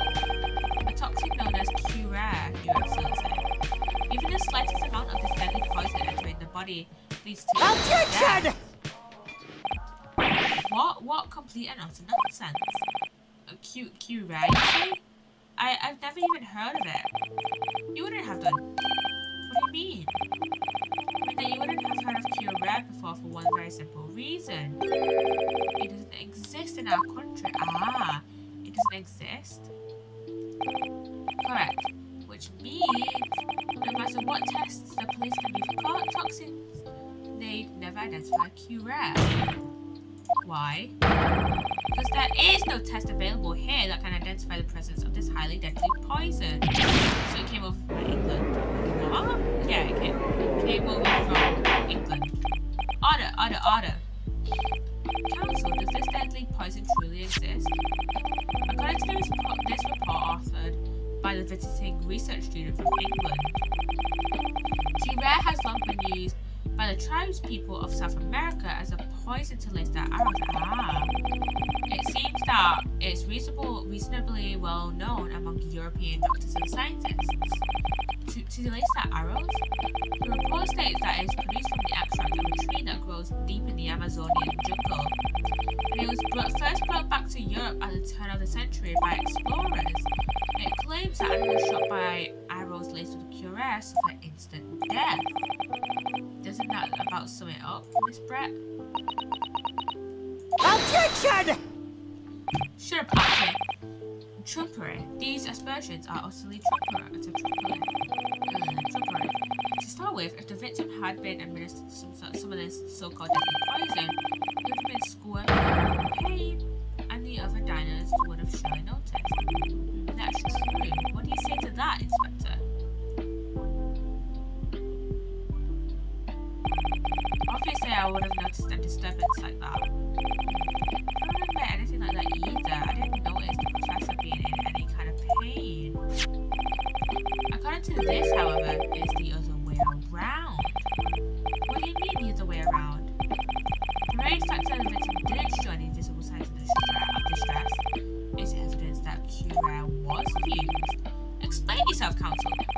The moment this toxin enters a person's system, it causes instant paralysis. In other words, afflicted victims lose all strength and are completely unable to move.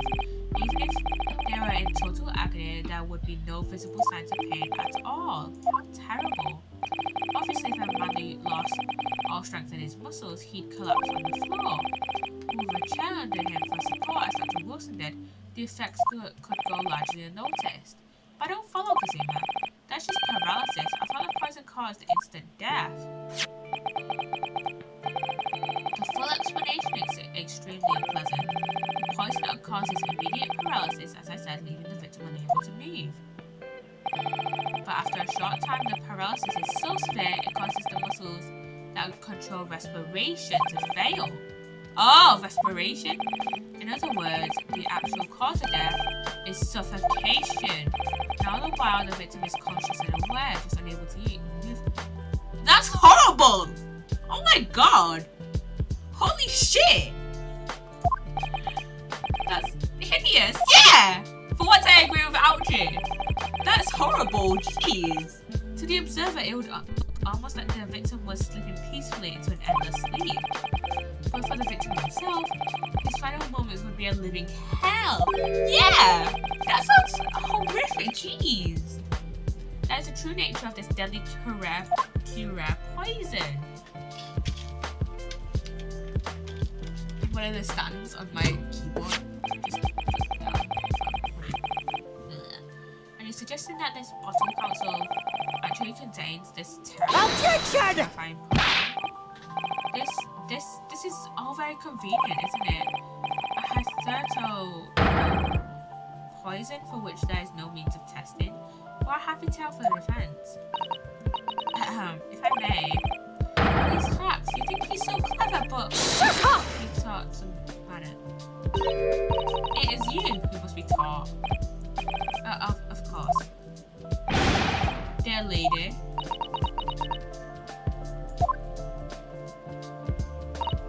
So, this is how you Japanese behave, is it? What? You steal another's honors announce the results as if you discovered them. I'm appalled. What a loathsome act. Well, Miss Pratt, the feeling is mutual. Whatever do you mean? Capitalizing on the unfortunate circumstances of an innocent man to frame him for a heinous crime? That really is a loathsome act. Objection! Enough of this. I, for one, refuse to accept it.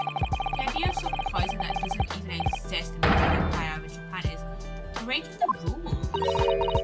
Ha ha ha. What's so funny? Oh, excuse me, Your Excellency. Yes, Miss Brett. Can I borrow that bottle for a moment, please? Well, guess I don't see, why not?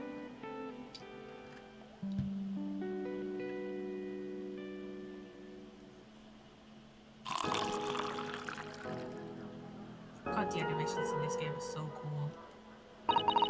Look at Team Big Three Boots, you insignificant little island boys. Sorry? To an English woman such as myself, this whole affair is a partial commentary. Was it comedy or commentary? Comedy.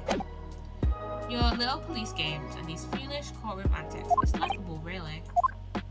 But I'm getting bored of it all now. It's time for the games to end. Is she going? Cheers! Is she going to?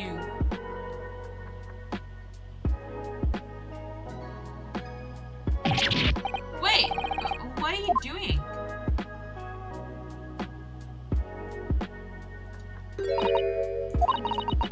No sparkle at all. How appropriate for this shabby affair.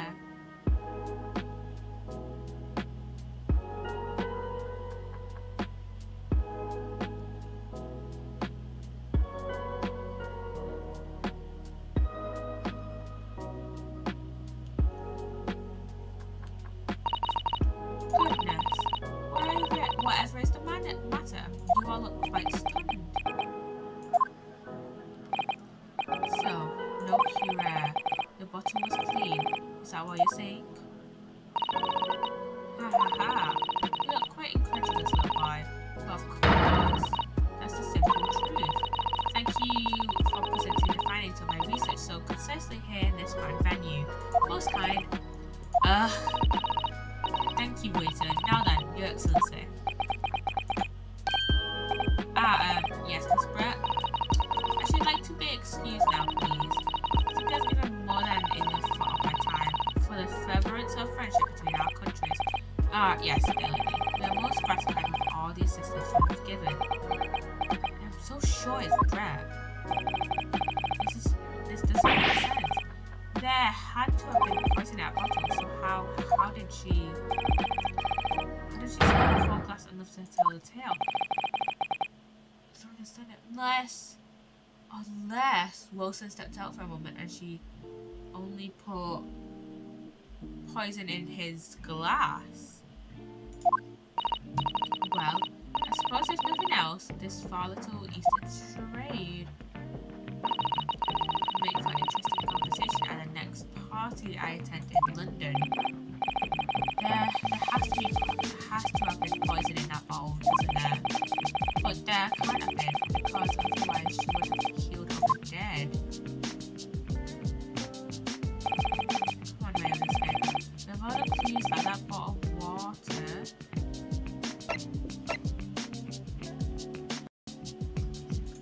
Poison or contains no poison.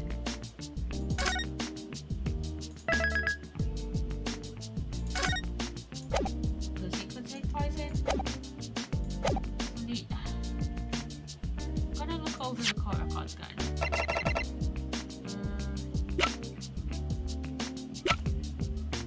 Except the bowl. Can't find anything out of place.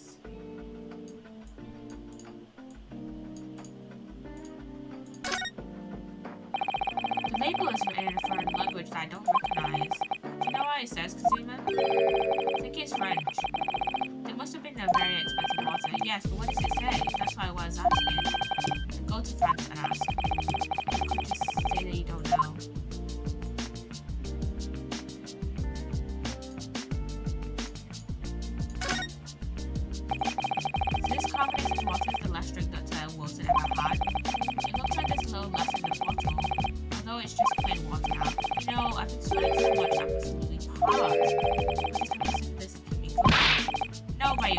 can't do that. For one thing, that's evidence. You can't go drinking evidence. Oh no, you're right. You don't know what might be inside, do you? You never cease to amaze me right in this game, in more ways than one. I wonder, could there be anything in this water?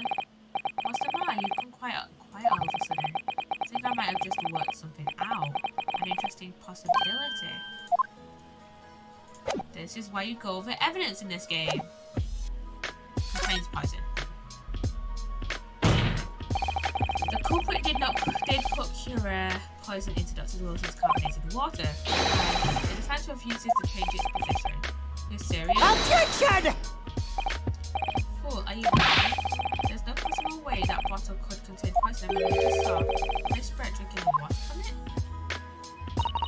That's right, which rather complicates your argument, I think. I believe that complication can be explained. How exactly? Yes, how right, Inosuke? Let's think through all the things that don't quite add up here, one by one. I'm sure the answer is in the evidence we have in the court records somewhere. It has to be. Very well. The defense truly intends to assert this claim. I must ask you to support the assertion with evidence. What explains how the witness is able to consume the supposedly poisoned water unscathed? Let's examine this.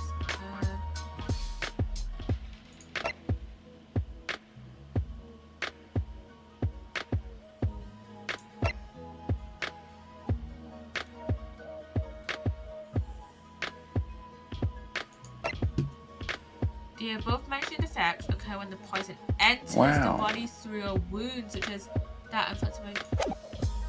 Let's propose her research? Yes!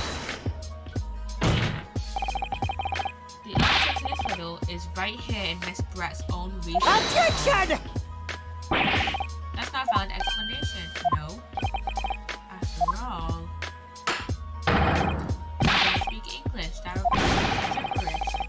This impudent young scoundrel is trying to ridicule the court, Your Excellency. I'm trying to ridicule anyone honest. I'm just reading Sato-san's notes. I concur this report is too extensive to be considered in its entirety by the court. It answers to the pertinent section, counsel. Which section of the report reveals the alleged answer? I'm going to look over it first. Let me see which is the part. Special characteristics. Special characteristics. We've been hearing a lot about this Cura poison, and it's left me curious about something. Oh, counsel? Well, it sounds as though indigenous hunters have been using this poison for years to lace the heads of the arrows that they shoot at whatever prey they're hunting. So we've been led to believe, yes. And the point of hunting is to catch prey to eat. Get to the point, please. But if they were to use these laced arrows, does that mean there would be traces of poison left in the prey the hunters were going to eat? Yes, good point. So surely the hunters wouldn't want to eat their prey, would they? Because then they'd be eating poison. Good gracious, counsel, no, that would be madness. But I actually found the answer to that conundrum in this research paper here. Under special characteristics, it says this. The poison starts to work after entering the body through a wound. Through a wound, you say? I see, that makes sense. Yes, the mention of that particular detail seemed a little strange to me, though. But it all makes sense when you interpret what's written like this. When Cura enters the body through an open wound, it has terrifying poisonous effects. However, when it enters the body via the mouth, it has no poisonous effects whatsoever. What? Miss Brett, you authored this research. You knew Cura's special characteristics. You knew that you could make a spectacle of drinking that water without any danger to yourself. You meddling little... Is that an actual swan? I'm sorry, is that an actual Hydra swan?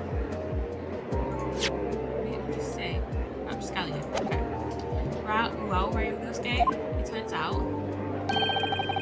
you're an even better lawyer than I thought you'd be. Really? Me? A lawyer? Objection! All this poison talk is fascinating. Sure. Shut up! Possibly.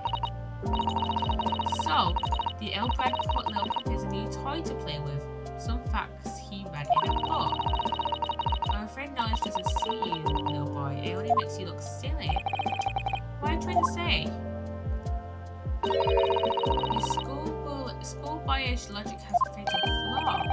Schoolboyish? Flaw? Oh wait, what wound they would enter in? Because anything your brain has managed to deduce, Curare is safe to ingest. It seems likely that its effects are neutralized by the acidic nature of the gastric sucus. Oh yes, well, of course. Gastric suckers? What are they? So if this lethal poison is completely harmless when they drink, the professor wouldn't have died when he swallowed it, would he? Call record. No, he would! He went to the dentist, didn't he? He had literally just been to the dentist, so yes, he would! No, yes! Did you all forget that he went to the dentist right before meeting Brett? That's right. Good gracious. That's basic science. Science that even a schoolboy should be able to understand now. Mug, what are you doing? What are you up to? What are you up to, eh, Mug? Talking to the cat. What are you up to, eh? Just got out of my room and I just heard it. Basically, whenever she jumps off my bed, instead of just jumping directly off my bed, because it's like, in my bed is like not tall enough, it's like low enough for her to jump off. Now what she does is stretches onto my boxes, and I don't know what material exactly what my boxes are made of. I like my storage boxes, but whenever she stretches and pats her paws, like her claws attached to the whatever fabric the storage boxes are made of, so I can just hear her whenever she's stretching. So yeah. Order in the court, order. The logic rules. If the lady and the professor drank the same poison, they would be affected in the same way. Are you trying to suggest? Yes, this cure poison is completely irrelevant to the case on trial. No, it is not. That's right. Nah. Surely even a little cockroach like you could understand something as simple as that.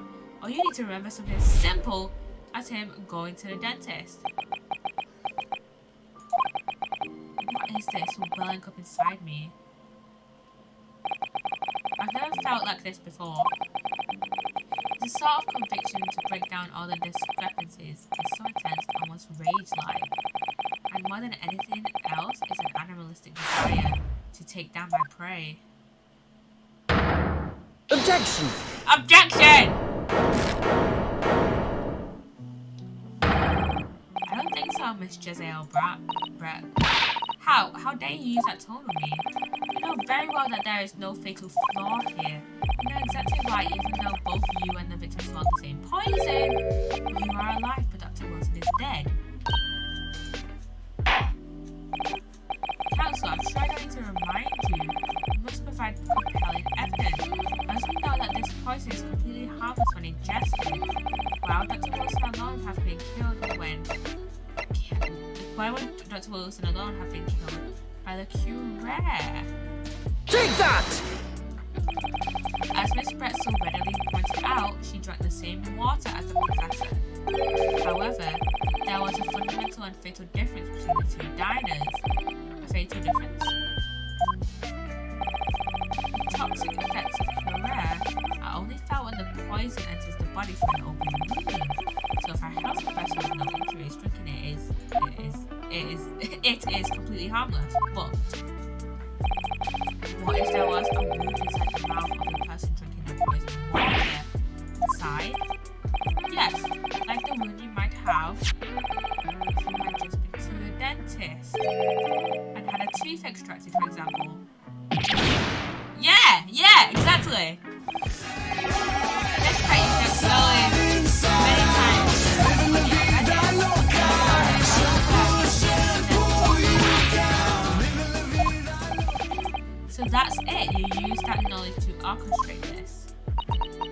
She is living La Vida Loca. I don't know what that means. I'm just gonna stay anyways. Is she laughing? I don't like to repeat myself, but honestly, I can't resist. These childish common games and your half-baked arguments are so puerile. What do you mean? Don't worry, little schoolboy. We'll find out soon enough.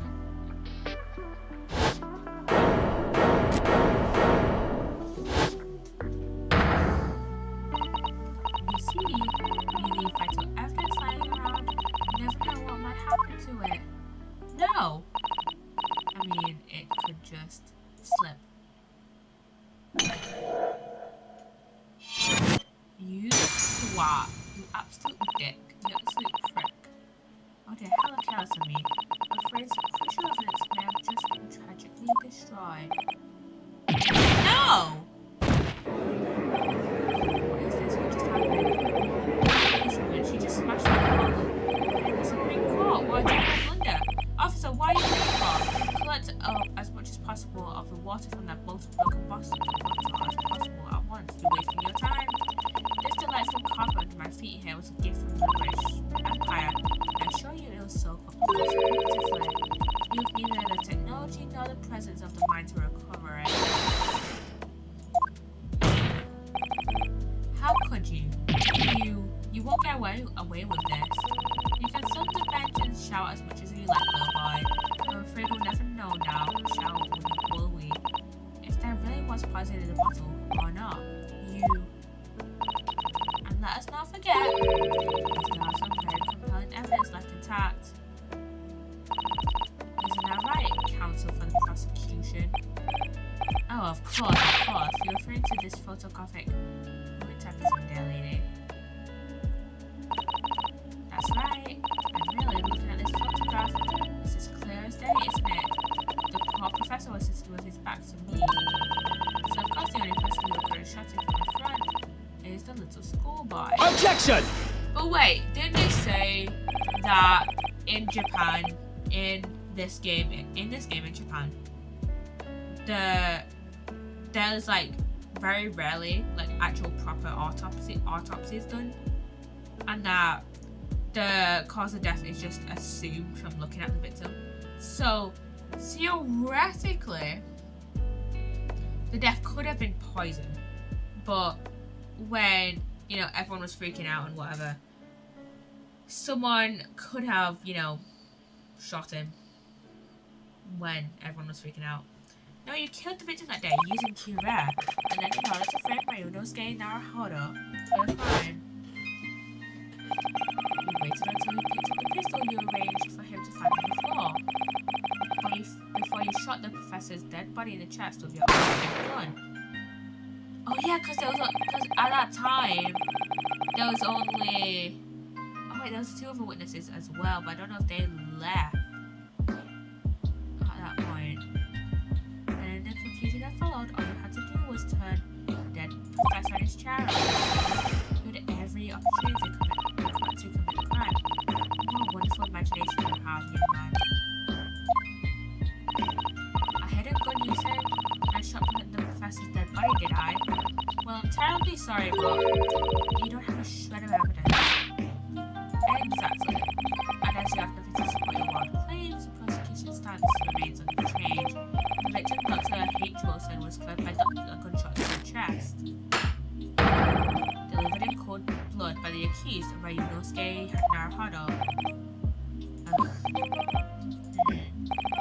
This is unbelievable. How could this be happening? We had her, but now... Is she really going to get away with it? The way she destroyed that evidence at the scene. Ryunosuke. Yes?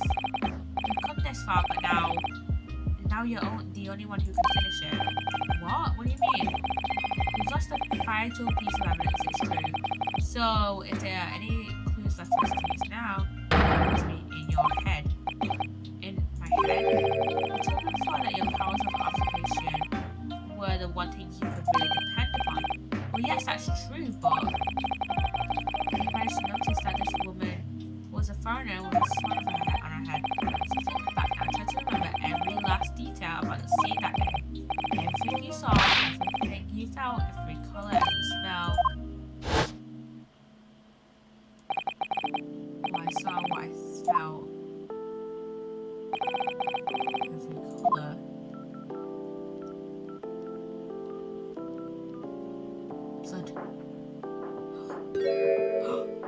Plot twist.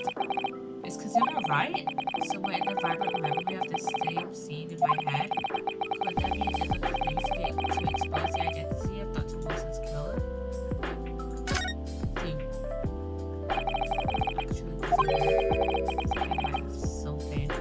Let's look in the card and examine this.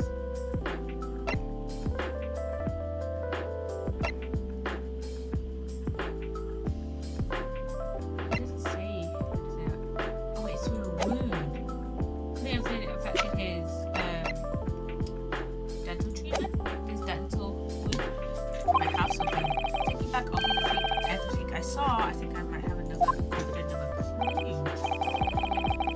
Oh wait, no, it would have been from the gunshot, wouldn't it?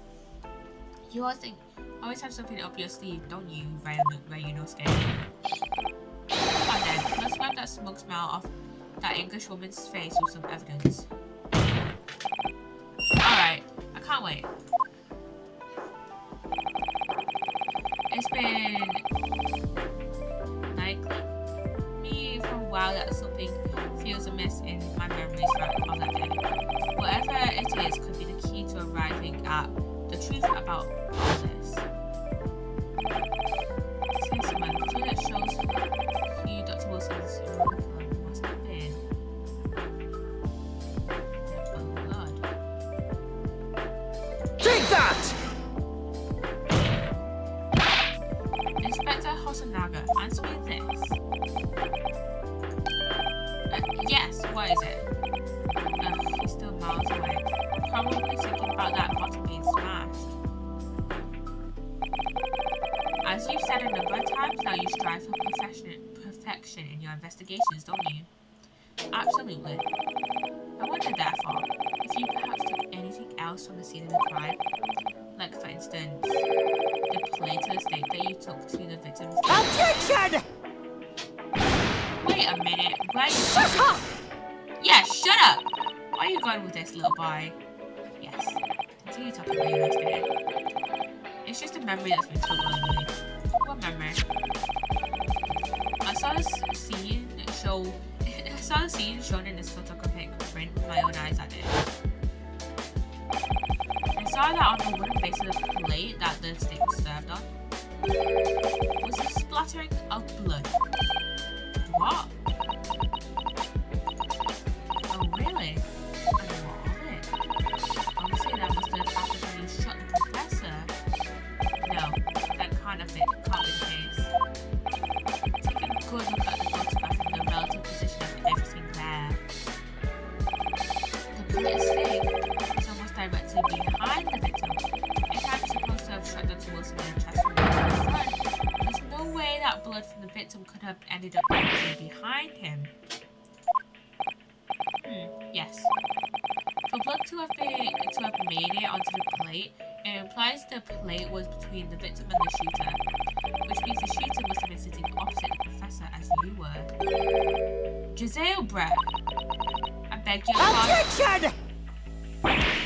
This is beyond ridiculous. Fabricated nonsense. Is this cause seriously expected to believe something the accused has apparently just remembered? Hold it!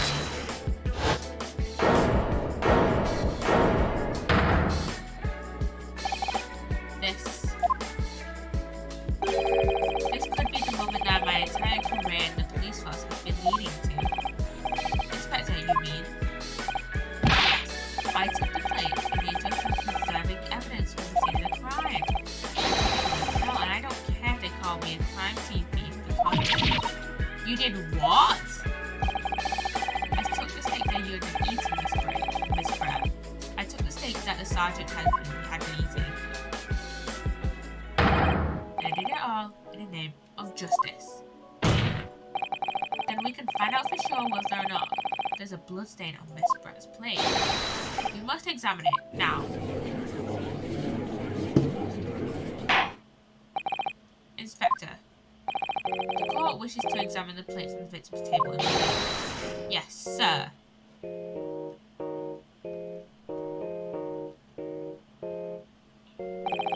Sorry for the delay.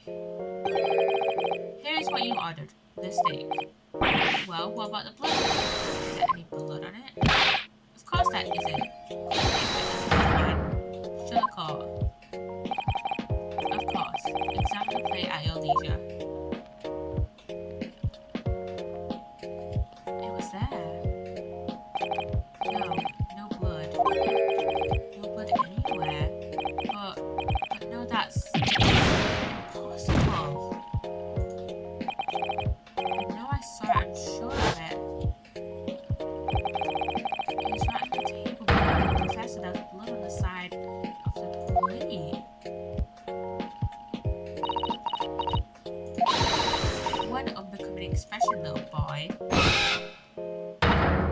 You see, this is why I always say you can't trust what the Japanese eat. Okay. Really? I couldn't be agree more. In the case of this disgrace to the Empire. Shut up out here! Shut up, Brett. I believe we may finally have reached a conclusion in this trial. Let's hope so. Let's pretend the attempt at the courtroom proceedings is painful to watch. I think I promise to do my best to forget all about it when it's over. This sorry-looking stick reveals the facts all too clearly. If the smoking accused wishes to examine it again, be my guest. What's the plate I thought I saw? Just a figment of my imagination? This isn't it now. I've lost. Ryunosuke. It's not over yet. Not until the final gavel. Never stop believing in yourself. Keep looking forward no matter what. Believe in myself? Really? Maybe I should at least examine the evidence for myself. As the evidence requested by the defense has not been shown to be problematic in any way. I presume any further examination of the evidence in this trial will be unnecessary. Does the defense have any objection? That bloodstain was going to clinch the trial for me. Can this clear statement reveal any of the clues at all? Not history or record. Let's examine.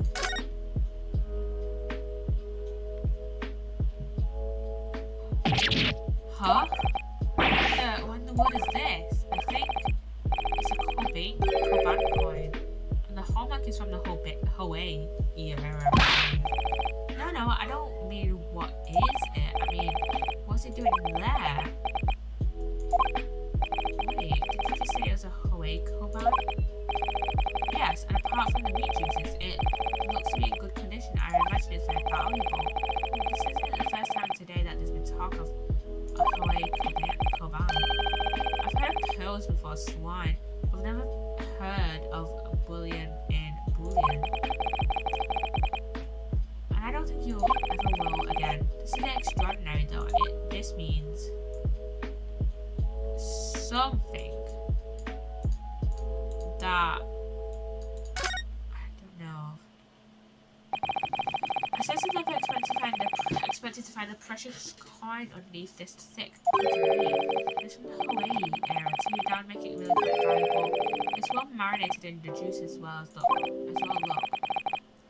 What, are you thinking of eating it? No. The next time I have a steak in an expensive restaurant, one thing is for sure. My heart's going to be racing as I lift up the meat and peer underneath for a prize. Something bad is wrong and I'm stick about this Ryunosuke. A Koban coin underneath this steak. There's only one logical explanation. The eye? I've completely forgotten about this. Another clue. Your Excellency, please wait. This plate of beef is hiding another clue. Another clue that will reveal the shocking. Attention! The only thing that is shocking here is your unhealthy fascination with beef steak. Your Excellency, I think I've made myself clear, haven't I? I will not be able to turn a blind eye to any more unnecessary procrastination in this trial. This isn't procrastination though. I'm sorry, Miss Brett, but we must ensure a thorough examination of the evidence. I will not give a ruling until I'm completely satisfied that all reasonable doubt has been dispelled. This judge gets it. I see. As a newly affirmed ally of my country, that's still your position, isn't it? Thank you, Your Excellency. Counsel for the defense. You will now clearly show the court to what you are alluding. Where precisely on this plate of beefsteak is this new clue to be found? Here. Underneath. Huh? Wonder what is this? I think it's a Koban coin. The hallmark is from the Hawaii era, I believe. I don't mean, what is it? I mean, what's it doing there? We've already got through this. Wait, did you say it was a Hawaii Koban?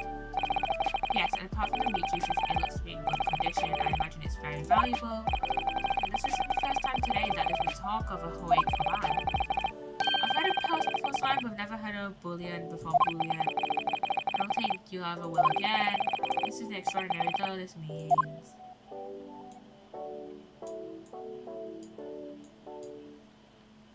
Yes, let me... Got it!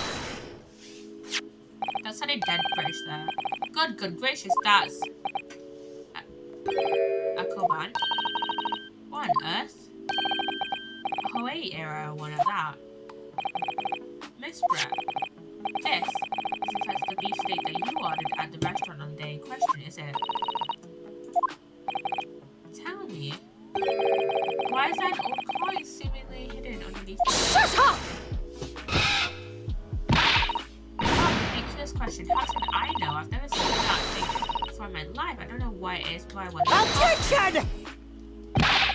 I start to see how this is relevant according to the meat. That could simply have been a careless mistake by this chef. Objection! Distraction. What chef had his money though? Don't be absurd. We're supposed to believe that this happened by accident in the kitchen. The rare Hawaii Koban just happens to be underneath that piece of steak.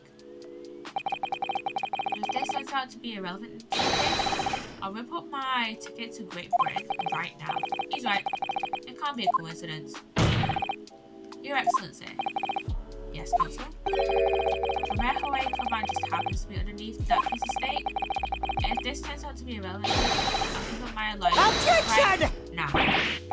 By all means, I'll stop you. No, shut up! Shut up! Yeah, shut up! Perhaps you'll realize that it is you who is irrelevant. Shut up!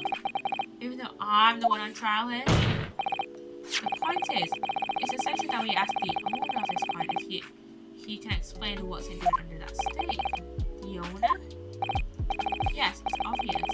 There's only one person it can belong to. The only Koban that was found in this steak is...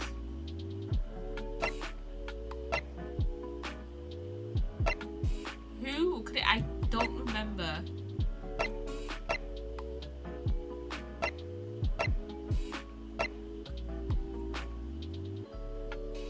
Oh! It's Take that! Peter. Obviously, it can only be the antique dealer and owner of Rasutai Curio Kurasukuta. Curie? As in Mr. Cucumber something? Honestly, these ridiculous Japanese names are quite unfathomable. Shut up! Yes. The old man who testified earlier alongside the military sergeants, correct? Yes, Your Excellency. I remember him saying that he was up to something with his Koban coin when it happened. Exactly the moment the gun was fired. Gunshot interested me not. I was far too busy on the floor. Too busy on the floor? Sorry, what were you doing? Hunting for the treasure. Indeed. The Hawaii era Koban, my prize coin. And this Hawaii era Koban, do you mean to say... Objection! No, please. Wild Karakuta's son's Koban is sandwiched between the victim's plate and its plate. It makes no sense. Yes! Which is why I'm asking to bring Karakuta back to the witness stand so we can ask him. Officer, bring both witnesses that testified earlier back in here without a moment's delay.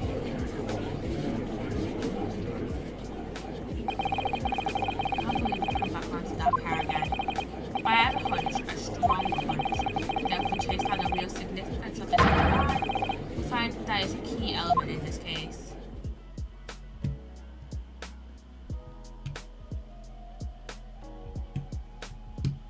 We have 4 witnesses. Technically 5 because we have little baby here. What's this all about? Why have I been called up again? Look at him. Look how silly he is. Look how silly he is. He looks so cute. He looks so happy just to be there with his dad. Oh my god. Don't you realize that it's dinner time for little baby Ido? Princess Belly is empty. He's thirsty like a pack of wolves. Spicy footed police viewer, like miserable dogs, forced to bear false witness. And when cast on this ballroom myself, I became a ruined man and tries worthless with an antique. Nothing more I have to say. The sun has set on this Razutai shop owner's existence. Be that as it may, Korokuta-san, something has come to light that requires your clarification. As far as your Razutai memory serves, what is it say? Yes, that is it. The very exact one it is. What is it? What did the judge say? Have you ever seen this Koban be? The resplendent, Hawaii treasure that my rusty bones managed to misplace that fateful day. It can't be. Not. Young man. Enlighten this decrepit old fool put me out of my misery. Where was the treasure? Where was it dropped? Oh, I'm not sure if it was dropped anywhere. We found your coin sandwiched between a beefsteak and its plate, soaking it in the seasoned meat juices. Sandwiched? Soaking? Seriously? Clearly it couldn't have fallen in there by accident. Which means somebody must have hidden it there on purpose. Somebody concealed my Hawaii treasure between a slab of meat and a metal plate. Who would do such a thing? Such an unconscious thing. Unconscious. Whatever it said.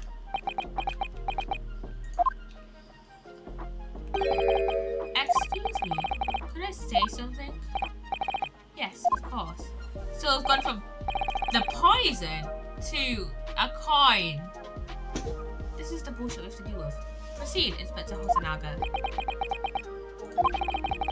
I mentioned this earlier on in the trial, but I was working undercover in the restaurant in order to investigate another case. Ah, yes, that's right, the secret undercover operation. La Carnival was a high-class Western cuisine restaurant. It attracts wealthy diners, including many foreigners. Recently, there's been a run of similarly executed thefts targeting the restaurant's rich clientele. A number of such incidents have been reported to the police bureau. Wicked crimes indeed. We wanted to nip the case in the bud quickly, especially with so many foreigners being defected. So that's why you were sent in undercover, is it? Yes, I took on the job as a waiter at the restaurant in order to flush out the criminal. It seems likely that this Koban incident is the work of the same thief. So unbeknownst to us, there was a master thief at work in the restaurant on a regular basis. The place was already the scene of several crimes, it seems. I don't know about the master thief part, but the identity of the person who stole and hid Korokuta-san's Koban is all too clear. What? I think the court would like to hear the defense's view. NANI? He was a conspicuous character that stole Korokuta-san's Koban and hid it under the steak.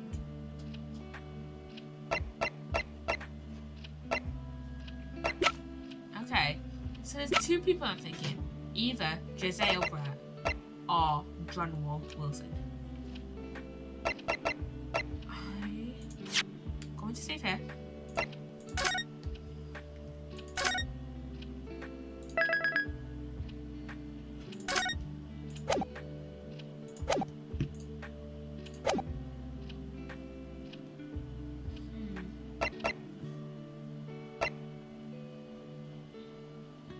It could have been Hosonaga as well.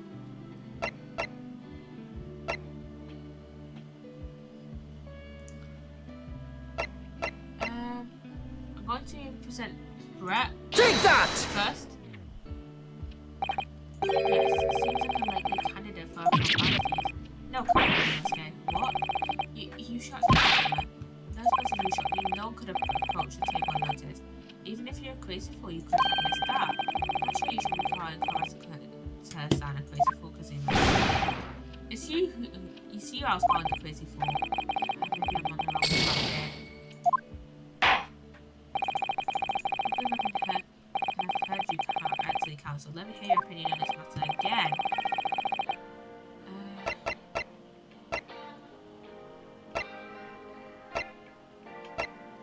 Was Wilson a regular there? Take that! Ah.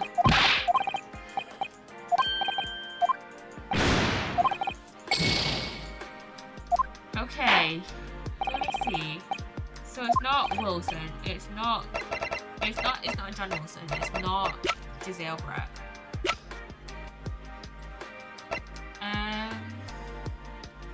Okay. Mika Toba wasn't there, so we can rule him out. Ouchie wasn't there, so we can rule him out. The prosecutor obviously could have done it. So it was another? Take that! Who's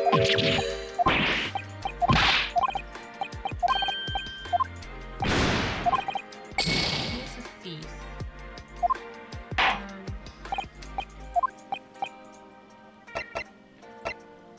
Okay. No Wilson, not Hosanaga.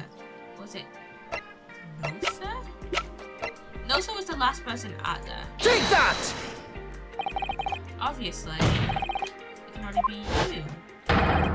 Sergeant Aisa Nosa. What? How? Explain to me the logic, please. How dare you? You monster. Monster? I mean, to be fair, he's the only one that would have known about it. I stole that Koban. I'll probably have the chance to steal the coin actually since they're sitting at the table, I think. I stole that Koban, did I? I'm a master thief of La Carnival, am I?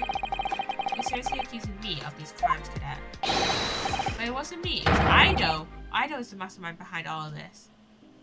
You're accusing your own child of stealing. That is a new fucking low. Jeez. Like, come on, it's a baby. How could a baby steal a Koban and then put it under a stake? You'd push the blame for your crimes onto your own son and an innocent little baby? It's you who's the monster, Sergeant. No, sir. But how did he get under the stake, though?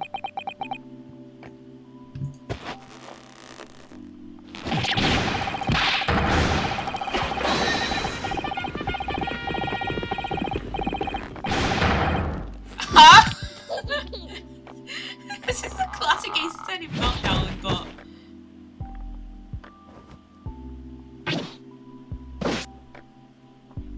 Oh, I love it. He's so cute. From Imperial Army, Sergeant Iyisa knows to prepare to stand down in the Supreme Court, sir. What the fuck? What the fuck was that? Oh god, no, it's a breakdown. Oh my god. God, breakdown.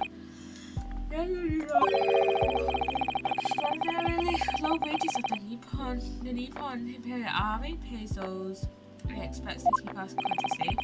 I understand that there's a temporary increase in taxation owing to the recently ending conflicts remains in place. I have heard it's hard for lower ranking officers to make a living, yes. I put a hot meal on the table for my son. That's why you were stealing things at the restaurant? The place is heaving with money. Every 3 days I'd go there and do reconnaissance for a target. And enjoy chopping my way through a good steak at the same time.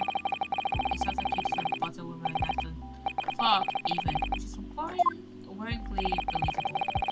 The target that day was the old man and his Koban. Yes, sir. He was an easy mark. I slipped the coin into my pocket without any trouble at all. A very simple phantom thief you are. I was sent to leave the steakhouse halfway through devouring when it happened. Yes, when the professor was shot. I knew that if police conducted a search and found the coin in my pocket, I'd be finished. I know too. So I hid the incriminating evidence as fast as I could on the double. I slipped it under the stake, hoping that I'd be able to rendezvous with it again at a later date.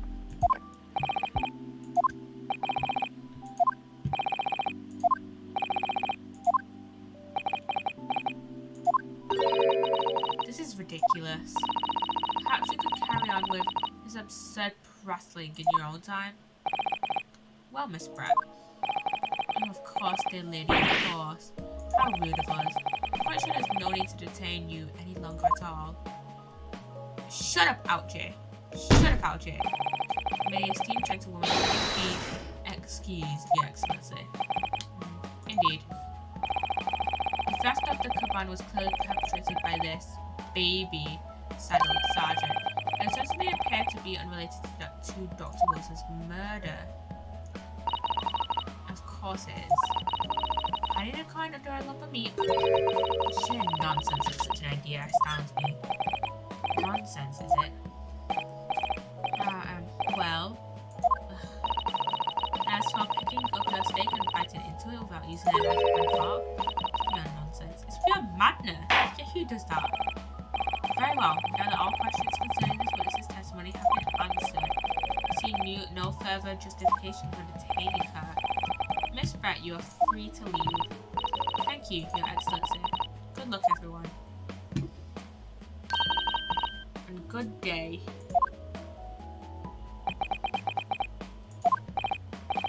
Were you yesterday? What's the matter? This is no time for daydreaming. Oh no, it's just something about Miss Pratt's parting words that got me thinking. Can't quite work out what exactly, but something she said jarred me. There was a contradiction in there somewhere. Something didn't quite add up. Let me look at what she said.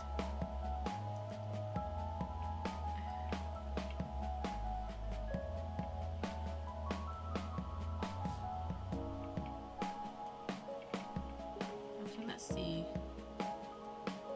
Time.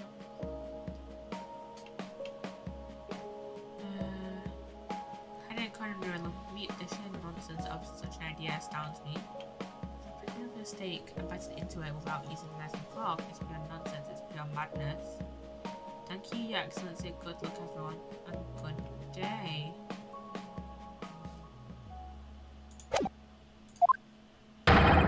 If that's the case, don't just stand there thinking, make your voice heard. Sorry, you can think later, but if you don't call out now, it'll be too late. The trial will be over. Hold it! Wait, Miss Pratt. What is it now? I'm afraid, just one last time, something I'd like to ask you. I'd like you to explain the contradiction in your parting words from just a few moments ago. What are you talking about? What contradiction? Objection! What new student nonsense is this? Well, what parting words are you talking about when you know something? The sheer nonsense of such an idea astounds me. Using a knife and fork. It's beyond nonsense, it's pure madness. Yes, I'm right. What she said there exposed an undeniable contradiction. I'm going to need to see evidence, counsel. Miss Pratt's words are truly are contradictory. Where is the evidence to prove it? What?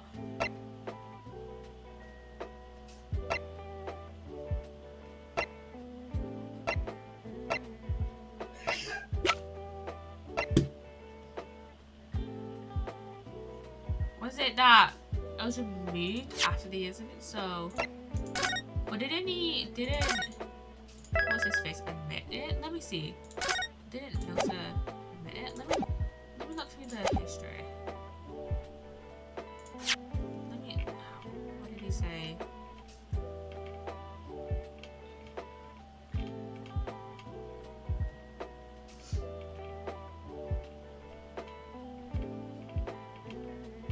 I can't see where he said it.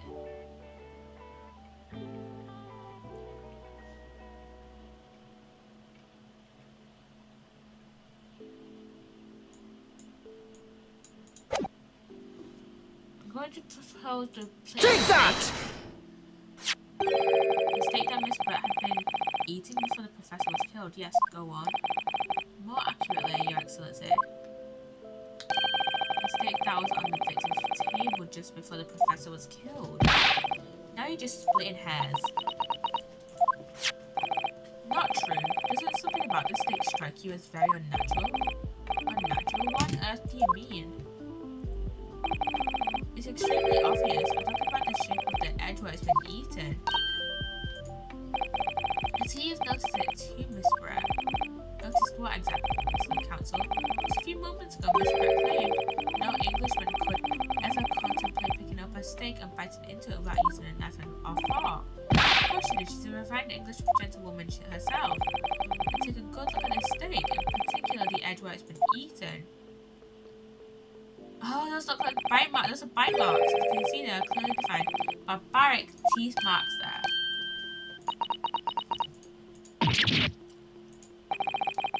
It looks like Miss Pratt has realised something. So, if the witness as she claims wouldn't contemplate eating... Wait a minute, I'll be...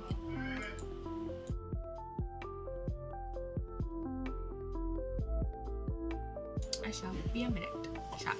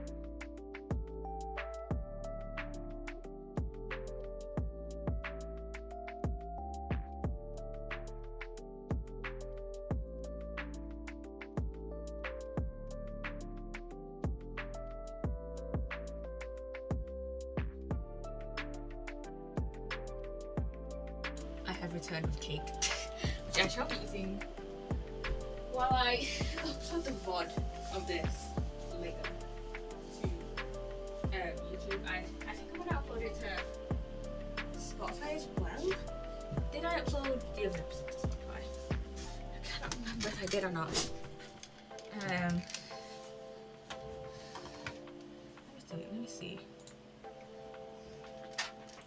Did I upload the other episode to Spotify?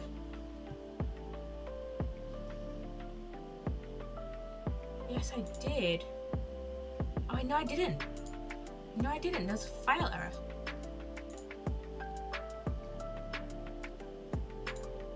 Okay, I can't be bothered uploading them to Spotify now. Which means I have to edit some of my thingies. Edit some of my drafts so that they have the correct episode number. I mean, I don't have to edit two of them, to be fair.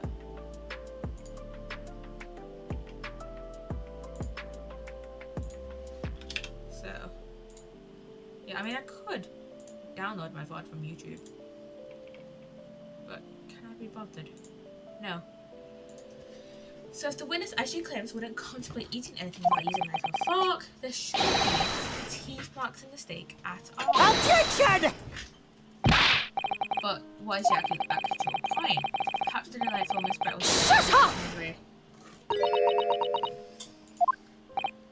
Oh, whatever you say, dear lady.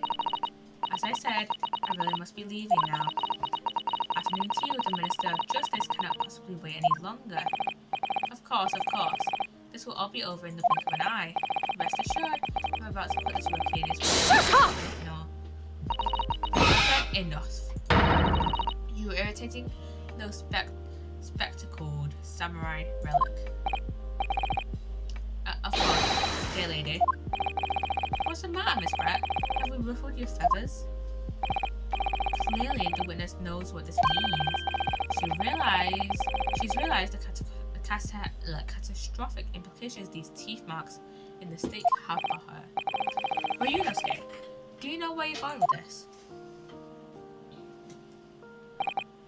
Yes, now at last, it's all come together. The mysterious teeth marks in a steak that had allegedly been eaten with glory. The reason why the bloodstain I know I saw seems to have disappeared. Because they swapped the steaks! Most importantly, the evidence that proves once and for all who shot Dr. Wilson that day. I accept that these teeth marks in the steak are a little unnatural, as you put it, counsel. But what exactly are you suggesting that tells us? Everything, Your Excellency. Everything. Everything? Yes, I believe that these barbaric teeth marks in the steak here amount to conclusive evidence in this case. Evidence that will prove Shut up! Conclusive evidence? How many times have I heard that today? You don't know the meaning of the phrase. Typical Japanese empty threats. Shut up. How can you be so sure? Oh, it's quite simple. If you really had such conclusive evidence, you would have presented it to the court long ago. Actually, the evidence I'm talking about hasn't been brought before the court yet. Hasn't it? What? But just because it hasn't been shown yet, doesn't mean that the evidence does not exist. Objection! What are you getting at, Ryunosuke? This is absurd. The trial has run several hours already, and you say there's evidence yet to be brought forward? I don't believe Objection! you have it. I don't, but there's someone who does have it. Someone in this very courtroom. If that person is willing to submit the piece of evidence I'm referring to, he'll solve every remaining mystery about this case. Very well. I have a feeling this will be my last request of the defense in this trial. He possesses the conclusive evidence that will reveal the truth about this whole affair. I believe. Now, I'm not 100% sure on this, but I believe that it is Brett. It is just Take that! Counsel. I'm disappointed that this is the last chance. Is you taking it more seriously? Just need to make it up. To help focus your mind. Now we've come to this far, there's nothing more to say. There's one person in particular who's provided us with various pieces of evidence already. You have plenty of clues that get to the right answer. I'm gonna look it up. This is the last act in this trial. I'm gonna look it up because it's either Hosanoga or it's either Hosanaga or Nosa. So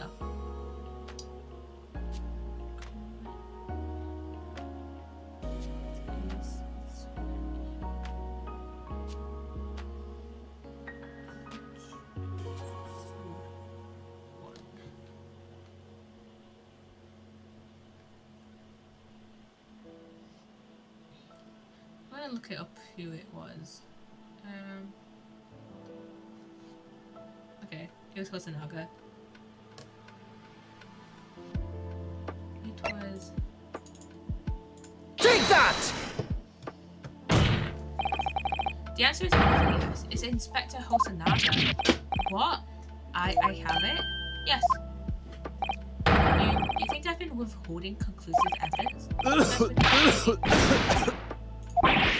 No, I'm not saying that. Everyone's attention has been focused on this steak with the teeth marks. Yes. Now, earlier this afternoon, Sergeant Nosa told the court the following. I'd enjoyed chomping my way through a good steak, as well as admitting to stealing Carpenter's sons. Fine, he told us that he slipped it under the steak. Watch you, cadet. I'm a superior officer. Sergeant Nosa, could you please confirm something for me? What's the steak that you put the coin under? In fact, your own steak? Attention! Affirmative, of course. I might be a soldier in the Imperial Nippon army, but still. I'm not brave enough to ask a foreign gentle lady if she'd mind me manhandling her meal to hide something in it. In other words, the stake that the detective submitted as evidence earlier was in fact Sergeant Nelson's. Objection! But that makes no sense. That plate was taken Objection! off the table. Yet the gentlewoman doesn't take bites out of her steak, nor did she have any opportunity to steal the coin. Of course I didn't steal it. To even suggest that it would be an affront to the entire British Empire. Well then, how do you explain this paradox? Exactly, sure you're not going to suggest that the sergeant switched 2 steaks over?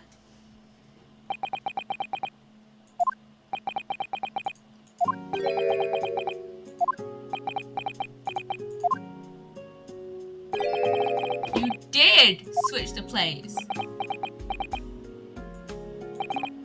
Well, after it happened,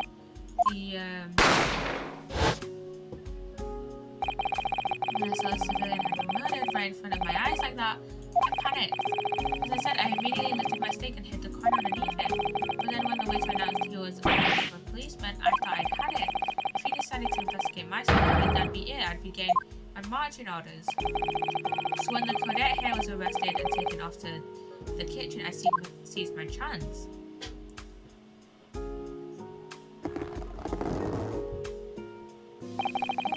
With military precision and timing, I switched my steak with the one on the front of the table. What? You can't have it! I never saw you do such a thing. It was called Operation Lightning Bolt. There was no time for strategic planning. It was do or die, I tell you. So yes, I did what had to be done. Unbelievable! However, fair not, prosecutor sir. What now? I swear on the brass bullets in my uniform, that is all I did. All you did? That's plenty, Sergeant. Yes! So, Sergeant Nelson switched the plates over. It means he took Miss Brett's steak and the plate he was on back to his own table. Yes, that follows. Inspector Hosonaga. Yes? Earlier in this trial, you told the court this. You said that you had not only taken Miss Brett's steak after the incident, but also the sergeant's. That to preserve evidence you had taken both. Ah. That's correct. Then please present it to the court now. The plate that was actually on the victim's table at the precise moment. Shut up! What can that possibly tell us now? I mean, a cold solid to me, it can't have the slightest bearing. Objection! No, you're not wriggling your way out of this one. This time, lady.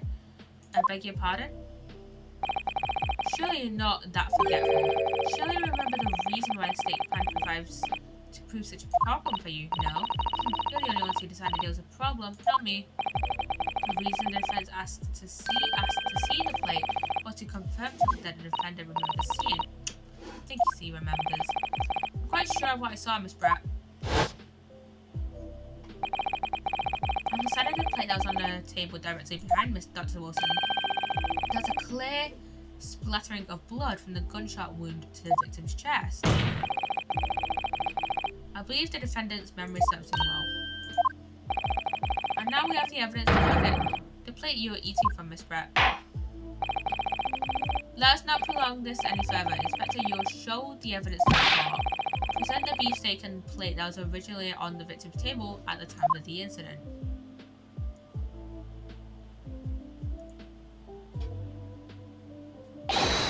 Yes, sir.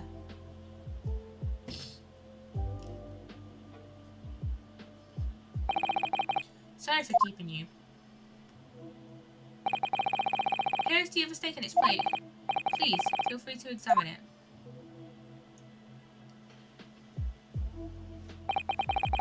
The blood stain is clearly visible. Yes! Now this makes everything clear. The blood you can see on the side of the plate shows that at the moment the victim was shot, he was facing the table with his back to me. impossible for Naruhado-san to have shot the victim. It can't be. In fact, there's only one person who could possibly have shot Dr. Wilson from the front. I'm sure everyone knows by now who that person is. Giselle Brett. Come on. That's right, Miss Giselle Brett. It's you.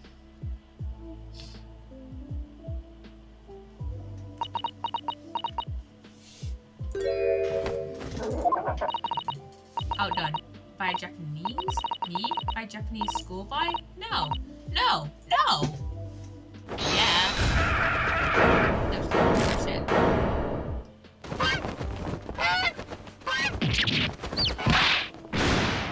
There's a kid there as well. There's fucking Gosling. There's Gosling. There's multiple Goslings there.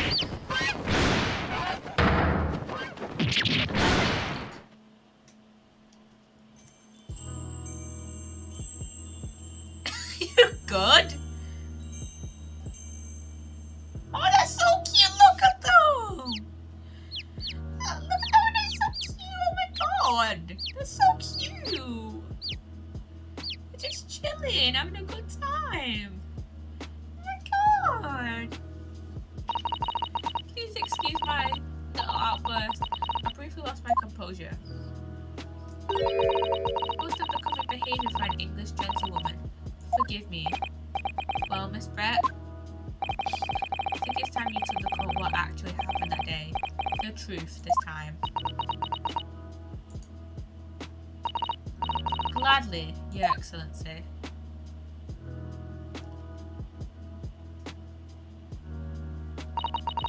It was I who took the professor's life using Cura. As you surmised, I chose that particular day for one very important reason. The professor had a dental appointment for the extraction of one of his teeth in the morning. So you planned to kill the professor, knowing that no trace of poison would be found in his water? Because Cura is unheard of here in Japan. Yes. Of course, I never intended to remain at the restaurant for as long as I did. I only needed to see the professor take one tiny sip of his water and he would call me over. I placed the steak I had ordered in front of him to make it appear as though he had been dining alone. Leave immediately, however. Before any of that happened, there was an unexpected visitor at the professor's table. That would be me, I supposed. Yes, you. Who else? Such a trifling matter. The fact that you decided to come over to greet the professor meant that I had lost my chance to slip away unnoticed. In due course, the professor took a sip of his water and was paralyzed. I made sure he was sitting in his chair such that he wouldn't fall. There was no going back at that point, so I concocted a plan on the spur of the moment. I planned to pin Dr. Wilson's murder on this innocent man. I happened to know that the professor always carried a gun. I decided to use that fact to my advantage. I had the bottle of Cura in my handbag, and my old pistol concealed under my skirt. Under your skirt? So I was right, there were two guns. Yes. And then I finished my coffee and got to leave. That's when I noticed the professor's gun, which you had presumably placed on the floor, placed where you were sure that I would notice it. And everything went according to plan. You noticed the gun as I'd intended. And then, just as you bent down to pick it up,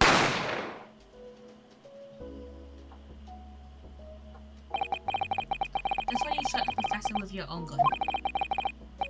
Even though at that point, he was already dead. Naturally, the gunshot caused a commotion at which point the waiter appeared. Obviously, I assumed Naruhado-san was the culprit and apprehended him. I took him to the pantry that adjoins the kitchen and locked him inside. That's when I took the opportunity to turn the professor and his chair around. Because, of course, you needed to make it look like the defendant had shot Dr. Wilson from where he'd picked up the gun.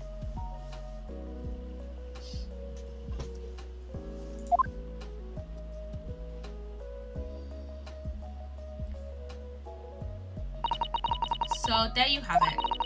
That is the entirety of my misdemeanor. It's not just a misdemeanor though! It's a full-on crime! It's a full-on murder! What the fuck? Your Excellency. Yes? I wonder. Might I speak with you in private later? I shall call on you. Thank you. Good day then, everyone.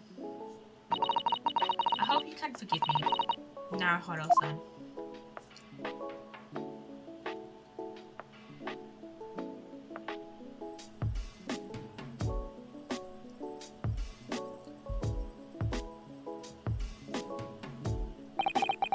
It would seem this trial has finally run its course. I presume the prosecution is in agreement. This can't be. Takatsuchi Aochi does not to elect this rookie student.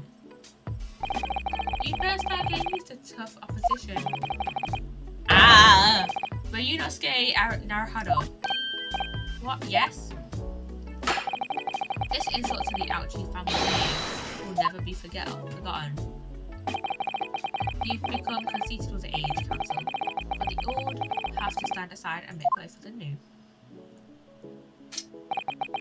It's the way of the world. May you never forget that.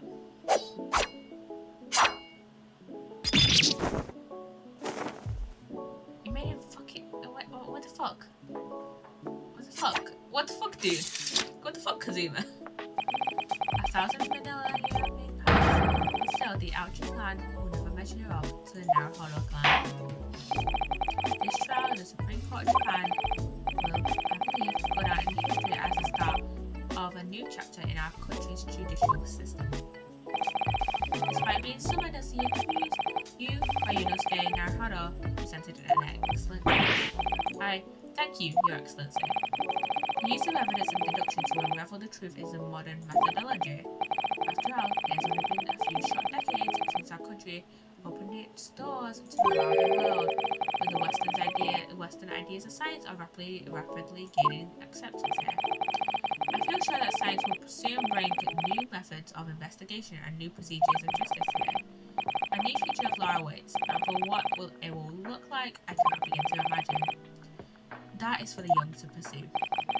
Kazuma Asogi, yes? After this trial, you are set to embark on a journey of discovery to the illustrious British Empire. Good all you can. Absorb everything of the wider world that you are able to.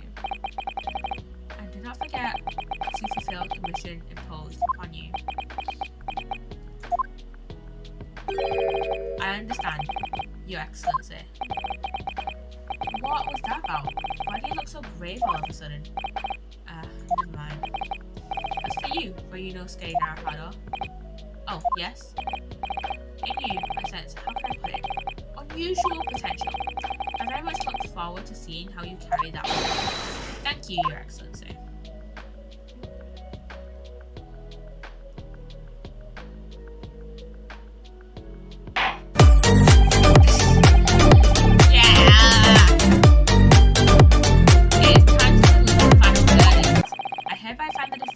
Ryunosuke Naruhodo. Not guilty! Yeah! I think that was deserved of the crack ring.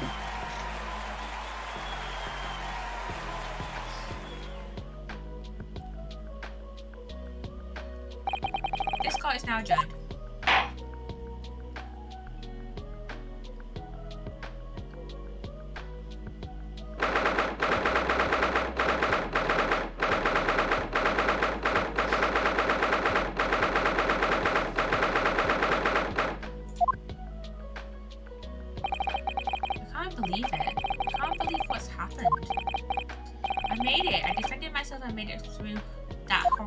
Trial. Ryunosuke, you finally put it off. Good, congratulations. Well, I couldn't have done it without you. Thank you, Kazuma. No. It was a pleasure to watch you at work.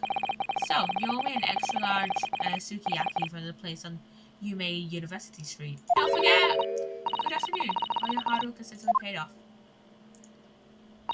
Oh, Psssttt. Congratulations to both of you for proving Naruhodo-san's innocence. Our trusty judicial assistant. You worked hard for that result too, you know. Oh no, I didn't do anything. Thank you so much. If we hadn't had that research report on Miss Brett's, I don't know how things would have turned out. The kind words should really be for my father. I was simply doing as he asked. It was his idea for me to go to the university and investigate. Your father? Oh yes, of course. Forgive me for intruding on court proceedings, Your Excellency. Psssttt Mikotoba, Judicial Assistant to the Defense. Oh yeah, she's Mikotoba's daughter. Speaking of Mikotoba, there you are. Please congratulations are in order. There he is. Naruhodo, you did an excellent job. Thank you, Professor.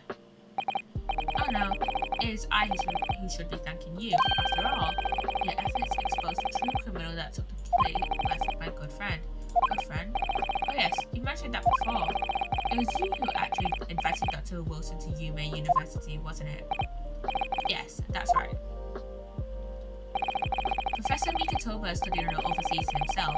He went to study forensic medicine in Great Britain. Presumably, that's when you met Dr. Wilson? Exactly. In those days, we worked together in the same hospital. Oh, you worked together? I've never heard you mention that before. Well, it was a long time ago now. Besides, it's your turn, Asogi. Great Britain is a magnificent country. It leads the world in science, medicine, engineering, culture, and of course, in law. Watch and learn, my boy. See what's happening in the world's largest melting pot. I will. I'll learn all that I can. I swear on this, the spirit of the Asogi clan. You're not taking that sword to Great Britain, are you? Of course I am. A Japanese man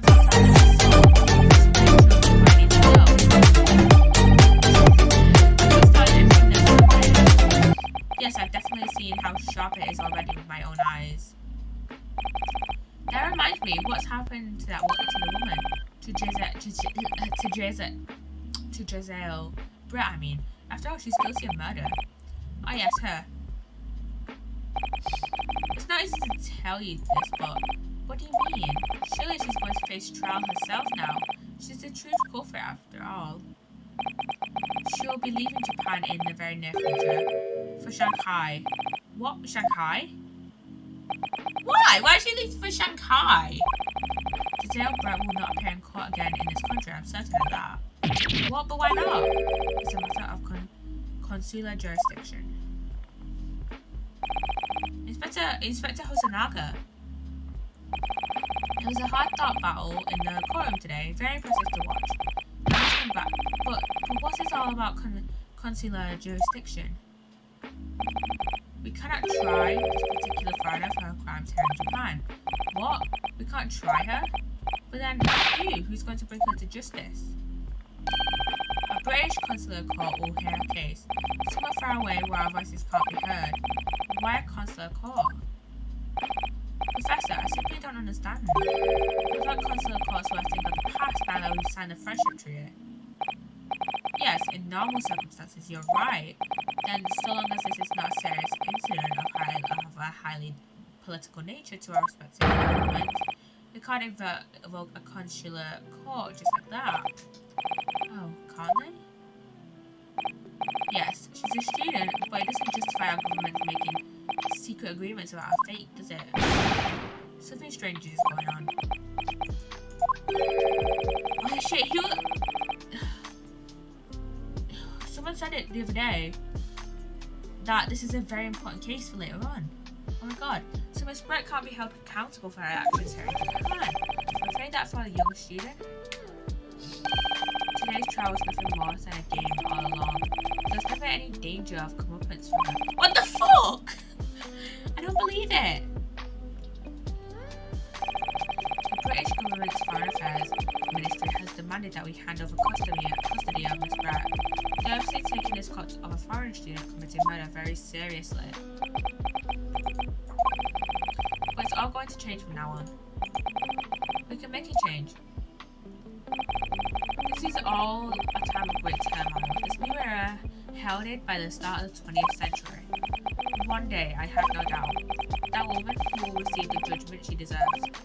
Yes, change is coming, and we're the ones driving it. Well, I think that's enough seriousness for now. This evening calls for a celebratory drink, but Professor, you're right. This is no time for gloomy faces. We should be celebrating Ryunosuke's not guilty verdict. Let's start having fun. In that case, might I suggest La Carnival? As the head waiter, I should be delighted to provide you with ample food and drink. You're Detective Hosonaga-san, aren't you? Let's not worry about details for now. To La Carnival, will you accompany us, Professor? Of course. La Carnival's food is second to none. I shall go and attend to the paperwork for Naruhado-san's release. Ah yes, thank you.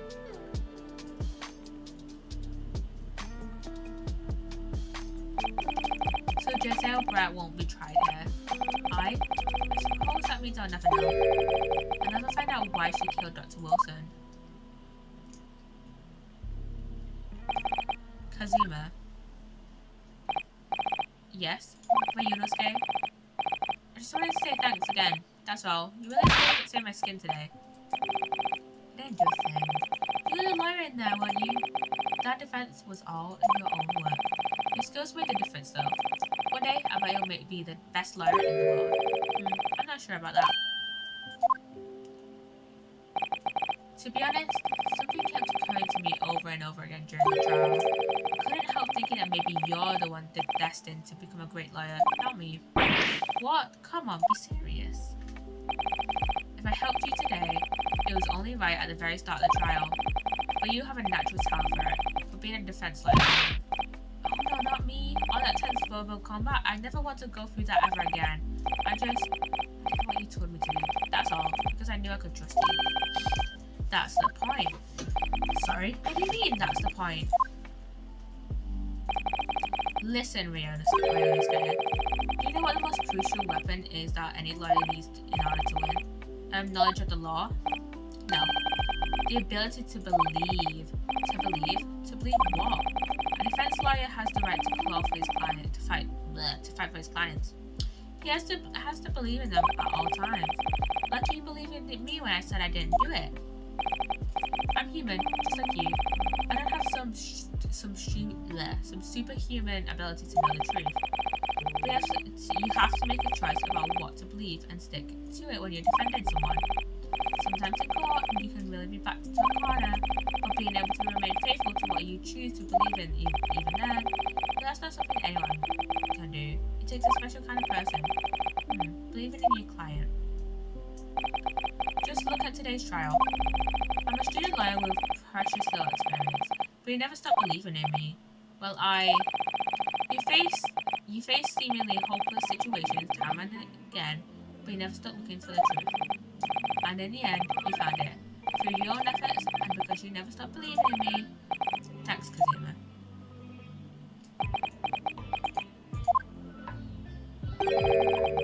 Why is my dad calling me?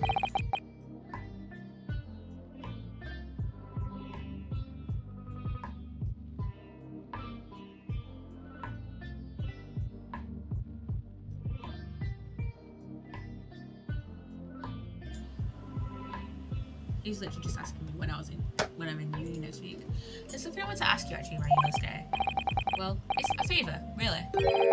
Something very important to me. It sounds serious. What is? Ah, you're still here, are you? Oh, Inspector Hosonaga. We've arranged some rickshaws for us. Let's go. Thank you. We'll be right there. Let's pick up this conversation again later. We should be celebrating right now. Your first court victory. And your study tour to Great Britain, don't forget. Ah yes, that too. This is a great game. So my very first trial came to an end. Kazuma, Professor Sasumi Katoba. Shisato-san, who acted as my assistant. Inspector Hosonaga, he didn't really play much of a part, but still. It was because of the help and support of all these people that I managed to get through that trial. But more importantly, Kazuma hadn't yet managed to ask his favour of me. Little did I realise just how much it would change my life. And that is the end of Case 1 of the Great Ace Attorney Adventures. I'm going to save that. And the next episode is called The Adventures of the Unbreakable Speckled Band. Ooh.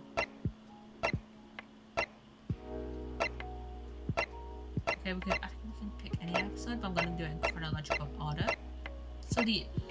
So in the Great Ace Attorney Adventures, which is the first game, there's The Adventure of the Great Departure, which we just finished.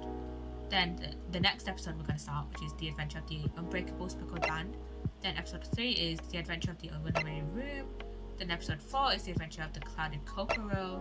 And episode 5 is The Adventure of the Unspeakable Story. So let me turn back to title screen. Yeah. Okay. I think I'm gonna raid somebody today. So let me get up Chrome. Let me get up Twitch. And let me see who is live. Spanky Rambles. He's live playing Tiny Tina's Wonderland. I've heard of this game. Every so often it'll pop up in my Steam recommended, but I haven't actually seen a lot of gameplay of it. So yeah, this should Don't know what those are. This should be fun. So yeah, I'm gonna go raid Spanky. I'm gonna go raid him. I watched all of Hell of a Bus. That was alright.